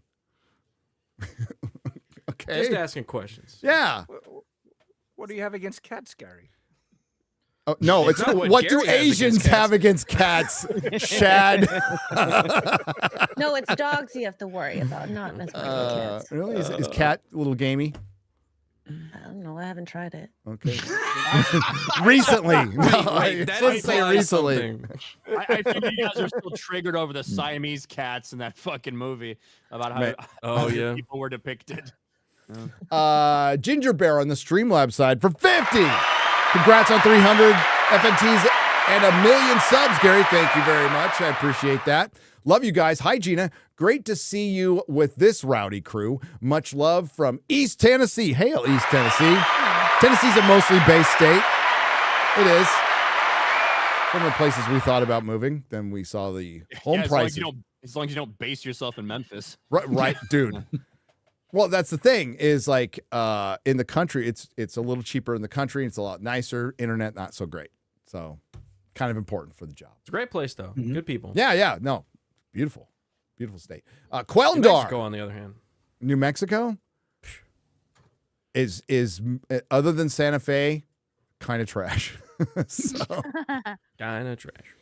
Oh, but dude, as soon as you It's hit the that roads mostly. As soon as you hit that border on El Paso, man, it's like weed. Everywhere. Quelndar for 2 parts for $320. If anybody from New Mexico gets mad at me, I have family there. Okay, I've been there. Get mad at me. Get mad at yeah. Get mad at Garrett. Don't get mad at me. You can't see me with your cross eyes. It'll be hard to hit me. Congratulations on 300 shows. Saw Fall Guy last night and thoroughly enjoyed it. Great action and good laughs. The message was gloriously absent. True. Very, very heteronormative relationship. Yeah, there's like none of it in there. Like none. The film actually follows something, a classic trope that is done really well. And what it is, it's the brave man going off to do noble deeds to win the favor of the lady fair. And she reciprocates it. This isn't just someone simping after some woman who's not, no, she is willing to sacrifice for him as well when she realizes what's going on. And it's a classic story with great action, humor, comedy. I loved it. Yeah, it's the reason why it resonates with No, she actually likes him. Like and it's like core to the story. Yeah, absolutely. And Fun she's not movie. a whore either, because a lot of rom-coms these days, the female protagonist is kind of, sleeping around. Not that there's anything wrong with that. Not there's anything wrong with that, but I don't know. It was. I say there is something wrong with it. I will say there is. Don't be whores. Ladies, be horse. Mixed messaging. Chamber. Oh my god! Wait, is that Shad? Oh my god! No, that's not me. Who's Oh, in the Shad, middle? be careful. Is that I supposed to? actually Is hit that on like you. so? Yeah. It can't do my face without a beard. It can't do the beard There and the is glasses. pictures of me without a beard. Yeah. Okay, so yeah, and the glasses. I mean, it kind of gets the nose right, except it's not broken. That one's not broken. Mine is. So. Oh wait, that's Gary. Yeah. I gotta squint more. Or The one on the left is you. Don't know if you knew that or not. Yes, my nose is crooked because it got smashed. You're Lucy Picture Liu. is so good. That is good. But I'm, like from the neck down, it's all right, I can't. Cameron Diaz. Wow. Something You sound as like was Az. like- Cameron Diaz in the Dude, mask. the Charlie's Angels movies are good. I will fucking stand, especially the first one. I love them. They're First fun. one's great. Yeah. They're fun. Okay, where was I? So I saw the Fall Guy. It was good. There was no message.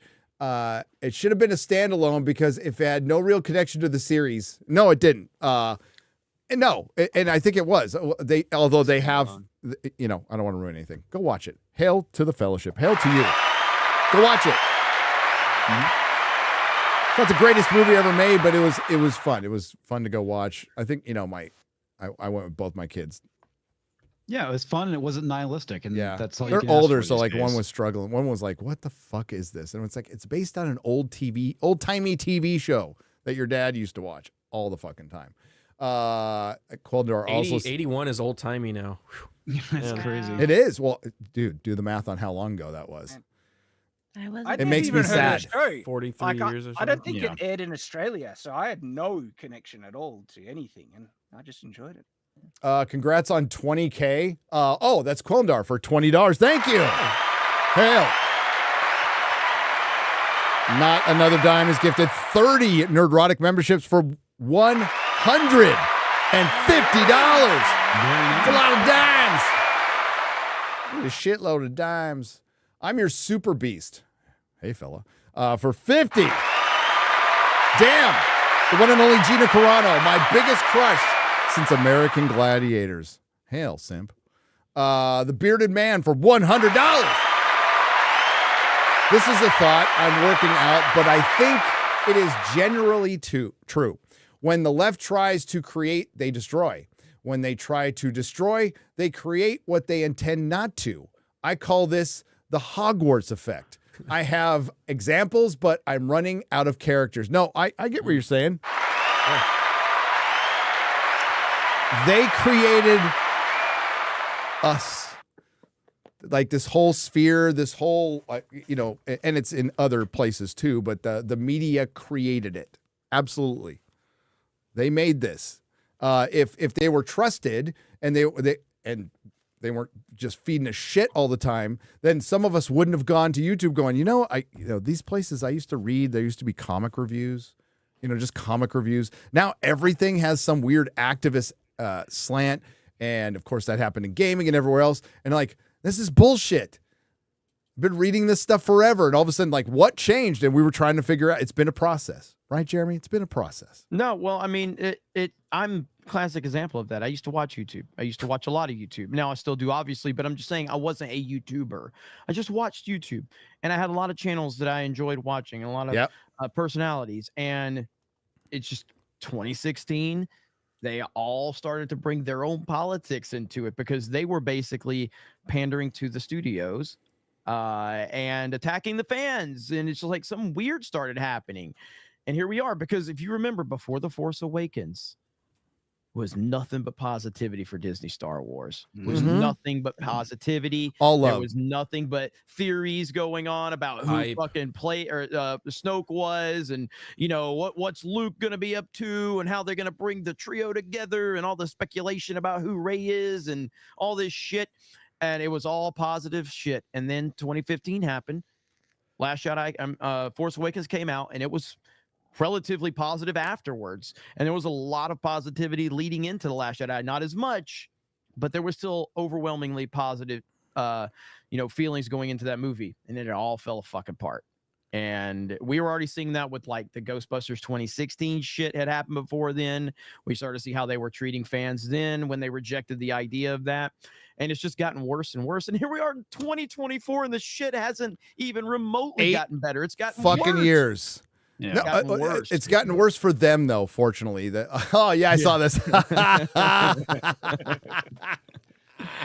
can't believe this was real. I could not. I thought it was a meme, too. I did. I'm like, Legion of Memers did a good one. That was pretty good. It looks pretty real. Oh, shit, it's real. Yeah, and I remember seeing people after Trump, they got elected. I saw people that were just, I never knew their fucking politics. Watching them, the AMC, the Colliders, and all that shit. I never knew their fucking politics, and suddenly they're like, I can't believe over half this country is racist. Like, what? Yeah. What? Yeah. Yes. What?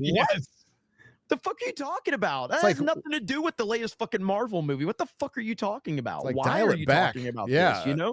Fucking weird, man. And where are they now? Yeah. What? Any of them? Yeah, exactly. Oh. Yeah. Yeah, pretty much. So I used to watch all of them, dude. I mean, stating the obvious here, but like Mark Hamill going and being with the London mayor, 2 days later, he's with the president. Obviously a paid op, but it's not Democratic Party paid op. It is something international, obviously, something much bigger, which makes it even fucking worse. And this is the kind of stuff that if it might sound crazy to some people now, it shouldn't, because this would have sounded completely insane in 2016. But here we are this far, and it's obvious. There's no way he would get off his lazy ass in Hollywood, start flying around to pump up a London mayor. Or, well, it's May the 4th, right? So I'm sure he gets paid to come do a speaking real gig. coincidental right there. Mm-hmm. And oh God, using Star Wars as a platform. Oh wow. Wow, I think fucking asshole. Is that Mark Hamill's dad in the chat? Oh no, it's just somebody that said Mark Hamill's my biggest disappointment. It's not Mark Hamill's dad. Oh, okay. I thought it might be Mark Hamill's dad. It was just someone in general saying Mark Hamill was their biggest disappointment as a fan. I could have swore it was his dad at first, because I'm sure that's what his dad would say. Fuck Mark Hamill.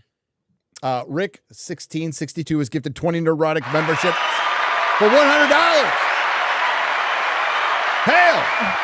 And Fear the Tardo for 50. Oh boy. It's about Gina. It starts out with It Gina is. comment. Hi Gina Crunchy. Hi Gina Crunchy Taco. Tardo like think lots nice.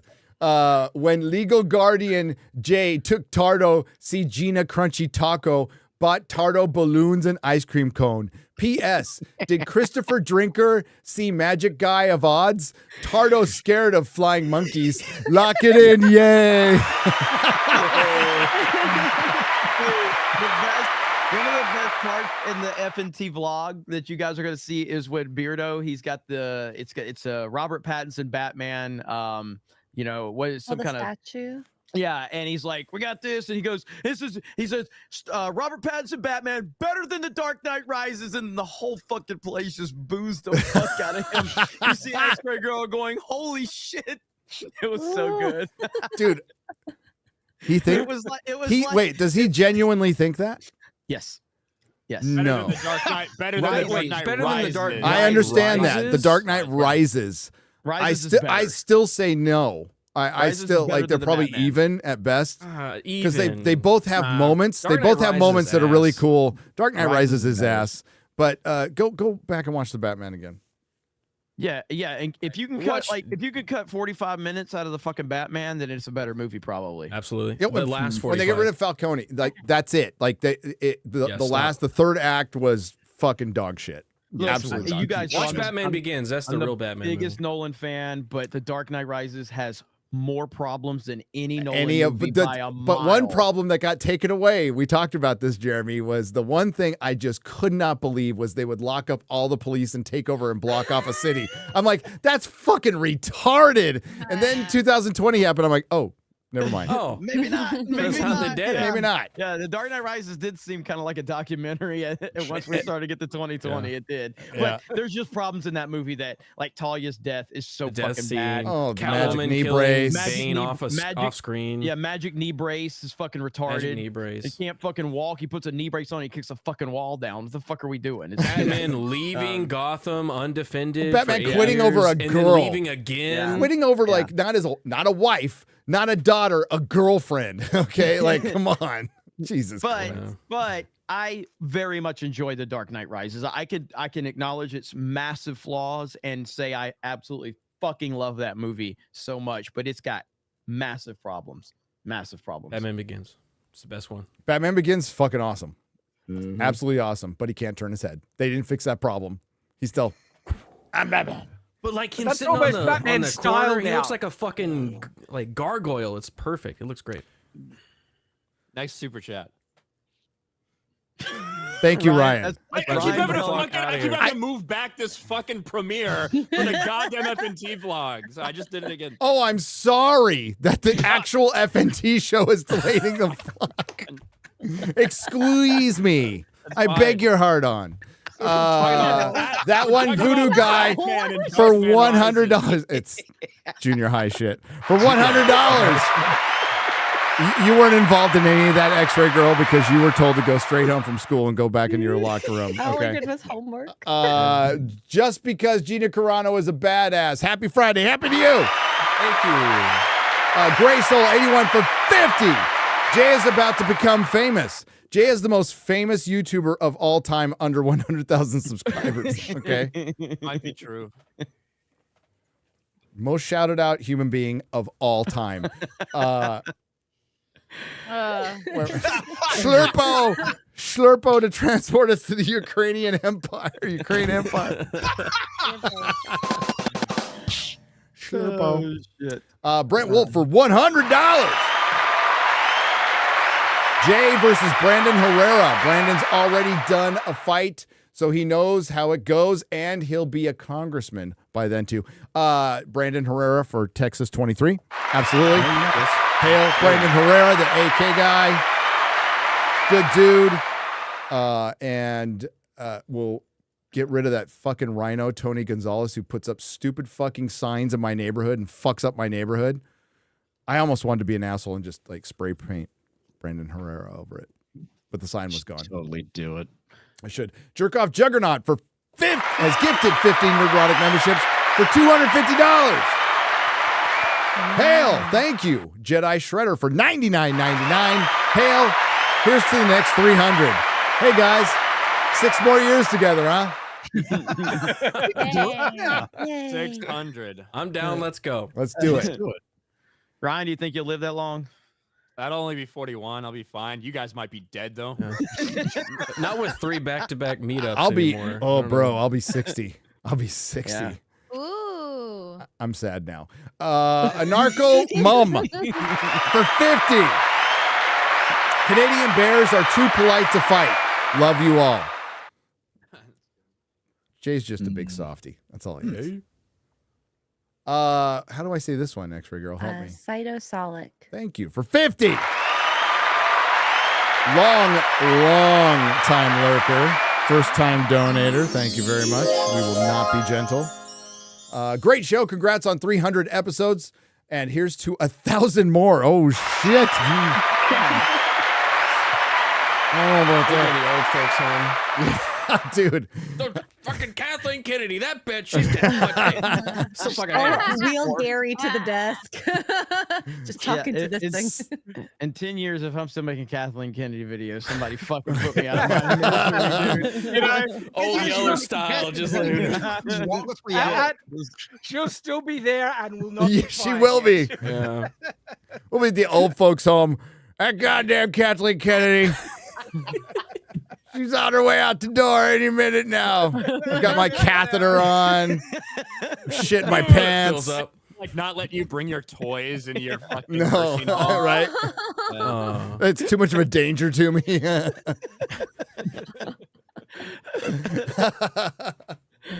Vocalist. Did I say that right? For 50. Oh. Well, why didn't you just... I love you guys. You're like, vocalist, and then it's pronounced vocalize. Well, why didn't you just spell it vocalize? I think of apocalypse when I see a Y-S-E. That's because I put it in so many video titles. But lost both my dad and dog in a very short time recently. Oh, I'm sorry. What has been going, like, seriously, what's been going on with dogs lately? Passed away. Yeah. Steph's dog, Razor's dog. Ask the Asians. Hey. Blab's dog. Yeah, you my guys dog. Oh, Mine would go first. you keep me entertained and laughing. Pandemic, tragedy, loss, whatever. Thanks for everything and keep it up. Thank you. I'm sorry for your doggo and your dad. I still miss my dad. Hey, Drew Barrymore. Drew Barrymore donated $50 on the Streamlabs side. Amazing. Fuck with this. Christy Maynor, you are such an inspiration. You are like such an amazing comedian. Take my hands, Krista. You are the definition of a wonderful mother. Say it with me, Kirsten. Who's a wonder mother? We love you so much, Sydney Sweeney. I'm happy that Quarter Black Garrett decided that Duplex was one of the focuses of Drew Barrymore's career. Oh, yes. I like how Chrissy took all the time to write up a fucking introduction. Actually, I go like comments or puts in the private chat. Nobody fucking reads it, and Quarter Black just wings it. I thought Quarter Black was reading it when he started out, though, because it sounded like he was. It sounded like, because I was like, because I saw it, and I'm like, okay, Quarter Black's got it, and so because I knew Gary didn't fucking see it. You see, I read it 2 hours I earlier. did see it. I was just pulling from my memory. Okay, I knew Gary couldn't read it. Okay, thank you. But yeah, so I thought Quarter Black was gonna do it, and he didn't. Nope. But hey, for real though, Chrissy puts a lot. Hell yeah. Puts a lot into Killed it. That those. was great. Good shit. Too. Good. The hands was fucking hilarious. That was great. Funny shit. I was like waiting on Amazon. I was like, when are the hands getting here? That's actually pretty fast. They got there pretty fast. Yeah, that was good. Dude, I won't get started. Ryan will get mad. I was just like, I ordered a couple Blu-rays. Next super chat. Next super chat, but I ordered a couple Blu-rays that are going to be here tomorrow for the last fucking 2 weeks. So this is how daily goes when we get to the end and Ryan sees more super chats. So you can just see like Neil Oakley angrier and angrier and angrier. Oh yeah, that's going to stop the chat. I love the super chat part. It's just like when we get off. Neil Oakley for 20 Nerdrotic memberships. Donated 20 Nerdrotic memberships for $100. Thank you, Neil Oakley. Thank you. In the chat, thanks you. Clarkson's Farm. Raw for $49.99. Hail. Now that you've gotten Gina Carano of FNT, you have to get Dakota Johnson and Sydney Sweeney on. Okay.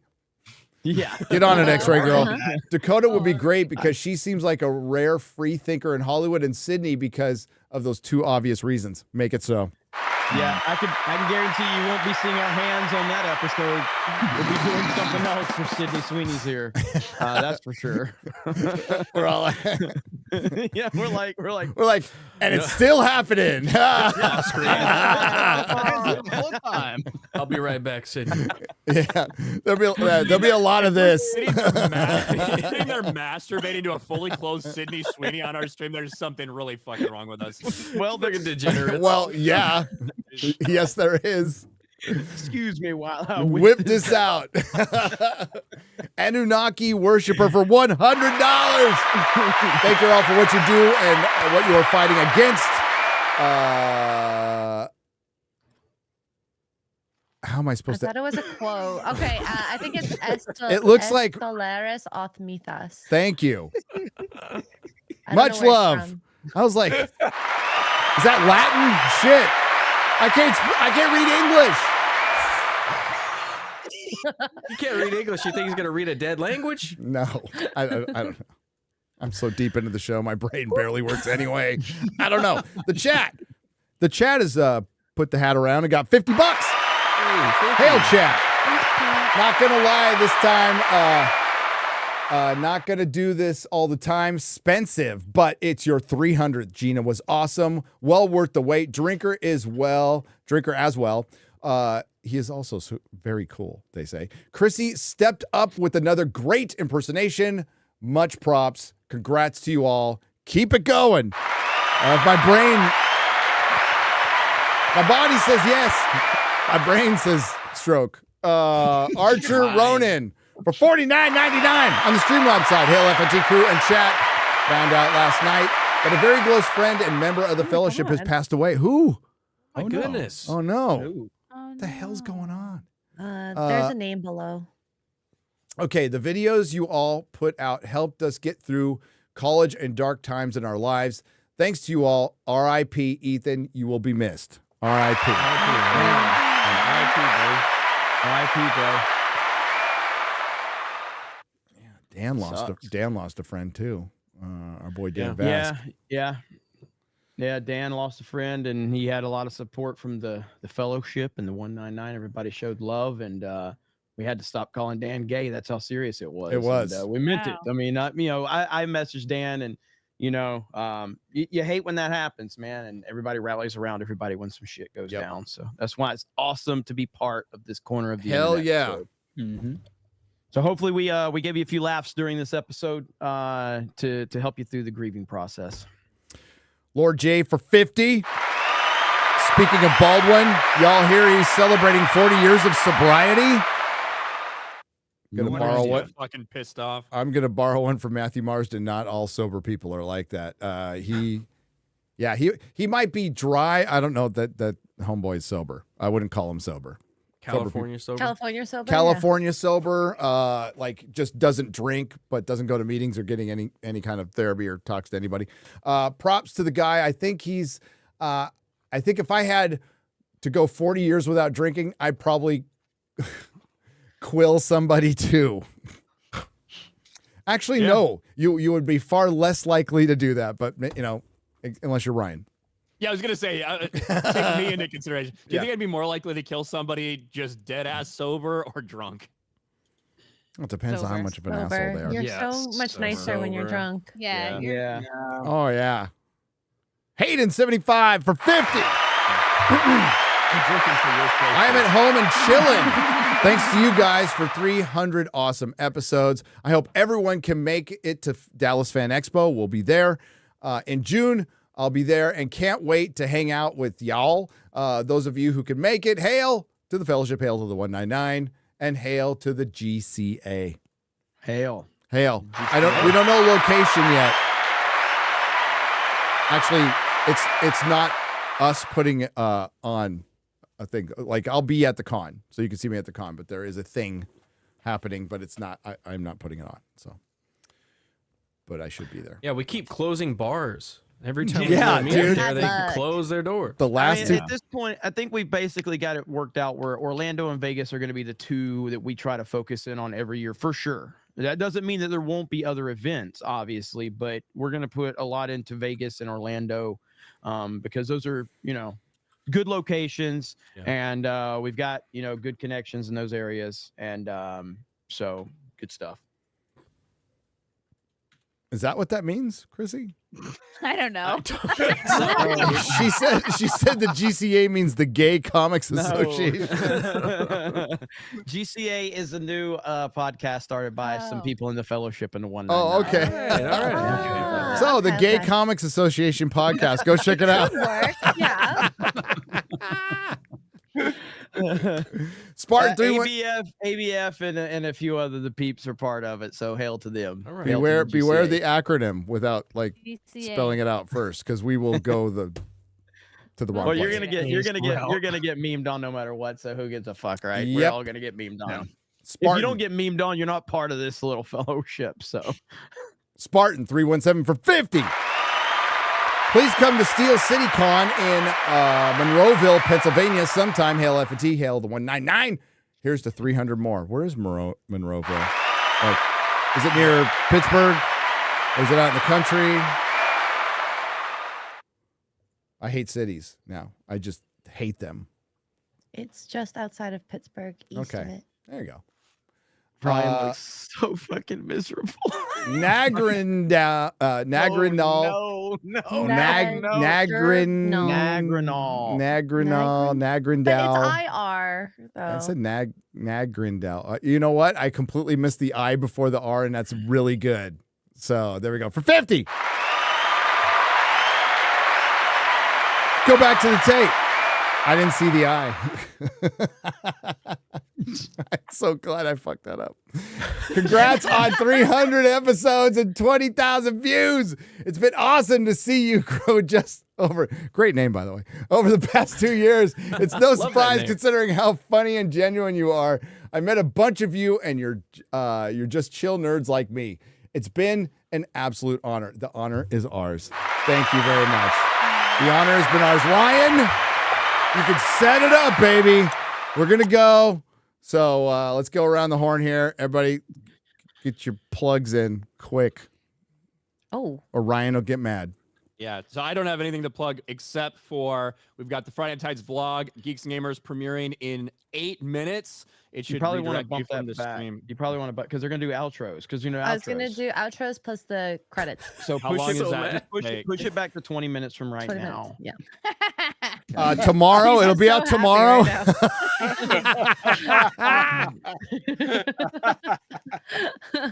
Ryan, I find it best not to have any expectations whatsoever about this show.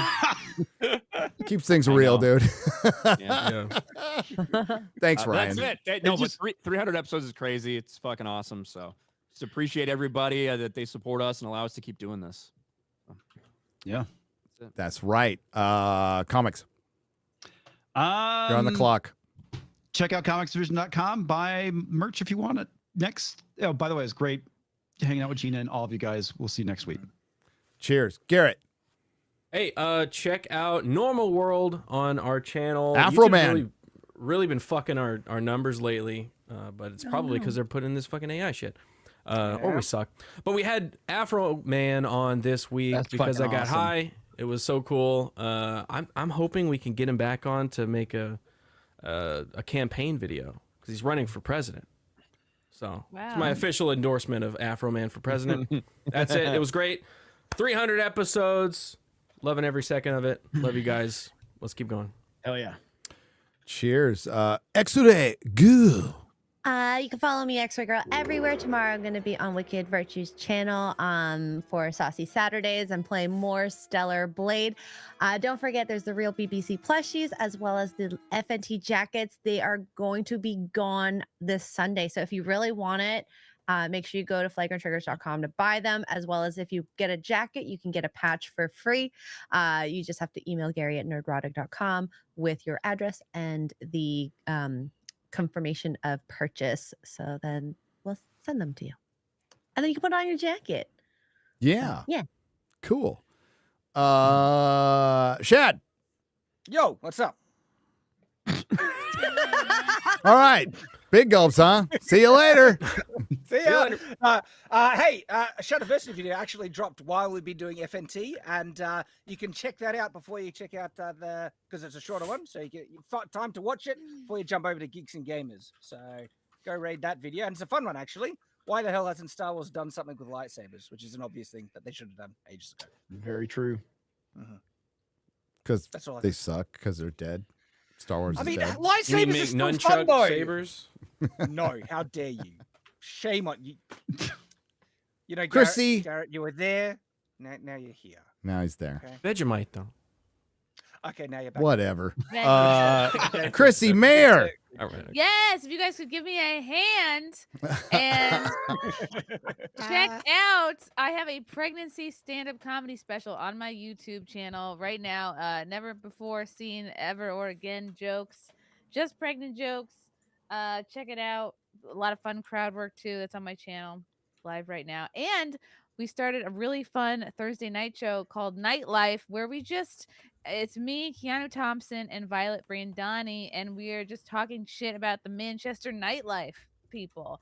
It's like Joan Rivers, just shitting on outfits and people. It's really fun. We had the first episode on Thursday, so every Thursday at 9, check that out on all of our channels.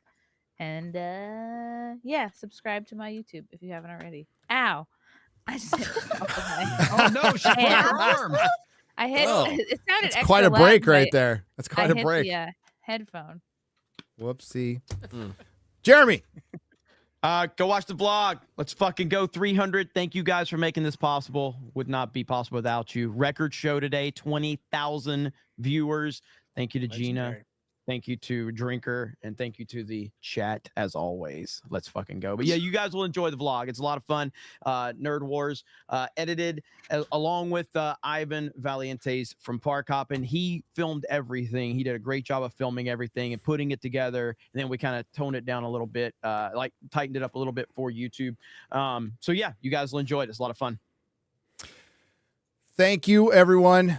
See you on the Scorp Sunday morning, because I got something I got to do next week. So Sunday morning, words cannot describe how grateful I am that we haven't killed each other in 300 episodes. It's probably because we don't live near each other and we're streaming. But the reason we're here is because of you. And words cannot express my gratitude, our gratitude. So thank you. Hail to the fellowship. Thank you for the record show tonight. I'll stop being gay. Let's get the hell out of here. Go watch that vlog. Go watch it. Bye. 13 minutes away.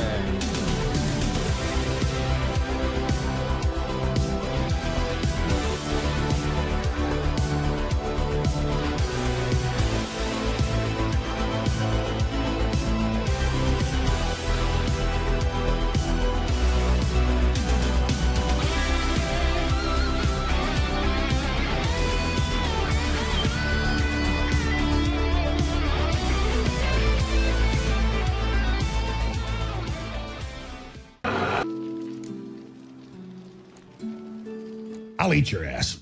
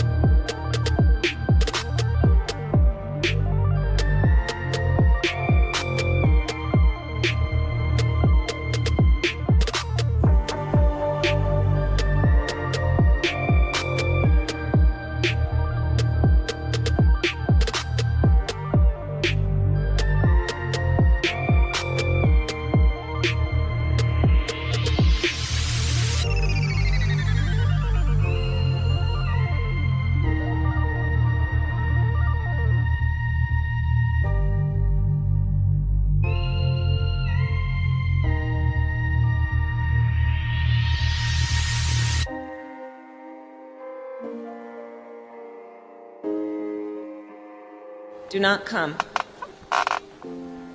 Do not come. I'm gonna come.